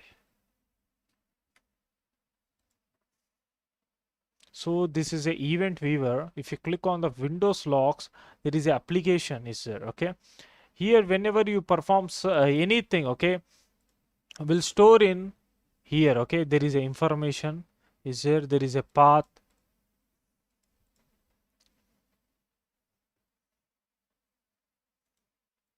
So the simple thing is, see, you no need to worry here. The simple thing is, after performing the whole attack, you need to clear this locks. Okay, how you guys can able to clear the locks? Okay, simple. See, right now here you guys can able to see the locks, right? Now let me clear this all stuffs. Simple, just type here help. Here there is a clear EV. Simple, just paste it here. See, it's wiped the 38392 records, 3119 records from system, 23295 records from security. If I go back here, just click on the security, there is a nothing. If you click on the application, see, in the last time there is a huge, right? Whenever we see in the previous, we just see this stuff, so it's a huge. Right now it's clear. By using this stuff, this command, we clear this logs. Okay, so this is the thing basically. Okay, see, by using this, user can able to identify that somebody has been hacked his system. Okay, this is the thing. So that's why we are clearing this all logs. Okay, now the main important thing is, in the last classes we just performed the precisions in Windows 10. Okay, the same thing. Okay, it's nothing. The important thing is, I want to say, in this classes we are doing each and everything by using this Metasploit. Okay, you didn't use any script, you didn't modify anything. Okay, it's complete automation stuffs. Okay, so you no need to worry. The same thing which you apply for Windows 10, sorry, Windows 7, you applied on Windows 10 as well. Okay, I use a suggester for Windows 7, I use a suggester for Windows 10. Nothing has been changed. Okay, I use the different modules to teach you how you guys can able to set up the options here or something like that. But the thing is, I use the same stuffs. Okay, so in the Windows 7, after doing the persistence, I just exit and I listen for the new connection. At that time, I just change the port. Okay, because I, whenever in the persistence, I just use the 888, right? After doing the persistence, after doing the successful output, after seeing the a successful output, you just need to listen for the connection on that port, okay, the 888 port. Simple, you guys can able to get the connection, okay. This is the thing. Again, I am saying you no need to worry, the things are same for Windows 10 and Windows 7, okay. You just need to use the suggester. In suggester, you guys can able to see the exploits, okay, which are vulnerable, sorry, your system is vulnerable with, okay. So you can use it and exploit it. Very easy stuffs, okay. But see, let me tell you, in red teaming, the things are completely different, okay. It's a very, it's kind of advanced stuffs, okay. We use the different scripts, each and everything. But this is how you guys, again I am saying, this is how you guys can able to clear the locks. Hello guys, hope you are fine. In this class, I'm gonna explain you about what is this migration, okay. First of all, let me interact with my session, okay. If I type here ps here, you guys can able to see the process, okay. Now let me just type here get uid. See, right now I am a normal user, okay.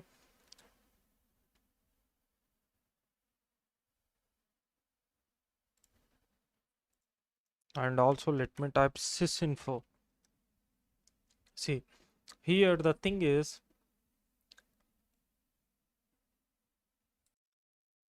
see why we perform the migration here, to change the architecture, okay. Assume that our target system is 64-bit, okay. Our payload has been our payload is a 32-bit. See, 86, 30, 32, it's same, okay. If whenever I say 32-bit, then you just need to remember 86-bit, okay. It's a 86-bit. Now just see, assume that I just sended the 32-bit payload to my target system, okay. He just executed it, okay. Even here our target system is 64-bit, okay. Then also see, then also the 64-bit guys can able to execute the 32-bit payloads, okay, the 32-bit applications as well. But 64-bit pay just let me explain you here. There is a 64-bit, 32-bit, okay. Now this is a nothing but this is a architecture. You no need to worry about this all stuffs, okay. Now let me explain you. See, my target system is 64-bit, okay. What I did, I just generated the payload sorry guys, payload of 32-bit and send it to my target system. He just executed it and I got the connection here, okay. I got the connection, got connection. Now sometimes what will happen means, some process won't work, okay. Assume that you need to execute some commands here, it won't work, okay. You need to execute some scripts there, okay. It won't work at that time. At that time, what we need we do means, see, again I am saying, I just send it the 32-bit to my 64-bit target machine. He can able to execute my 32-bit, okay. This is the thing. Now after executing that, I got the connection, okay. Now sometimes I just told you, sometimes some commands won't work. We need to execute some scripts in real world pt. The thing is nothing but it doesn't work sometimes, okay. Majority of cases it doesn't work. That's the thing, okay. At that time, what I need to do means, I need to change this 32-bit to 64-bit, okay. 64-bit. Because why? Because my target system is using the 64-bit, so I need to change the 32-bit payload to 64-bit, okay. This is the thing, okay. If my target is having the architecture, my target is using 32-bit architecture, then I no need to change this all stuffs, okay. But sometimes in majority of cases, majority of people or companies or systems are using the 64-bit only, okay. So that's why I need to migrate to 32-bit, okay. The simple thing is, what I am doing here is I just changing to 32-bit payload to 64-bit, okay. This is the thing. Let me tell you one notice here. See, assume that your target is 32-bit, okay. then you no need to do this whole process. Okay, this is a thing. And let me tell you, migration, sorry, this migrating, like see, whenever we perform this migration, what will happen means we can able to avoid the detection. Okay, basically hiding the process. Okay, we are hiding the process to gain. Yes, by using the migration, you guys can also perform the persistence as well. Okay, and you guys can avoid the detection. Now let me show you that one. See, right now what is my this one, 86 bit, right? Like 32 bit. So 86, again I am saying 86 is nothing but 32 bit only. Okay, now let me migrate. Just type here migrate. Now here you guys can able to see some x64 bit architectures are there. Okay, now let me migrate to this one, explorer.exe. See, again I am saying it will help you to avoid the detection. Okay, this is a thing. Just let me paste it here.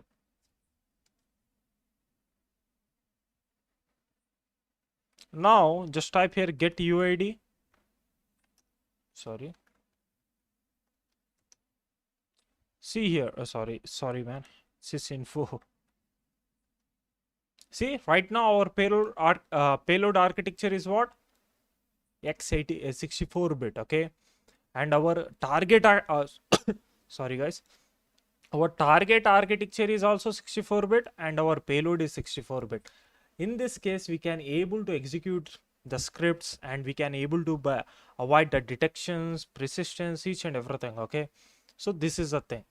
See, again I am saying majority of target attackers, what they do means they migrate to SVC host. Okay, but the here in the process architecture I can't able to see that things. Okay, and also the thing is, okay, it's nothing. You can also migrate to another group as well. Okay, I just in the last classes I just showed the covered that thing. Okay, so this is the thing. Let's dump the hashes. Okay, from our target system. See, in this classes you will see a huge errors. Okay, but I will try to fix it. Okay, you will learn a lot of stuffs here. Basically we are doing here, we are using the features of migrate. Okay, I just told you in the last classes, migrate can do a lot of stuffs. Okay, where you guys can able to change the bit architecture. Okay, and you guys can able to change the groups as well. Okay, and you guys can able to perform the precisions here, and by using the migrate you guys can able to avoid the detections. Okay, this is a thing here. Now the simple thing is, first of all I need to hack the system. The simple, let's go from basic stuffs. Okay, like in the last classes in the beginning what we did, we just msf console q.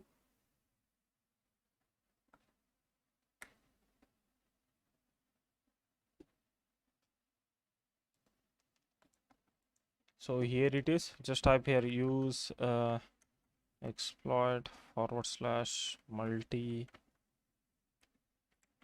handler set payload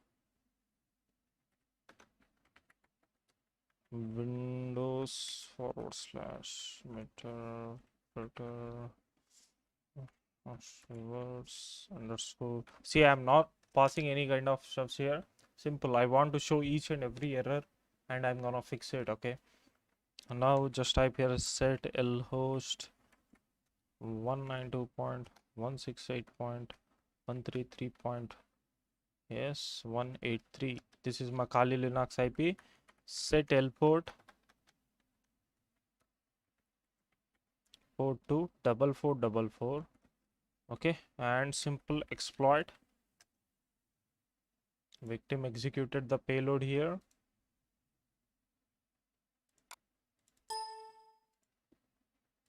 Okay, I am just executing this as a normal user. If you just see here, get UID. Right now I'm a normal user. If I type here shell, maybe you guys can able to see. Okay, right now here you guys can able to see it's executed as a normal user. Just type here exit, sorry, Why exit is not working? Okay, right. Now simple, just type here again help. In this classes it's about the hash dump, right? Let me type here, let me copy this hash dump and let me paste it here. See, I can't able to dump the hashes, so we need to perform the privilege escalation. Okay, just type here bg for background. Let's perform the privilege escalation here. Remember, you need to first of all, whenever you exit from this interpreter, or if you are performing the privilege escalation, remember you just need to background the session. Okay, yes, or else you can't able to perform the privilege escalation, because first whenever you perform the privilege escalation, the module interact with this session. Okay, uh, then only it will show the output. So this is the thing, don't type the exit or something like that. Okay, now just type here, we all know that we use the suggester. Okay, search suggester. Okay, yes, suggester. Let's see, yes, suggester is there. Just type here use 0 and set, we all know that, set session.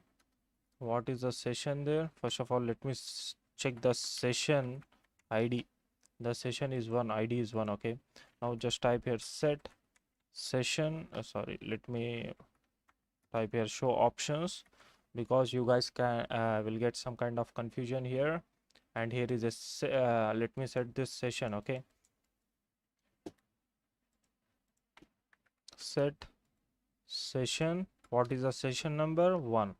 Just type here exploit. We did this whole process in the last classes. Okay, again I am doing. It will take some time. All right, here is a bypass, this one. Just copy it, just go back here, just type here use, let me use this one, and just type here show options, set session to what, I think 1, right? Yes, and you just need to change the L port here, L port to, let me change it to 6666, and then exploit it. Right, now I can able to perform the privilege escalation here. Right,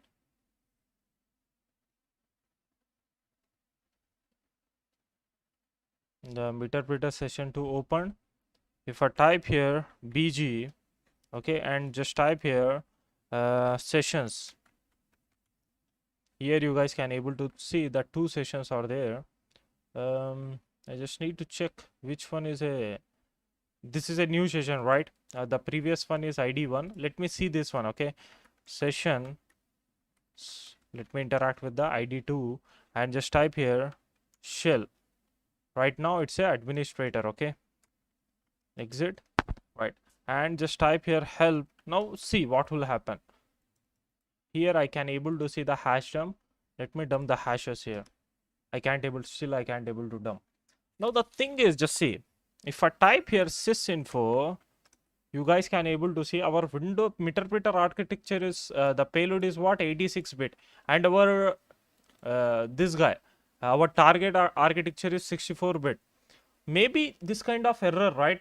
Because my payload is 86-bit, so that's why it can't able to dump the passwords there.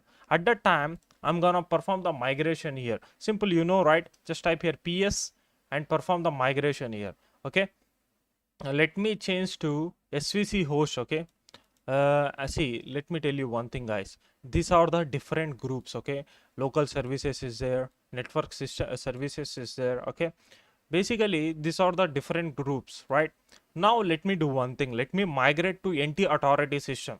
Okay, the svc host. Now let me jump to this one, 2556. Right, now simple, just type here migrate and just paste it here. Now just type sysinfo. See, maybe the architecture has been changed. Yes, it's changed. It says 64-bit right now. Now just type here help again. Let me type here hash dump. See, right now I can able to dump the passwords there. Okay, this is a thing. Whenever you see this kind of error, just play with it. Okay, don't be panic there. If you are not getting also, just try to do this stuffs. Okay, see, every group is a different stuffs here. Okay, in the PS, whenever you just a PS, everything is different there. See, it will take a huge time to explain this all stuffs. Okay, but the simple things, again I am saying, it's a very simple thing. Okay, if you want to migrate something, just all first of all just try to target the system. Okay, because whenever I just target the network services, then the things will completely change there. Okay, yes, just do it. Okay, just let me show you that one also. Right now I just dumped the hashes. Let me copy this hashes and let me save this, because to crack this stuffs. Okay, create document,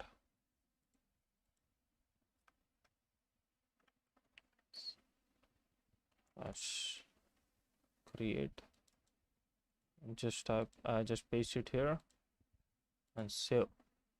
Let's go back here, sorry, here. All right, now just see, if I type ps,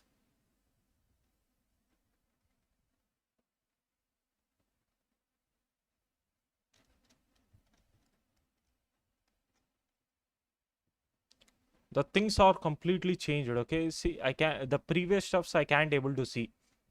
See, in the previous, when I just type ps, see the results there. Okay, first there is a smss is there, maybe PowerShell is there. Okay, in the last there is a PowerShell. Maybe let me check the PowerShell is there or not here. Okay,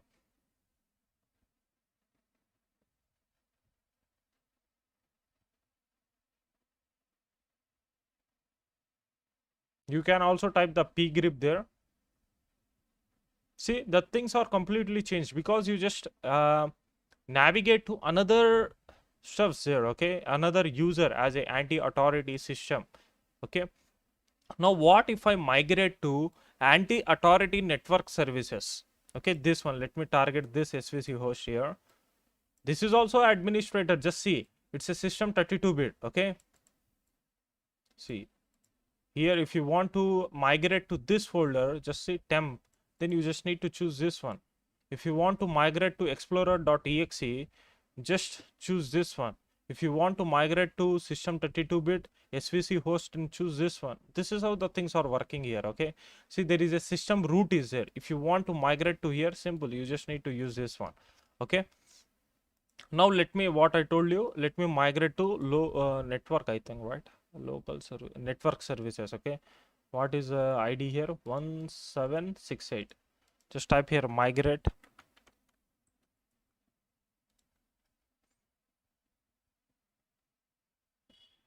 Okay, now just type here ps again. See, the things are completely changed.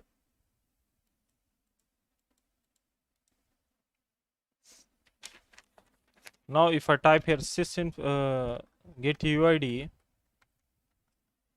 there is a anti-authority network services. If I type here help and let me dump the hash dump. Okay, just type here hash dump. Here you guys can't able to capture the passwords because it's a different stuffs. Okay, it's a different user where it doesn't have the password. You need to think like this. Okay, uh, sorry guys. If I navigate to this one, then again I need to go back. Okay, I need to select the anti-authority or system, then I need to do the whole process there. Okay, so this is a thing. So the simple thing is, you no need to worry here. Just try to jump to anti-authority system and just and migrate to svc host or explorer or something like that. Okay, a target a migrate to trusted applications. Okay, basically this one explorer.exe is a trusted one, svc host is a trusted one. Just migrate to that one. Okay, so right now we successfully dumped the password of windows 7. You guys do the same process for windows 10 as well. Okay, this is the thing. Let me close this and let me dump the password of this one as well. Okay, where it is, metasploitable 3. The same issue you will see, okay, here also. Let me close this one because I don't want this. Let me set up the whole listener. I just closed that one. And let me log in as an administrator here.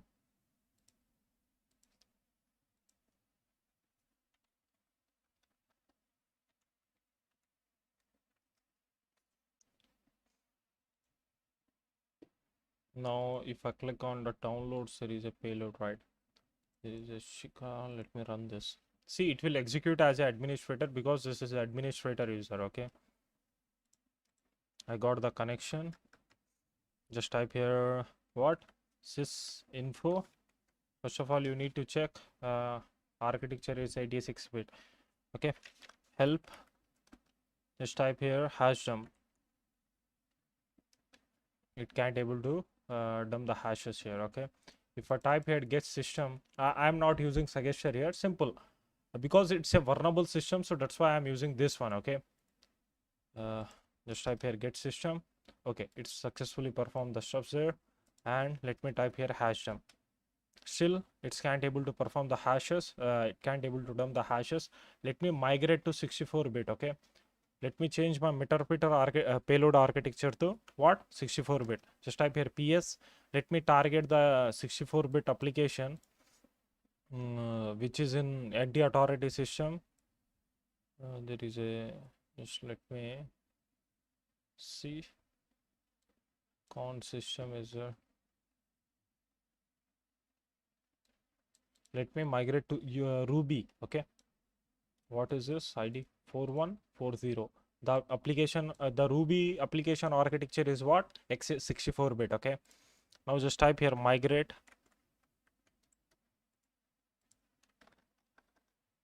Migrate. Just paste the number there. Just type enter. Okay. Now just type here sysinfo.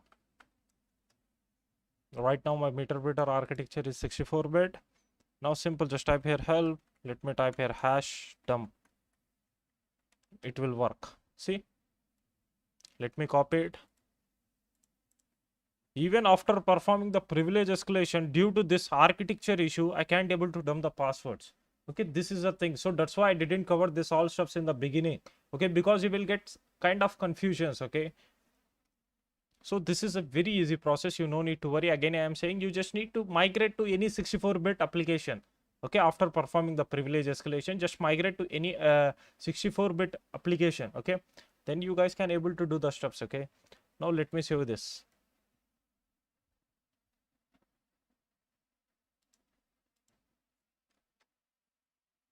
Let me show this here only, okay?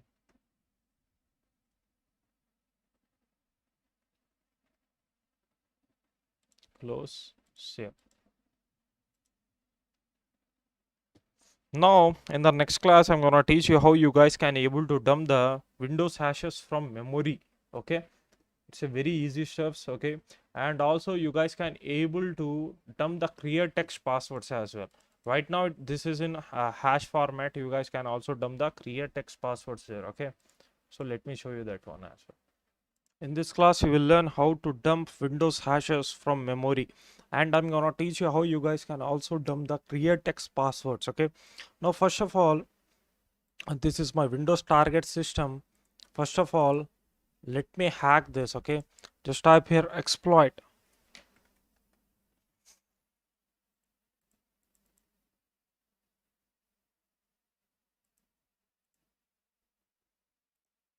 I got session. If I type here, sorry guys, sysinfo, it's a 86-bit Windows. I need to change it, okay? Now simple and another thing is if I type here get UID, here you guys can able to see it's a local admin, okay? It's a different user in this system. Basically in my domain server there is a different systems are there, okay? Let me explain you. This is a very important for you.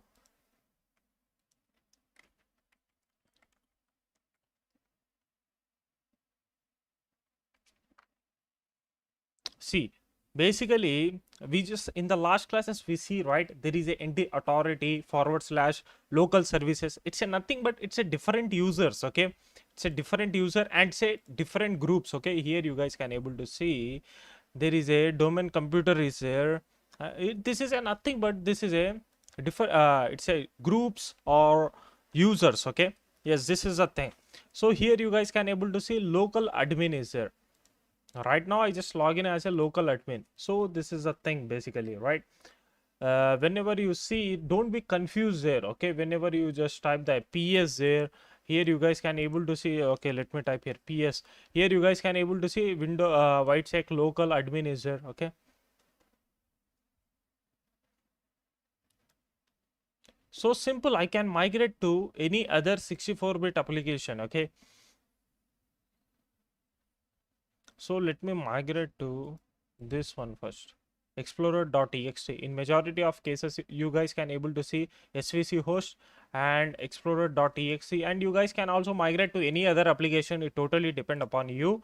See, right now I can't able to migrate to svc host because it doesn't give any kind of detail. So let me migrate to explorer.exe. Okay, just type here 6680 migrate, what is it, 6680. Okay, let me paste it here. It successfully migrated sysinfo. Here you guys can able to see, right? If I type help, if I type here hashdom, I can't able to perform the stuffs there. Okay, simple. Just type here bg for background. Sorry, bg for background. See, this is a basic things. Okay, let me tell you, this is a basic things. But in red teaming, we just cover each and everything. Okay. Now, just type here back and just search for suggester. Right here it is. Just type here use 0. Now just type here show options. So what is the session ID there? It's 2, right?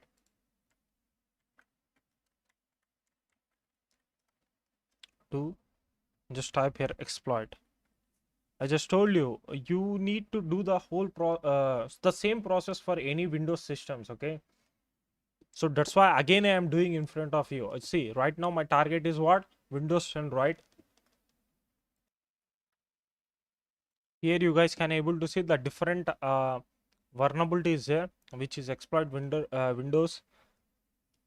This one. Okay, let me use this one to perform the privilege escalation. Bypass.net profiler. Just type here back. Okay, and just type here use this one, show options, and here is a session. Just type here session, sorry, set session to what, 2, right? Okay, and you just need to change the L port. Let me change it to 6677. Just type exploit. Now in Windows 10, see here you guys can able to see this exploit requires manual cleanup of this one. Basically at that time you just need to remove the logs by just typing the clear env is there, right? Simple, just use it. It successfully Meterpreter session 3 opened. Okay, if I type here bg, okay, and just type here back, sorry, just type here sessions, show sessions. Here there is a another stuff is another system has been opened with the this one. Okay, 3. Just let me interact with it. Okay, sessions 3. Right now I am interacting with session 3, which is a administrator. If I type here help, if I type here hashdom, see if it doesn't work, there is another way is there. Okay, simple, I can able to dump the hashes right now. If you want to dump create text passwords, or if you want to dump the anti-LM hashes, there is another method is there. Okay, I just told you, if the method doesn't work, we have the different method. Okay, let me show you, right? See, right now I am targeting the Metasploitable 3, right? In the last classes I did the whole process on Windows 10. The same process you can do it on the Windows 10 or 11 systems. Okay, now here the simple thing is, first of all, let me type here shell. Okay, right now I'm an administrator. Okay, let me type here exit. See, just open the your file manager in your Linux. Okay, and there is a user is there. In user there is a one folder is there with the name of share. In share there is a Windows resources folder is there. Okay, just open that one, and there is a WCE is there. In WCE there is a some exes are there. Okay, like VC 32-bit and VC 64-bit. You can use any of this one. See, my target system is Windows 64-bit, right? I just told you in the last class. We can also execute the 32-bit application in my 64-bit architecture system. Okay, but let me tell you, in 32-bit Windows system, you can't execute the 64-bit. Okay, this is the thing. Now let me do one thing. Let me upload this on my target system. Okay, let me see. Just type here upload. I'm uploading from my Kali Linux to my target system. Okay, let me upload the 32-bit. If it doesn't work, I'm gonna upload the 64-bit. Okay, just type enter. Now if I type here dir, here you guys can able to see in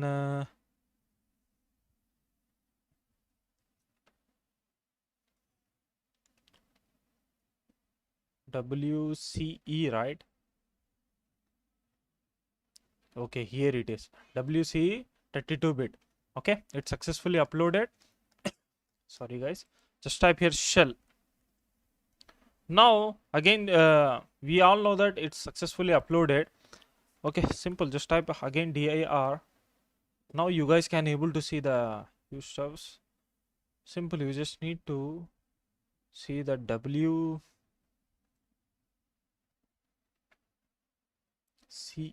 Okay,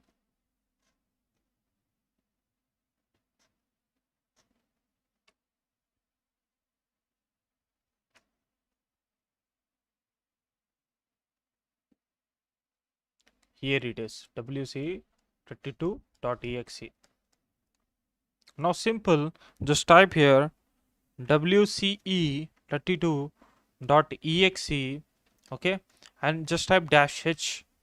Now here you guys can able to see -l for list logon sessions and NTLM. Let me tell you, it will only grab the NTLMs of the sessions who are log on there. Okay, and change NTLM credentials of current logon session. Just ignore this all shifts.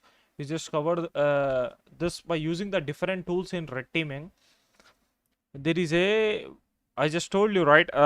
In this classes we are dumping the hashes from memory by using this one. Just simple, you just need to execute like this, WCE 32.exe and add the flag there -l. Here you guys can just wait, it will take some time to dump the anti-LM. Just wait. Okay, I just use the flag. Which flag I just used? I use this one -l to list login sessions and NTLM credentials. Okay, right now, just wait. Let me show the. Let me see this one. Okay, the output. Still, it's taking some time. Let me type enter here. Okay, it's taking some time. Let me.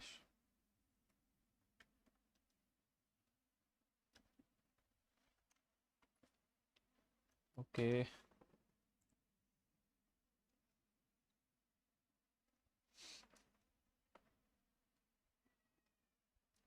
I just terminated that one because it's taking some a huge time. Shell again. Let me type the WCEE32 and let me type dash v here to dump the create text passwords. It's not showing the output, means I'm gonna upload the this one, okay, win64 vc64.exe. Okay, let me do one thing, let me upload that one only. Sometimes it will give this kinds of error. Just let me upload the 64-bit one because my target system is what, 64-bit. Okay, so it's successfully uploaded. Now just type here shell and just type here wce64.exe -h for help. Here you guys can able to see the output. Now just type here wce 64bit.exe and just type dash shell. Okay, right now it's dumping the credentials. Let me tell you guys, this one is a which hash, this is in anti-lm format. Okay, now let me dump the create text passwords as well. Just type here wc is 64-bit. Just type here dash v to dump the create text passwords. Okay, dash, sorry, it's for verbose. To dump the create text passwords, I just need to use this one. Okay,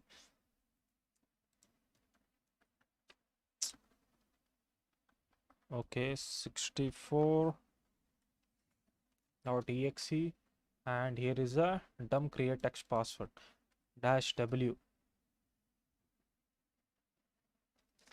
So here you guys can able to see I successfully dumped the create text password. Here is the administrator and the password is Vagrant. Okay, and here there is a SSD server Vagrant and the password is d something like this. Okay, now the thing is why we are doing means in some cases what will happen means in the gray box pen testing or some in the majority of cases in the gray box pen testing, you just need to dump the password of other users. Okay, this is the thing. Okay, again I am saying in some cases if you can't able to dump the password by using the hash dump, you guys can also use this method. Okay, to dump the password, basically it's dumping see, it's dumping the hashes and passwords from where, it's dumping from memory. Okay, this is the thing. Now the simple thing is, see, there are two stuffs are there for WC32 and WC64. Okay, you can also use a universal will work on both 64 and 32-bit. Okay, yes, this is a thing. Hope you guys enjoy these classes. Thank you, have a nice day. Hello everyone, hope you are fine. In this class I'm gonna teach you how you guys can able to crack these hashes. In this classes we are using the John the Ripper because this tool is very easy to use. Okay, so that's why we're gonna use this tool. There are different tools out there such as hashcat is there. Okay, and there is a air crack is there. So simple, you guys can use any tool. Okay, it's totally depend upon you. Right now for this class, let me use the John the Ripper. This is the hashes which we gather from the last the from Windows 7 Metasploitable and this one Windows 10. Okay, now here you guys can able to see this hashes are in NTLM format and this is in hash format. Okay, let me copy this and let me paste it on my Linux system. Right now the previous one has been it's having some issues, so that's why it's updating. Okay, so that's why I'm using the different Linux machine here. Right now, simple, no need to worry. Here in this classes we are using John the Ripper. Okay, here is a tool John. Okay, this is a tool which we are using right now. Okay, and the thing is for this class you need a word list. Okay, how you guys can able to find the word list? See, by default John have its own word list. Okay, but sometimes we need to specify the word list. Okay, in majority of cases we need to specify the word list there. Okay, or so the thing is I'm gonna teach you the whole steps. Okay, how you guys can able to specify the word list, each and everything. Now simple, just type here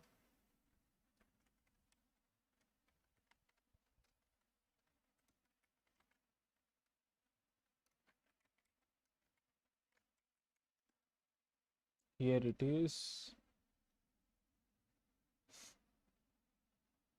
The this cup is a tool, okay, which is very excellent to generate the word list, which I just cover in the Wi-Fi hacking series. And here is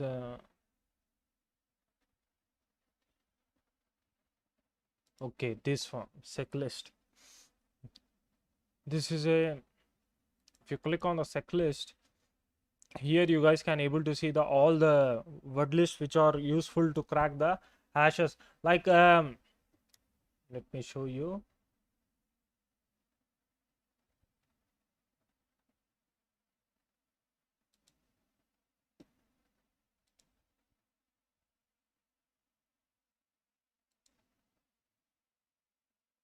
Passwords are there. So here is a list, okay, you guys can use any list here. It's totally depend upon you. See sorry guys, default credentials are there. Basically, if you find any kind of FTP or MySQL, then you guys can able to download this one and you guys perform the attack. And there is a RawQ is there, 2023 file, which is around, I think it's around 6 GB.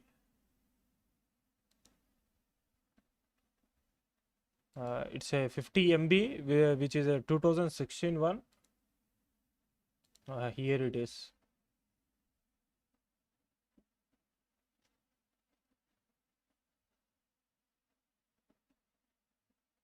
From here you guys can able to download this one. I think he didn't add it. Okay, here it is. Let me click here. See, it's around 4.19 GB. You can also use this one, but if you are using RawQ, then you need to use the latest one. Okay, so that's why what I did means in real world scenarios, checklist is very excellent. Okay, because where it is checklist.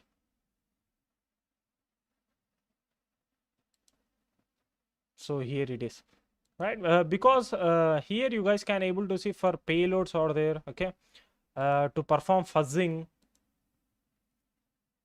for HTML, SSL injection, everything is there. So that's why for me checklist is very important. Okay, in my case, but it's totally depend upon you guys. You guys, sorry guys, you guys can also generate your own by using the cup tool.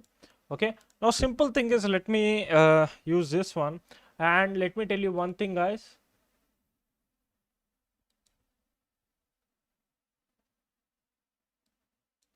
Here there is a file system is there, right?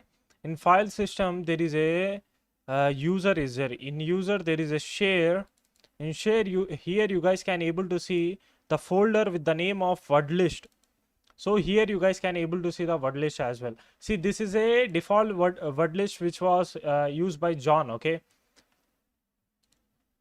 and this is a rawq.txt. Let me extract to desktop.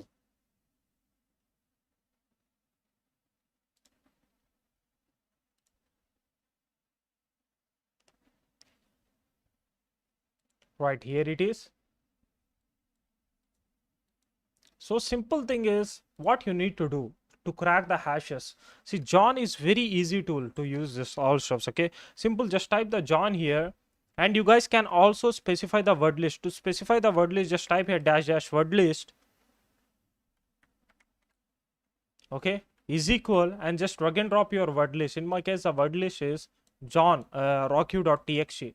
Then you just need to drag and drop your this one, the hash file. Okay, simple, type enter here. See, it successfully cracked the password. Okay, so this is the thing. Simple, see here, it's saying that use the format is equal anti at that time. Simple, just type here dash dash format. Just let me copy that one only. Okay,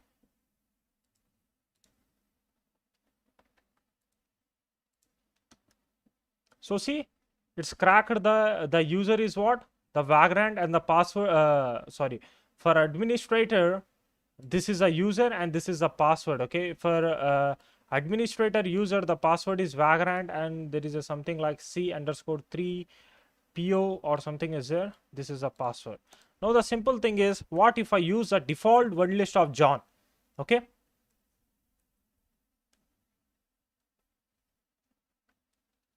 right now I'm not specifying anything. Simple, what I did means I just type the John here and I just drag and drop my hashes, which is in encrypted format. I just pasted there and I just added the format. You no need to worry about this format. Okay, why? Because it will whenever you just didn't add any kind of format, it will automatically the John will tell you that use this format. Okay, sometimes still it can able to crack. Right now maybe it's okay, it doesn't crack here. Simple, the thing is at that time what you need to do, simple, just add the format here. Okay, it's a very easy thing. Just try to do a huge practice there. Okay, now just type enter.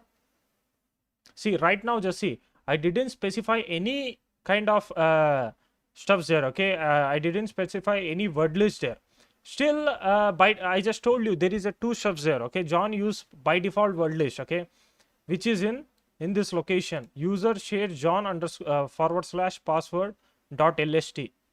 It's using this one. Okay, so it will take some time to crack the password. So here is a sorry guys, it will take some time. Okay, now let me crack this one. Sorry, NTLM one. Okay, simple, just let me stop this. Okay,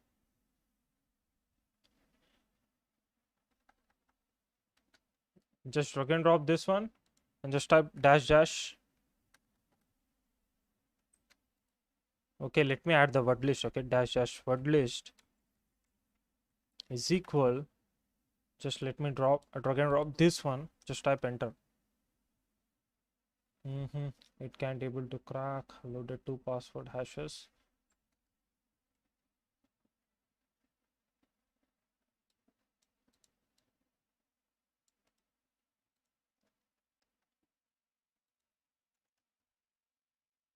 Maybe I need to use a different word list here. Okay, so let me do one thing, let me use a by default word list of John. See, it's totally, the game is totally depend upon the word list. Okay, so it is very easy to get the hashes, but to crack that hash it will take a huge time. In majority in government agencies, these guys what they do means they set up the huge graphic cards. Okay, so simple, they see whenever you have a in hashcat. Okay, basically majority of people use a hashcat. Okay, to crack the password, this hashes. At that time what they do means they add the huge amount of graphic cards. Okay, like you see in Bitcoin mining, how they add the graphic cards. Okay, simple, same the same setup they do, like any private agencies, government agencies, something like that. Simple, they got this kind of encrypted chips and they do the whole process within hours. Okay, see, now just assume that you guys just see ROCU file having more than its size is 4 GB, right? So for our normal computers, it will take days, months, years. Okay, to crack that. But for them, it's like a minutes. Okay, so this is the thing. Just type enter. Right now, I am using the by default one of the John, the word list of this John. See, it's using this word list. Let me see the let me show you that one. It's in user share John.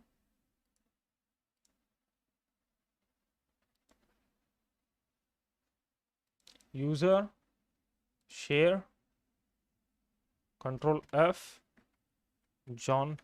Sorry, the spelling is wrong.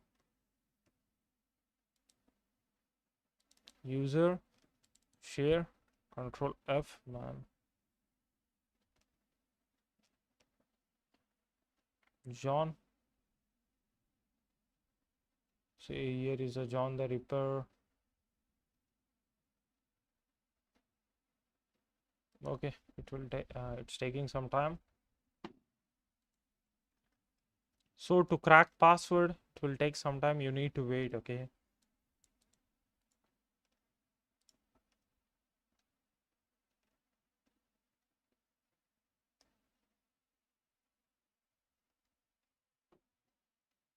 Here is a John.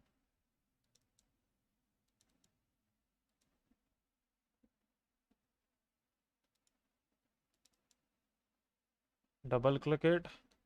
Here you guys can able to see there is a something like pass.lst or something. Maybe it's a different folder. So leave it, okay? It's having some issue with it. It's a little bit slow. Just see the processor. See, whenever you just start the cracking, just check the processor. It will.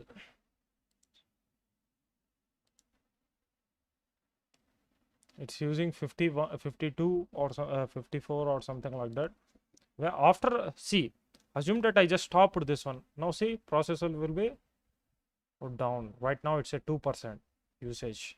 So this is how you guys can able to crack the password. See, it's taking some time to crack. The same thing, the same output you guys can able to see like that, okay? Like this. Simple, you just need to add the hashes here, and you no need to worry about the format. Simple, it will automatically show you the thing which you need to use. Simple, just add the flag there. That's it, okay? It will automatically crack the passwords here, okay? Hope you guys enjoy these classes. Thank you. Have a nice day. So guys, hope you're fine. In this class, I'm gonna teach you how you guys can able to inject the payload in other applications, okay? Now the simple thing is, in this classes we are using this tool Shelter, okay? See, here it is. This is official website of Shelter, okay?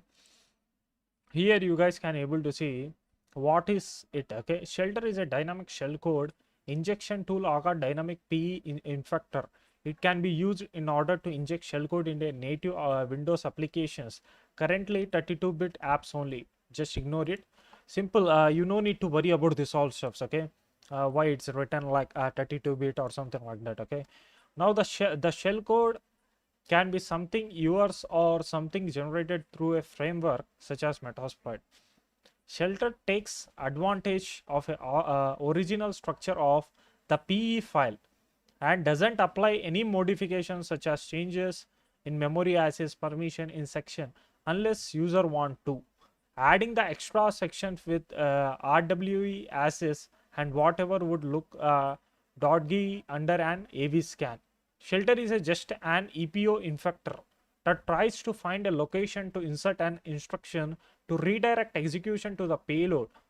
Unlike any other infector, Shelter advanced infection engine never transfers the execution flow to the code cave or to an added section in the infected PE file. Let me tell you, if your target, just assume that I want to inject uh, my Metasploit payload with VMware, okay? Now just think that I just injected the VMware is packed, okay? VMware using such kind of it's using any kind of packing, then I can't able to inject it, okay? This is the thing. So you need to target that applications which are not secure, which are not packed, such as there are a lot of applications are there, which I'm gonna show you that one. Just target small applications. Target, see, whenever if you want to target any company, what they use, FileZilla or something like that, right? So just target such applications, okay? There is a FTP client file transfer is there. Just target this kind of applications, okay? SSH is there, putty is there, okay? Now the simple thing is, let me show you how we can able to download this one. This is the official website. From here you guys can able to see, first of all, for this you need to update your Linux system, okay? To update it, just type apt get update. You just need to run it as a sudo. Maybe it will take some time.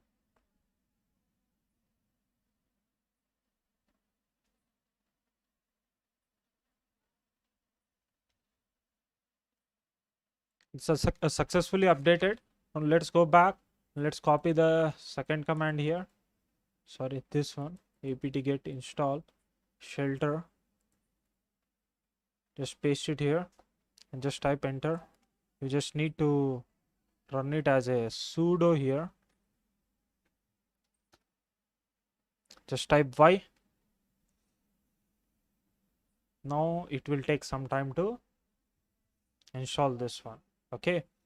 Let me tell you one thing, guys.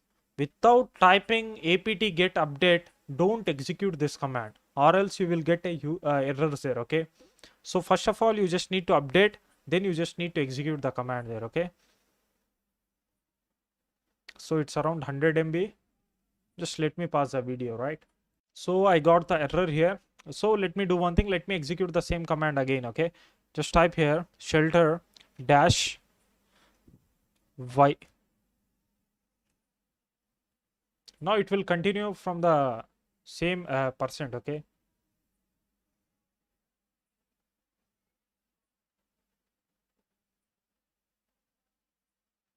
now it's successfully installed. Now it's successfully installed. Simple, just type here shelter.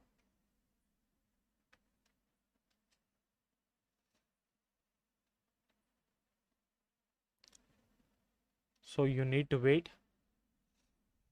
Now what happened, man? It's installing Wine.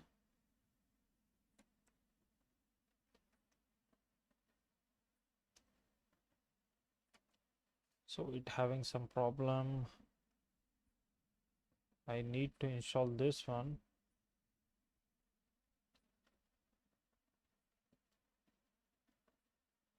Let me type here sudo shelter. If it doesn't work, then let me install manually, right?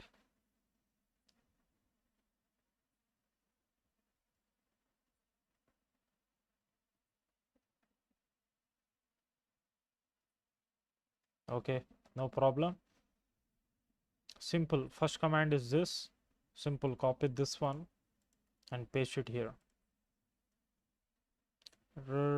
Okay, you just need to execute this as a sudo. Okay, successfully executed. Now the second command is this one, apt-get update.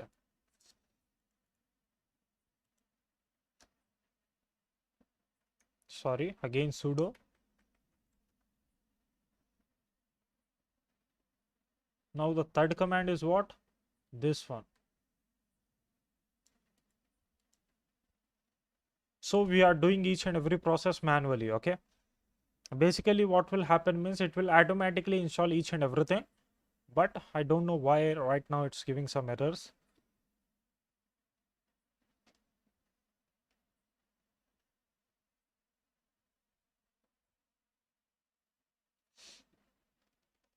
Successfully updated. Now let's paste the tut command here. Simple, again sudo.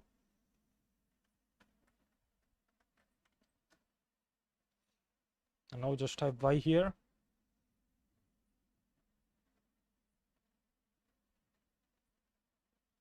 It will take around 5 minutes to install this all chefs. So let's wait. Right. Now simple, just type here sudo shelter. Enter. It's saying that Wine could not load.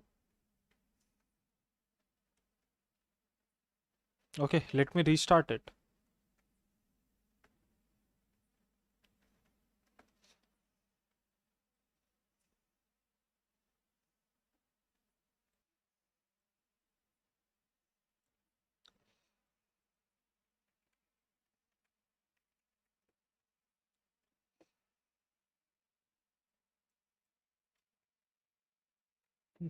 Let me type shelter. Okay, could sorry guys, could not load kernel 32.dll.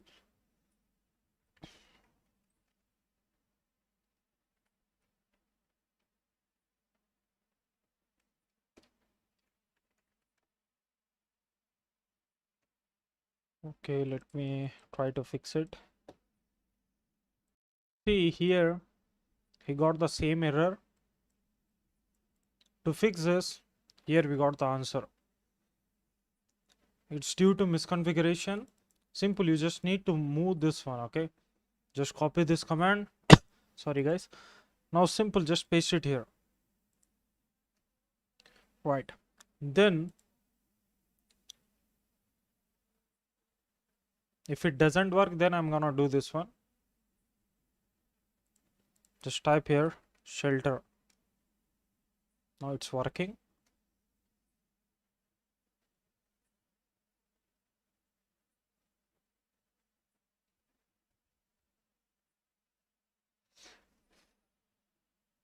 So it's working, right? See, it is very easy to use, you no need to worry here. Okay, now simple here, choose operation mode, just type here auto. Yeah. Now P target. Just choose your target. In my case, just see, let me tell you, just choose such applications which are in small size and which is useful. Okay, like there is a FTP file shell is there. Okay, if you are targeting any company, just target such kind of applications like SSA putty is there. Okay, such applications. In my case, what I am doing means I am targeting the CPU Z here.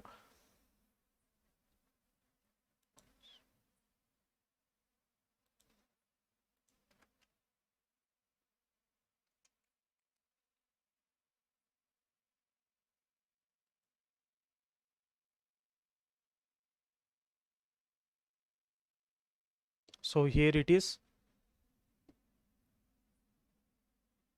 And there is a zip is there. Let me download this one.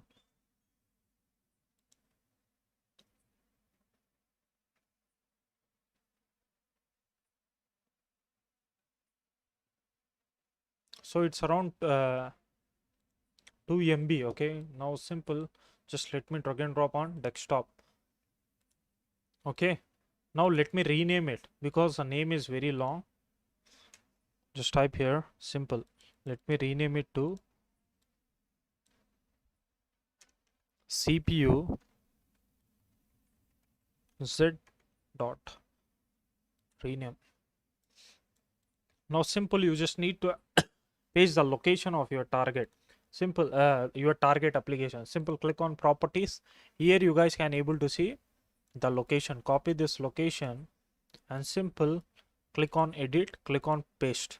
Just type the forward slash and just type here CPU Z dot exe. Just enter.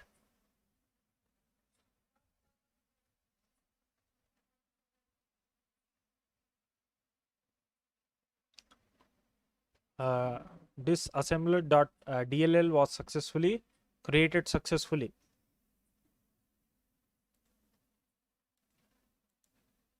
See, it will take some time, so you need to wait. Then it will show you the option enable stealth mode. Simple, just type here Y. Enter. Now these are the payloads. Okay, in the whole classes we just use a meterpreter reverse TCP. At that time, simple, use a listed payload or a custom. Simple, just type here. For custom you just need to type C. For listed, just type L here and select a payload by index. Just type here the payload number. Okay, a number is 1 here, just type 1. Now you just need to set up your L host here. Okay, in my case, let me type here, let me see here. I just type if config, here is my IP address. Okay, just copy it, simple, edit, paste, just type enter. Now the port, just let me type here 4444. Now it will take some time. Code generated. Yes, it's successfully done.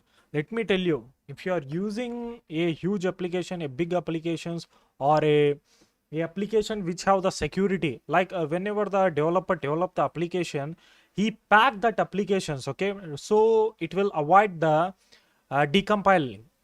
We can't able to decompile that application because a developer packed that application by using different algorithms or by using the different softwares, so that we can't able to bind with that softwares. Okay, there is a methods out there to unpack that softwares, but it is out of concept. Okay, so the simple thing is just type enter here, that's it, we successfully binded our application. Right now here the same application, okay, it doesn't create any new one or something like that. It will create, it will inject the payload in the same application. Okay, you just need to send this application to your target. Okay, now simple, just open the terminal.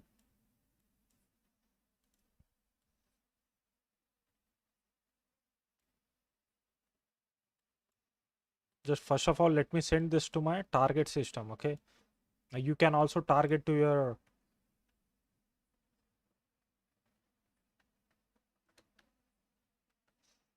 Windows 10 or something like that. Okay,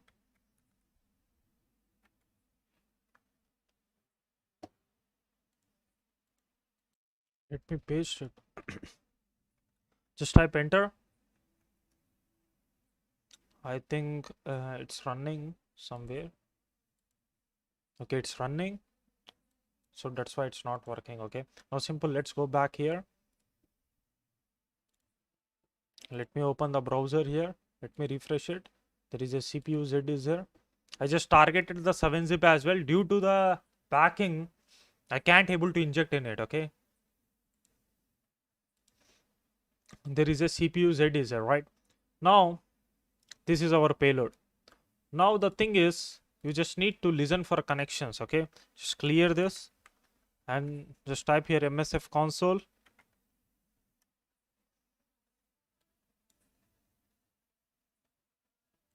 Simple. Thus the things are there. Use exploit multi-handler, set payload, which we just used there in shelter, and set helport to 4444, set lhost to my Linux IP. Simple. Just type here exploit, right? Let's go back. Sorry, not this one, this one. Just run it. Yes, I accept, I agree. Next, next, next. Install, finish, just close. Let's go back here. I got the connection. This is a thing. Okay, it's maybe it's dead. Just wait. Exploit.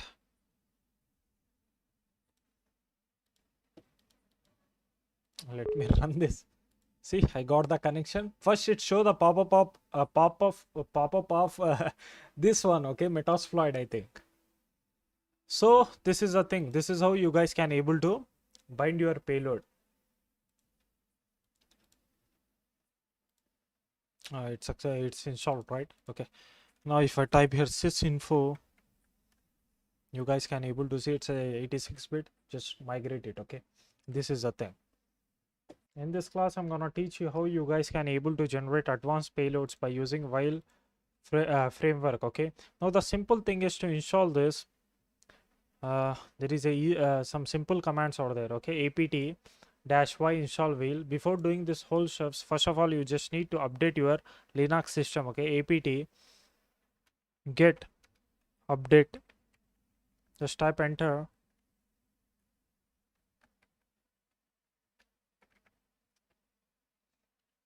I just need to run it as a sudo kali.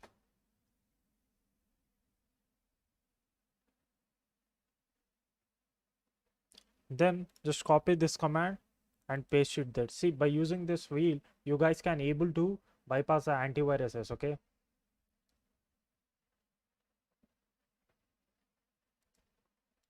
Just let me copy it. Okay, it will take some time. Let me pause the video. Right, simple. Let's paste that command apt-y wheel. Just simple. Just type here sudo.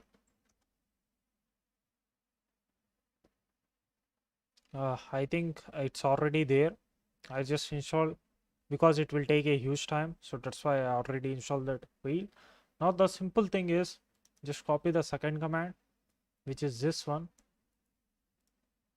and simple paste it here. It's already there. Okay, let me stop this one. Okay, you just need to execute as a sudo and just paste that. Just type enter.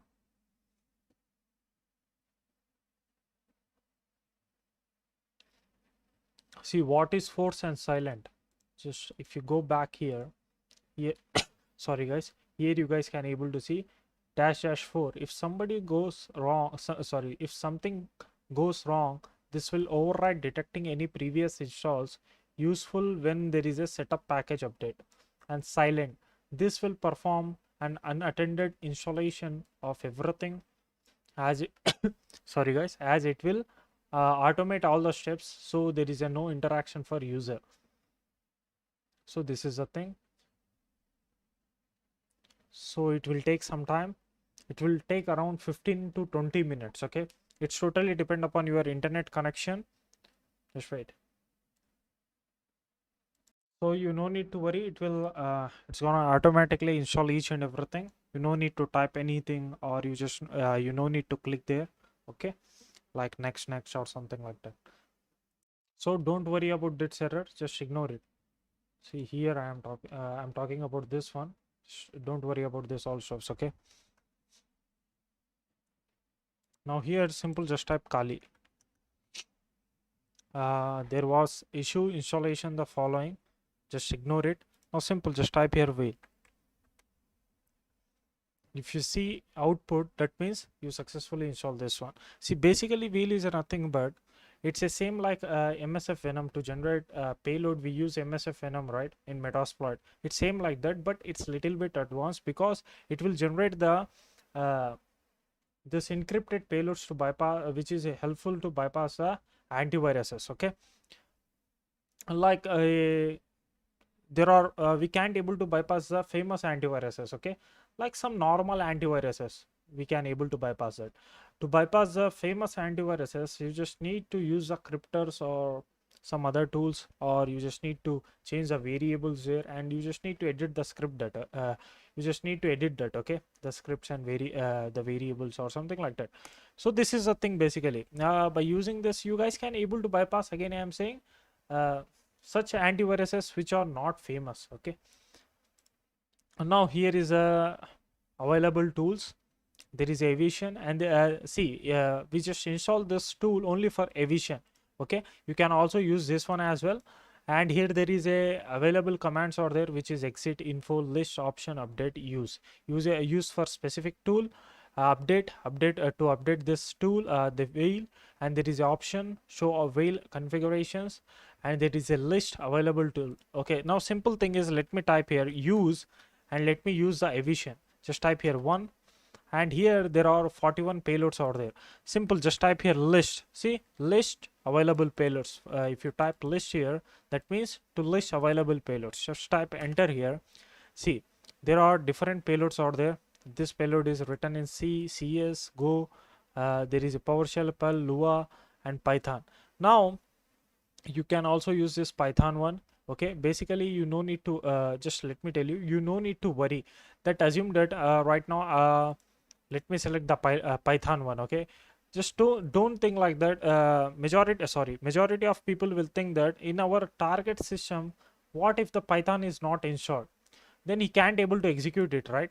So at that time, the simple thing is, you just need to compile the payload to what, to exe. Okay, then it will work. Now in this classes, let me target the PowerShell. Basically this is my target system. Okay, this is my target system, is using Windows. I can also choose the Python, but I need to compile it. Okay, to compile it, I need to fix a huge stuff there. Okay, so that's why let me use the PowerShell meter reverse TCP. In the last classes, from beginning we are using the reverse TCP. Okay, meter reverse TCP. Let me use this one only. Okay, just type here use PowerShell meter reverse TCP. The number is 22. Just type here enter.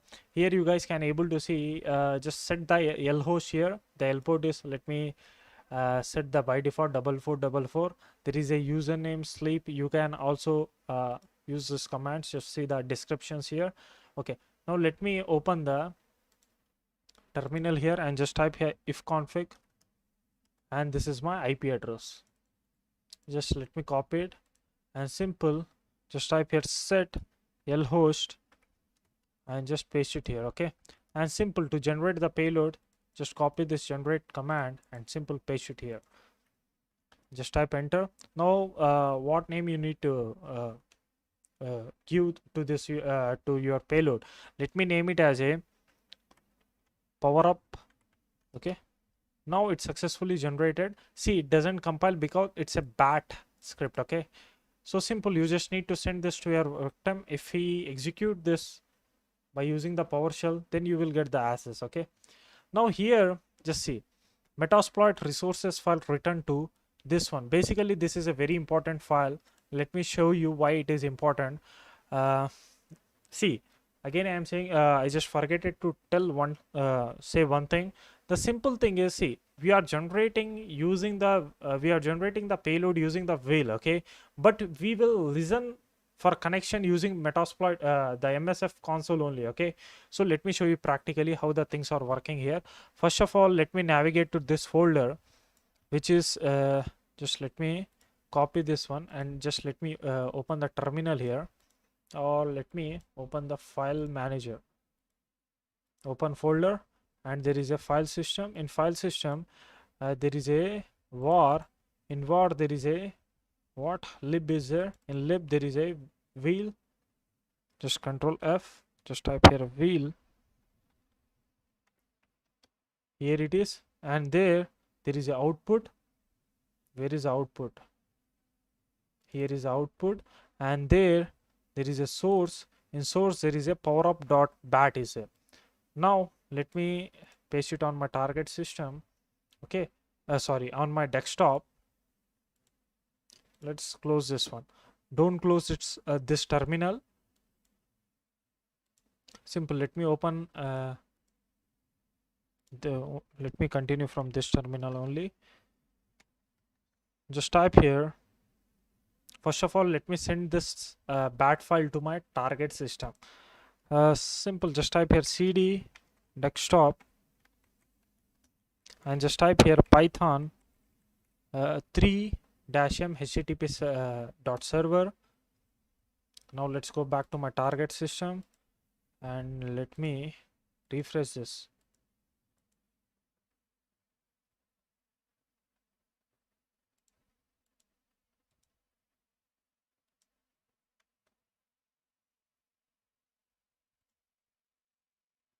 Let me hit enter here.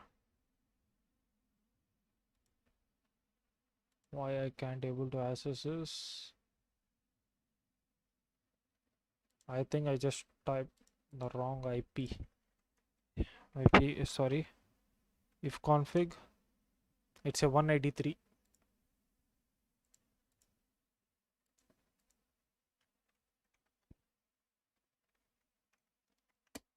So here it is.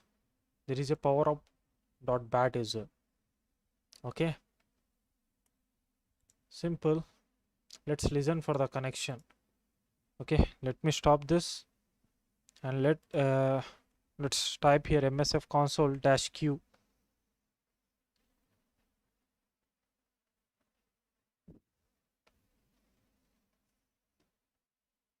Now simple, just type here use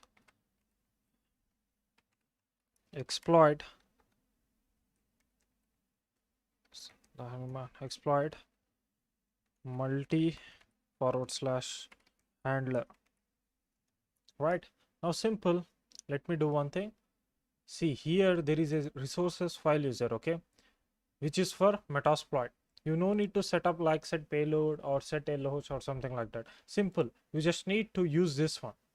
Okay, just copy the location here, just copy this location, and simple, just type here resource, and simple paste that location. It will automatically set each and everything for you. Okay, this is a thing. Now let's go back here, and let's execute the payload. Where it is? Here it is. Okay, just double click it and run it. Let's go back here. See, I got the shell here.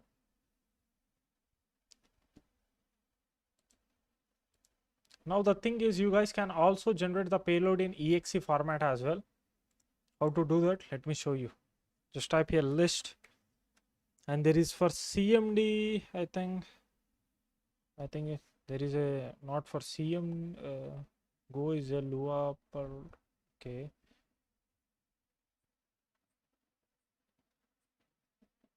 you can also generate this in Python, but the thing is, it's giving some issue with PyInstaller.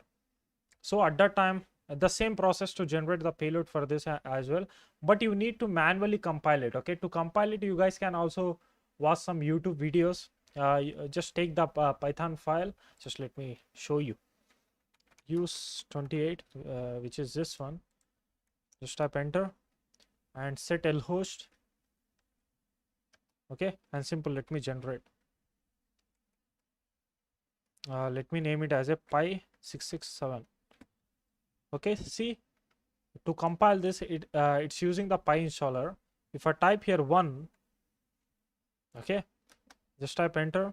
See, it will give some errors here. Okay, you can also fix it, or majority in cases it is some kind of confusions. To fix it, it will take a huge time. See, what I'm gonna do means, after fixing this whole stuff, I'm gonna create the another video for you, and I'm gonna update it. Okay, the simple thing is, if you can't able to fix this issue at that time, what you need to do, simple. See, here is a source code. Remember, just see here, there is a source code written to here. Okay, just navigate to this one. Just let me open the file manager, file system, and here you guys can able to see var, and there is a lib, and there is a, just control F, while, okay, sorry guys, there is a output, and here is a source. In source there is a py667.py is there. You need to compile this Python file. How to compile? Let me cover that one as well. Now in this class I'm gonna teach you how you guys can able to compile this Python file. Okay, right now I just created another payload because I just closed that one. Okay, so that's why, let me what I did the whole process again. Okay, the same thing, and I just given the name to compile fix. And here is our just see, I just selected the PyInstaller, it doesn't work, and here is the source code of my payload. Okay, at that time what you need to do, simple, just visit the source code, just visit this folder, just open this one, simple, just let me close it, let me do it again, open folder. Now simple, just paste the location here. Okay, now here is a compile fix dot py is here. Now if I sorry guys, if I open this, here you guys can able to see the source code. Okay, you can also change the stuffs here, it's totally depend upon you. Now the thing is, how you guys can able to compile this. First of all, open the terminal and just type here apt install PyInstaller. Okay, let's do it manually. Okay, sudo apt install PyInstaller. Just type Kali there, the password.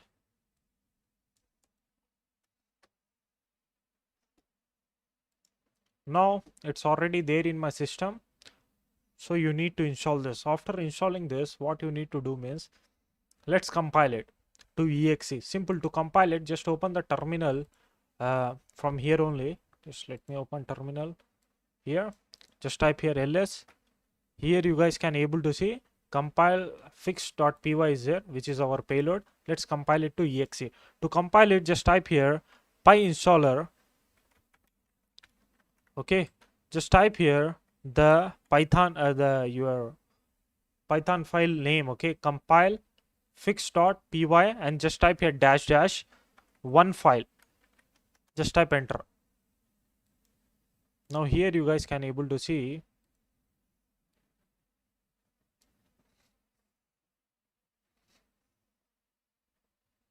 here is a thing, I successfully compiled this stuffs. Okay, it's under source dist folder. Okay, source, there is a dist, and it's a, here it is. Okay, now let's send this to my target system, to my Windows 10. Okay, just let me drag and drop on desktop. You can also use this file to listen for connection. Okay, let me listen manually. Okay, like by just typing the metasploit msf, just let me do it. Okay, the hell man, just type here cd.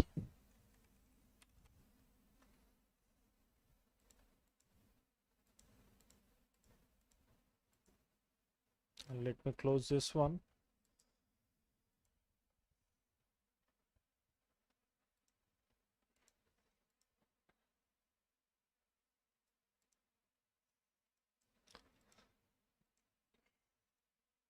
Okay, now let me stop this one. From here, let me share this file to my Windows system. Okay, just type here python 3 -m http.server Let's go back here.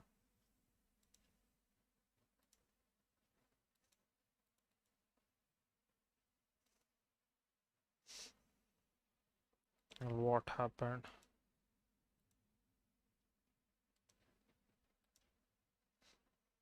Now let's go back.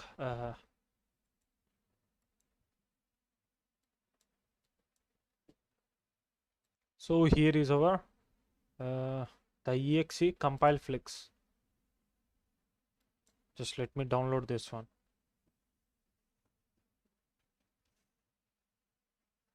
Sorry, the thing is I didn't add it. We didn't added the extensions there. Just let me rename it and let me add it. Okay, exe. Here it is. Let me do it again. Here it is. Now it's successfully downloaded. Right. Simple. I just pasted this on my desktop. Let's go back here. Let me listen for the connection.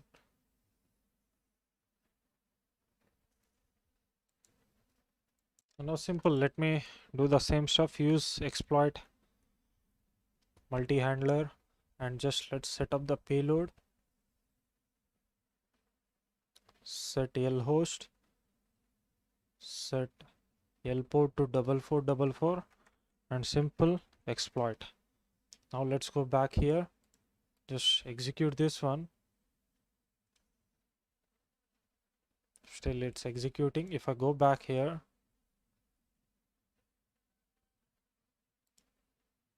okay, run anyway. Okay, it's having some problem due to this compilation. The simple thing is if you get any kind of problem or something, sorry guys, let me navigate to this one again. This one, let me here.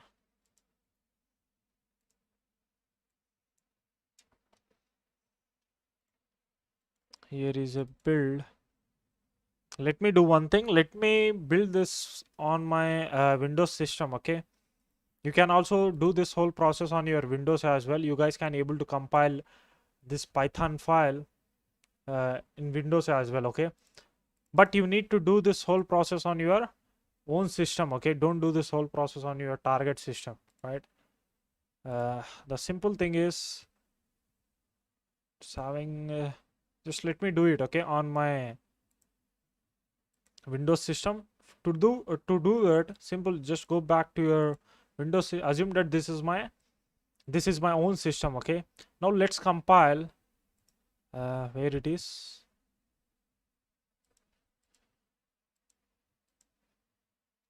Just let me copy it. Let me paste it on my desktop. Now let me refresh it, and here is a py. Simple. I can't able to download this file. Just simple copy it and create one document. Simple. Just name it as a new com. Okay, like compile. Let me paste it here. Save, and let's change the extension to py. Rename. Change the extension to py, or you guys can also save it as a Python. Okay, in my system Python is already there, but in your case what you need to do means just visit this website python.org/downloads Windows, and here you guys can able to see the latest Python 3 release is there. Okay, let me you guys can also see right now in my system maybe Python 2 is there. Let's download the Python 2. Control F. Sorry.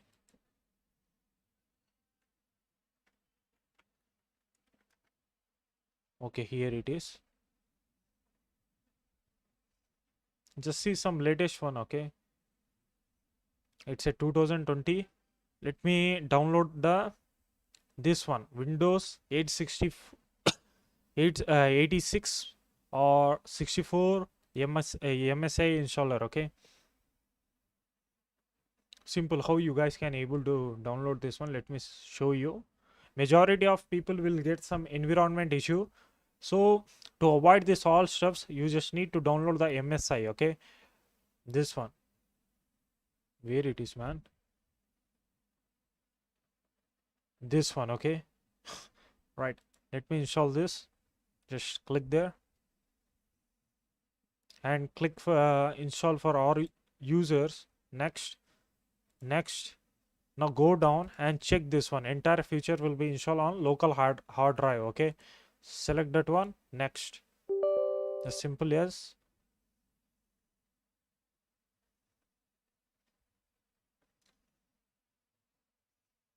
Right now I just installed the Python 2. Okay, just remember this thing. And previously in my system Python 3 is there. Still by using the Python 3 also I can able to compile, but let me use a Python 2 as well. Okay, so let me show you that one. If I type here cmd,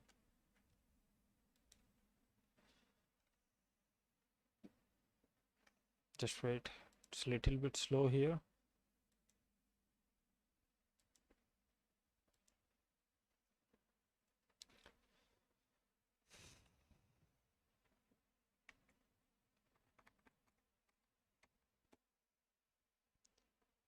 Okay, man, just wait. Simple. Let's click on finish. Just open the cmd here.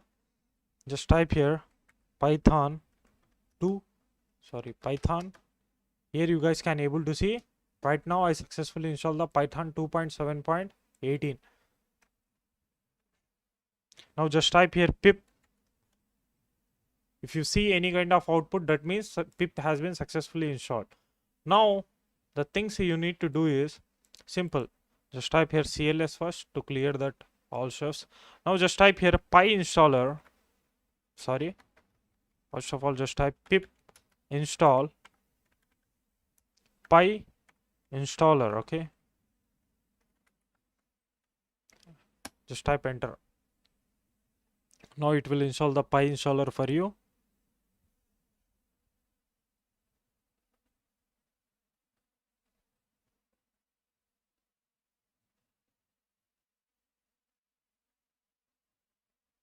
I got some error. Maybe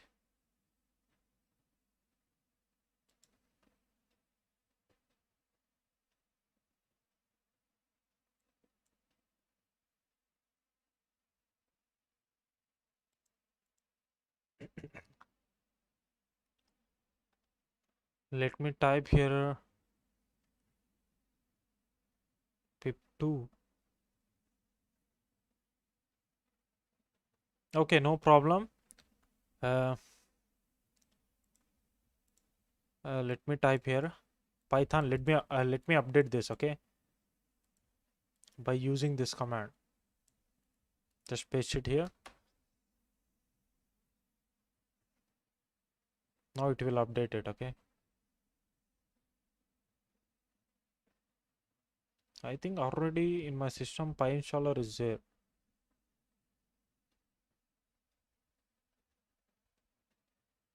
Okay, no problem. Simple, just type here pip install, sorry, install PyInstaller. Just type enter.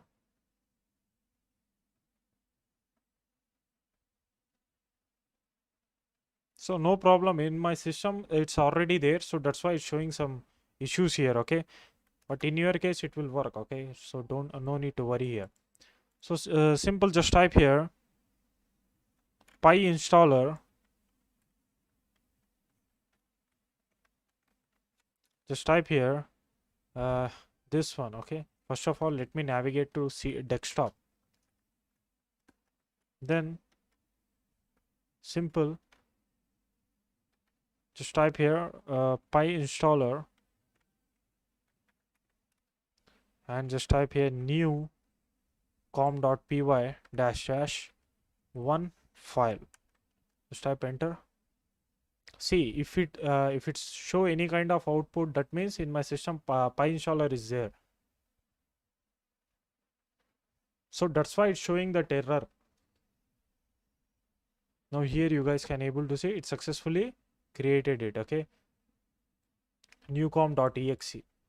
In which folder? Here, sorry, here you guys can able to see this is our exe file. Just send it to your victim, just change the icon, it's totally depend upon you, and send it to victim. Okay, let's check the it's working or not. Simple. I just listen, I started to listen here. Okay, just let me execute this. Okay, let's go back. See, I got the connection.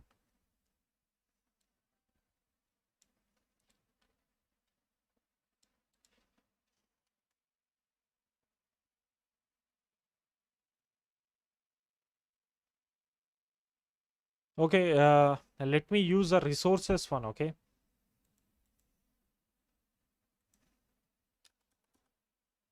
hell man,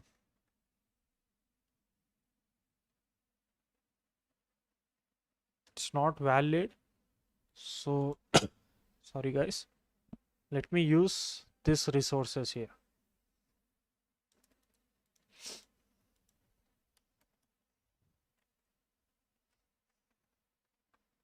Just type here the same thing, resources,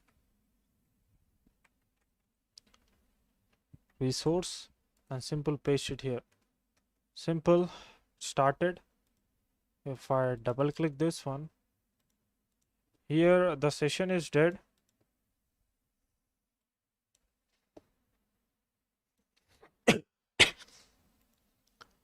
Okay, I don't know why, but instead I think due to compilation or something like that, but still we can able to compile it. I will try to fix these issues. Simple. See, if the Pi installer is not working, if it's showing this kind of issue to you on your system, at the time what you need to do means just use a different compiler there. Okay, there are a lot of compiler is there, like py2exe is there. Okay, just use that one to compile your Python, this Python file. So this is the thing. If I type here sessions, there is a nothing. I need to restart my system, I think. Okay, this is how you guys can able to compile, and how this is how you guys can able to exploit it. Okay, so this is a thing. I'm gonna try to fix it. First of all, the thing is just practice, just do it on your own system. If you got any errors, just message me. I'm gonna update the videos there. Okay, right, thank you, have a nice day. First of all, congratulations guys, you just completed Windows penetration testing training by Whitesec Cyber Security Consultancy. How to perform this all steps. Okay, you just learned Windows penetration testing training, right? Now how to implement this all steps in real world scenarios. See, this is the basic things, but still how you guys can able to perform the steps there. Okay, let me explain you in a very easy way. See how the things work in real world. Let me explain you. See, first of all, you will get the report. Okay, like this is a nothing but it's a client demands. Okay, what he want,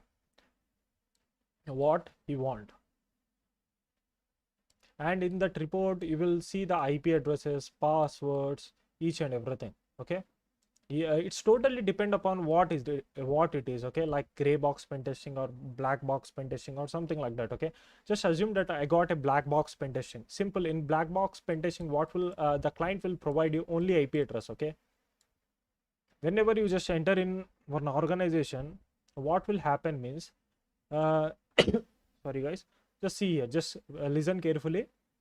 After visiting to one organization, okay, to perform PT, just take an example of I need to perform PT in Windows systems. Okay, now the things will work like this. Okay, the client will provide you the password of their network. Okay, this is the thing they will provide you, but let me tell you, in there are different penetration testing programs out there. Okay, like there are infra PT is there. Okay, there is a red teaming is there, so there are different stuffs out there. Okay, but sometimes what will happen means client in that report, client will demand you to exploit their Wi-Fi.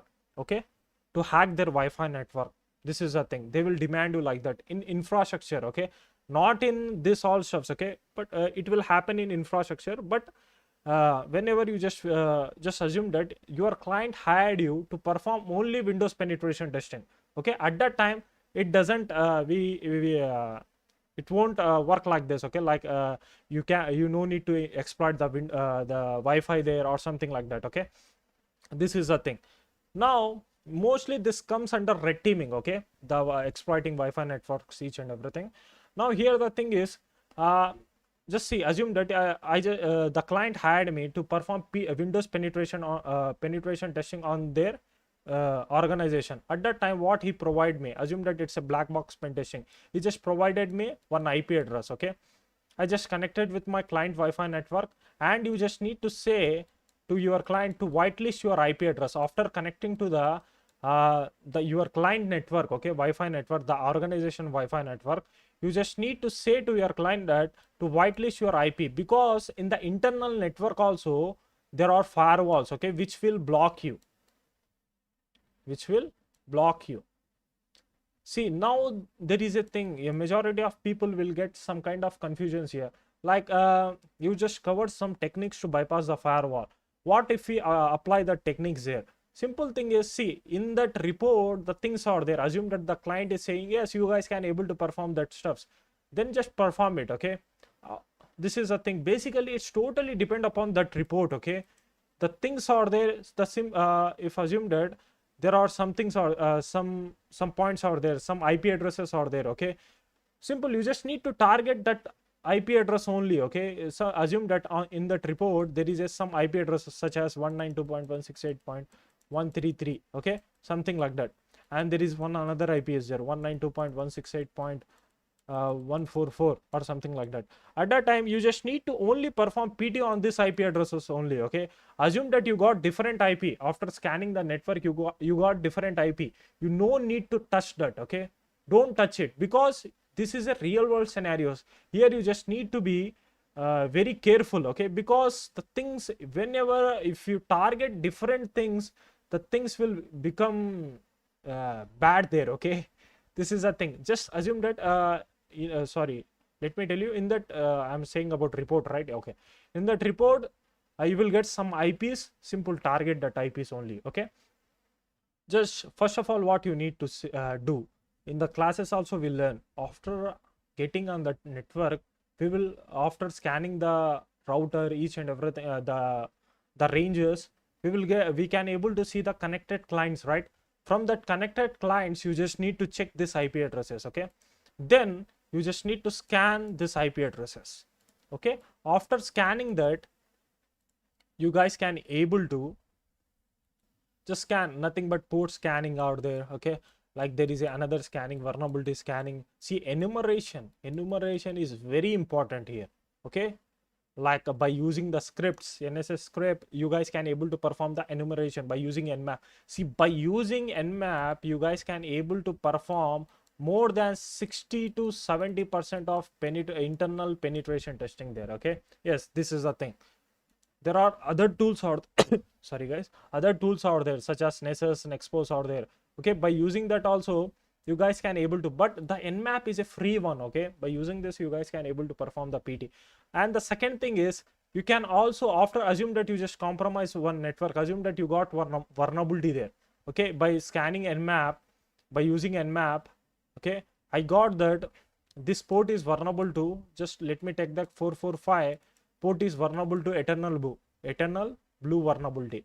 Simple, I just exploited it. After exploiting that, see, in that report, okay, if there is a thing that to exploit it, then only exploit, then only exploit. If there are if it doesn't mention that to exploit that vulnerability, assume that you just scan the network, okay. After scanning the network, IP address, you got the you just scan this IP, right. Let me tell you again, you just scan this IP and you can able to see that it's a vulnerable, okay. Now the thing is sorry guys, in that report, okay, they mention that you guys can also exploit, then only exploit it, okay. Now the second thing is, you will get one IT guy as well from that company. The company will provide you one IT guy. He will if you want, if you have some questions, then you guys can able to ask to him. Okay, this is the thing. And the thing is, as you, let me continue from here. You just exploited the eternal blue vulnerability. From there, the things will begin. Okay, by using the metasploit, just use the suggester. Okay, and scan for the exploits. Okay, the system is vulnerable. The if it's vulnerable to privilege escalation or something like that. In the last class, I just explained you with some examples how you guys can able to perform penetration testing in real world. If you want to learn more, then we just created one training for you. Become a certified red team analyst. Here, you will get a complete bundle. See, let me tell you first of all, the requirements for this training is student must know basic ethical hacking here. Okay. Now the thing is roadmap to become a successful red teamer. Here, first of all, you will learn in this section, in this training, you will learn penetration testing. First, students need to learn penetration testing because penetration testing is a backbone of red teaming. In penetration testing, student will learn common attacks and CTF challenges, and some CTF challenges like black box pen testing, white box pen testing, gray box pen testing, and more. Okay, and here the second is after completing this training, you will learn this one, Wi-Fi penetration testing training for red teamers. In this training, student will learn how to perform Wi-Fi penetration testing using different hardwares such as Raspberry Pi, Wi-Fi Pineapple, Android device, and Node MCU. Wi-Fi penetration testing is one section in MITRE ATT&CK, which comes under initial access. Wi-Fi penetration testing is very important in terms of initial access. Then we will move to red team training, introduction to tools and MITRE attacks. Here, this training is very huge because here we just learn each and every thing about the tools which we are using in red teaming. Okay, like it's a very huge training. It's around 22 hours, I think. Here in this training, student will learn what is red teaming and how to perform it, learning all important techniques which is useful to compromise organization. And then after learning that, this one, see, in this red teaming training only you will learn about basic about this one, Active Directory pen testing. Again, for you guys, I just creating another training only for specific training for Active Directory penetration testing for red teamers. In this training, student will learn how to perform Windows Active Directory pen testing for intruders, that means attackers, to get to what they ultimately want, your data, right? They need a plan in, they need credentials. The Active Directory stores all the credentials here. This is, see, assume that if the attacker compromise the Active Directory, that means he just compromised the whole network, whole organization. Okay, this is the thing.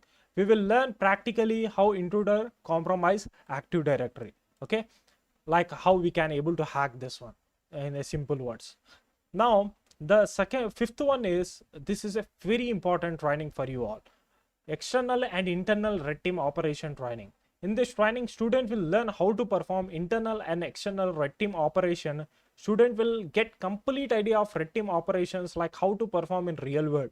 Basically, by learning this all stuffs, you will become a expert in it. Okay, like after entering in organization, in this section we are covering that. Okay, after entering in one organization, how you guys can able to perform red teaming there. Okay, it's a complete practical training. It's a complete different we are using the same attacks we just covered here, but in a way of how we can able to perform the stuffs in real world. Okay, so it's a complete different it's not that much different concept, but you will sorry guys, you will learn the things, the important things, how you guys can able to perform in real world. Note, let me tell you, penetration testing training and Wi-Fi penetration testing training for red teamers is a bonus trainings. Basically, what we thought means, let's provide this penetration testing training and Wi-Fi penetration testing this training for free for them who just enroll the red team training, this one. If you enroll this training, then you will get this training for free. Okay, so that's why we added this one here. Okay, for red teamers is a bonus trainings. Now complete red team, you guys can able to become from zero to hero. The original price of this training is $700, but today you guys can able to buy this for $200 only. Here there is a content. Okay, first course content of penetration testing training, duration is 6 hours. Here first of all you will learn booting up Kali Linux, Metasploit framework, about metasploitable machine footprinting, scanning, exploiting FTP, exploiting RMI. Then we will move to basic Linux commands for pen testers. We will learn some basic commands, okay, like which is useful in penetration testing. Basic Linux penetration testing. Here we will learn backdoor footprinting and scanning, backdoor web server, gaining shell, gaining root access. And here bonus Linux penetration testing.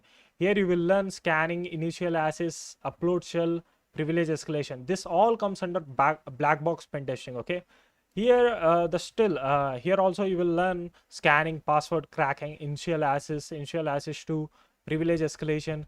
Then here you will learn Linux penetration testing, CTF challenges. Okay, hack the this one. Like we perform this CTF in this one. Try hack me labs. Here there it is, lab setup, scanning, user enumeration, brute force attacks, gaining access, shell access, privilege escalation to user, privilege escalation. And here you will learn Linux penetration testing, the same thing. Okay, and there is a Windows penetration testing, how you guys can able to perform the Windows penetration testing by using different tools. Okay, here there is another thing for Windows penetration testing. Okay, and there is a other stuffs like exploiting executable there is a, I think I just added 2 videos on it. Okay, this is the thing. Then you will learn course content of Wi-Fi penetration testing training for red teamers. Duration of this training is 5 hours. Here you will learn hacking Wi-Fi using Kali Linux. You will learn this all stuffs. Okay, setting up Kali Linux requirements, security of Wi-Fi networks, what is manage and monitor mode, practical demo on managed and monitor mode, hacking Wi-Fi networks using automation process, like by using some scripts we can able to hack the Wi-Fi networks within 2 minutes or something like that. Okay, and here there is a how to perform evil twin attack to steal logins. Okay, we are using Flexion, Wi-Fi Fisher, Airgidon or some and we will create our own word list to crack handshakes. See, this is also comes under red teaming and penetration testing. Okay, this is very important stuffs. Okay, this video. Okay, and there is another one in this section I just covered how you guys can able to fix the errors. In some videos, in some tools there are some errors or there. I just covered how you guys can able to fix that. Okay, now there are Wi-Fi penetration testing using Wi-Fi Pineapple. So here I just added each and everything. It's an intermediate level training. What is each and everything? Okay, what is Raspberry Pi? Why we are using Raspberry Pi to hack Wi-Fi? Concept of hacking enterprise network. Here it is, flashing Raspberry Pi in memory card. We will flash our Raspberry Pi and we will set up SSH VNC server in it. Okay, and we will try to hack this one, enterprise network. Okay, sorry, I think this guy, the designer just added this one. You need to remove that. Okay, just ignore it. Okay, basic penetration testing or okay. Now here is just there is a Wi-Fi penetration testing using Wi-Fi Pineapple. Here you will learn how you guys can able to perform penetration testing using Wi-Fi Pineapple. Okay, and the main thing is how you guys can able to perform Wi-Fi penetration testing using Android hacking by using Android. See, let me tell you, in whole internet, no one covered about this one. Okay, I just covered each and everything, how you guys can able to hack the Wi-Fi network by using your Android device. Okay, we are not using any kind of Linux there, Raspberry there, something. Okay, we are just using our Android device. We are booting our Kali Linux. We are rooting our Android device. Okay, and avoiding Android bricks as well. Okay, you will learn a huge stuffs here. Okay, and then we will move to Node MCU. Node MCU is a let me show you that one as well. The hardware, by using this we can able to jump the Wi-Fi networks. Okay, course content of red team training, introduction to tools and MITRE attack. Duration of this training is 22 plus hours. Okay, now in this classes we are learning about how we can able to perform how we can able to use the red teaming tools which are useful in red teaming, the tools which are useful in red teaming. We just covered almost 40 tools, 40 plus tools. By using the tools, you guys can able to perform reconnaissance, initial access, you guys can able to perform execution. Let me show you here. To perform a successful red team assessment, you just need to follow the steps here. Okay, so in the steps in reconnaissance, this much methods are there. We just covered important methods here. Okay, such as reconnaissance. In reconnaissance, we just covered showdown, amas, or something like that. Okay, by using different tools, we guys can able to perform the reconnaissance. Like in the penetration testing series, also I just showed you in Windows penetration testing series. After entering in one organization, first of all, we just need to perform scanning there. Scanning also comes under reconnaissance only. Okay, and the thing, sorry guys, and the thing is the see after first of all, whenever you just try to target one system or one company, first of all you need to gather information about that company. Okay, so in this reconnaissance section we just covered almost 4 plus hours, I think, about only about reconnaissance by using 6 different tools. Okay, yes, and resource, this is a resource development. Okay, and it's an initial access.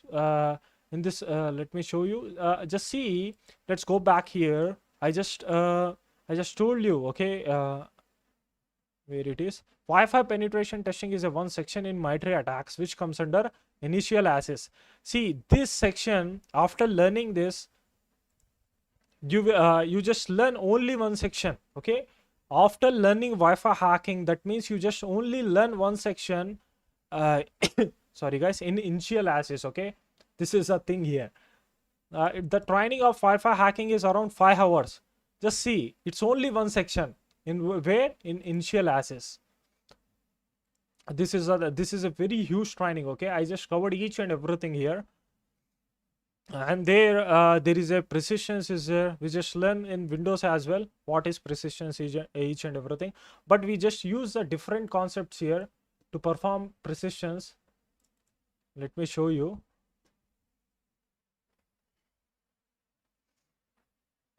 In precisions, we just perform precisions using WMI, registry key, schedule task, harvesting hashed credentials, hidden revert shells, remote execution, revert shells, and enumerating users, deploying precisions. We just covered this topic. I just covered more uh, about this all.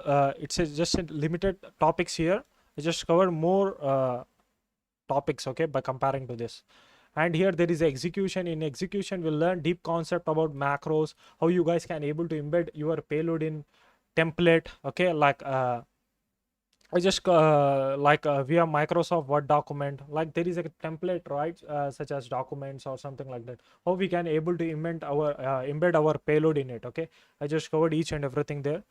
And then we just move to privilege escalation. I just covered how you guys can able to perform privilege escalation, Kerberos attacks, cracking hashed credentials, and UACME to exploit a vulnerable server. Always install elevated vulnerability by using this is a, you will learn this all stuffs in red teaming. It's a very advanced training. Okay, here you will learn evading, how you guys can able to bypass antiviruses. Okay, bypassing network defense using proxy chain. Okay, and then we will learn credentials access using mimikatz, responder, hashcat, hydra, C and A, lazagni, John the Ripper, and discovery by using the sharp hood, blood hood, discovering local sensitive data, sensitive information, airdropping information from how you guys can able to gather the information from active directory, like how many users are there in that active directory, each and everything. Okay, this is the things I just covered. Okay, and here if you see here in lateral movement, I just covered crack map, exec, monkey, psexec or something. Okay, post c2, empire, these are nothing but these are c2s. Okay, and like empire, each covenant, basically empire is popular here. Okay, and sorry guys, and in exfiltration we will learn how you see by using what is exfiltration. Exfiltration is nothing but you guys are gathering some sensitive data from your target system, like sensitive like assume that in our target system there is a one folder, one document is there with the name of passwords. Okay, with the name of password there is a one document is there. Simple, by using this tools you guys can able to gather such sensitive data, okay, which having some sensitive words there. Okay, like password, users or something like that. Okay, you guys can also scan the whole folder to find the sensitive data in it. Okay, so this is the things we just covered here, and we just covered how you guys can able to assume that you just get the this protected pdf or document, how you guys can able to crack it. Okay, we just covered each and everything there.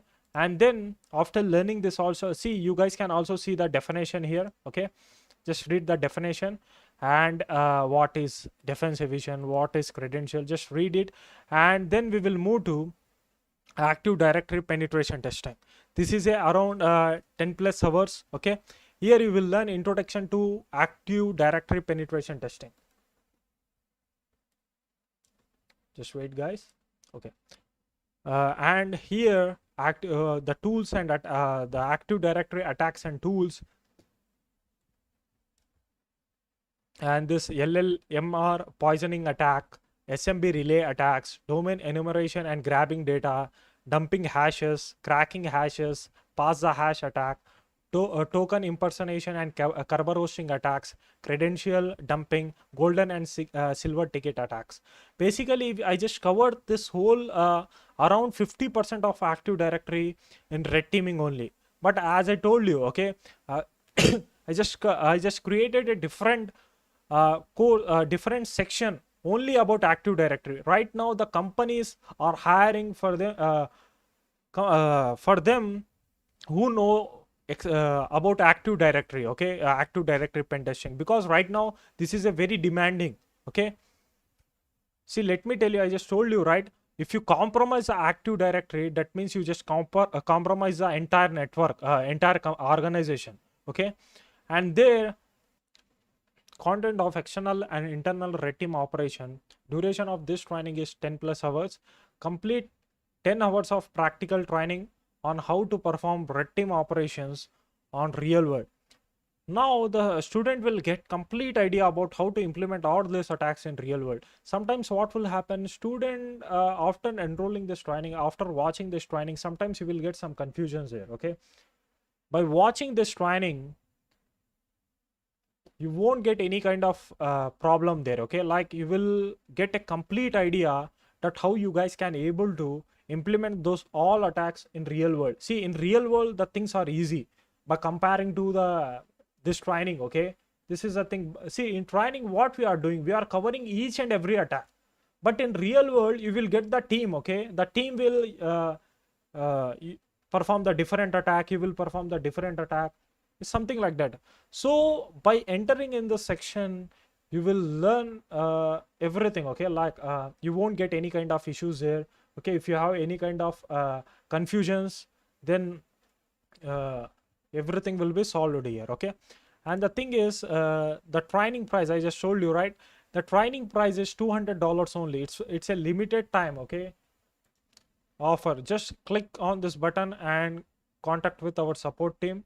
See, the tools which I just covered in this training. Okay, I just covered Amas, Sniper, Harvester, Multigo, and there is a Recon and Showdown, Spiderfoot, to perform reconnaissance. Okay, Nikto is there. I just covered Sherlock and Metasploit, Wi-Fi Pineapple, Raspberry Pi, Fluxion for Wi-Fi penetration testing, Airgidon for Wi-Fi penetration testing, Wi-Fi TE for Wi-Fi penetration testing, Aircrack NG. This is a Node MCU, and this is a Lucky Strike. By I just told you, by Lucky Strike, you guys can able to embed your payloads with Microsoft document. Okay, and we just use a GoFish SQL map, and this one I just for this one Unicorn, Donut, the tools which is useful to perform red teaming, PowerShell. uh, I just forgetted the name here. What he just added, he just simple added the PowerShell. Okay, like yes, okay. It's, I think it a invoke obfuscation, I think. Okay, and here we just used the impact. Okay, impact it, and Rubius, and there is a sharp up is there. The tools which we are using in this training. Okay, this is a invoke obfuscation, and there is a proxy chain, and there is a Hydra, and there is a Lasagna to dump the credentials from our target system. Okay, and we just use the responder here, John the Ripper, to crack the passwords. It comes under credential access. Okay, Hashcat and Mimikatz. I just use a Bloodhood for discovery, I think, and Kismet, AD Recon, and there is a Ghost packet is here, and there is a Covenant is a nothing but it's a C2, and we just use this Covenant and the Empire as well. Okay, and we just use the power up SQL as well to edit and exploit the SQL service, sorry, Microsoft SQL. Okay, and we just use a power exploit here, and Clockify CLI, and CrackMap EXEC, and I just covered some other tools as well, and many more, right? And here this is a must and should prerequisite for the requirements for this training is student must have a knowledge about ethical hacking, must have laptop or PC with 6 or 8 GB of RAM. Okay, graphic card sorry guys, graphic card you can have like 2 or 4 GB. It's totally but RAM is important. Graphic card also important. I don't know why, but he didn't add it here. Okay, just graphic card around, just use a 4 or 2, it's sufficient. Okay, must have internet connection to access training and to download labs. Okay, labs are around 10 GB, I think. Okay, if you have any questions, contact us on WhatsApp.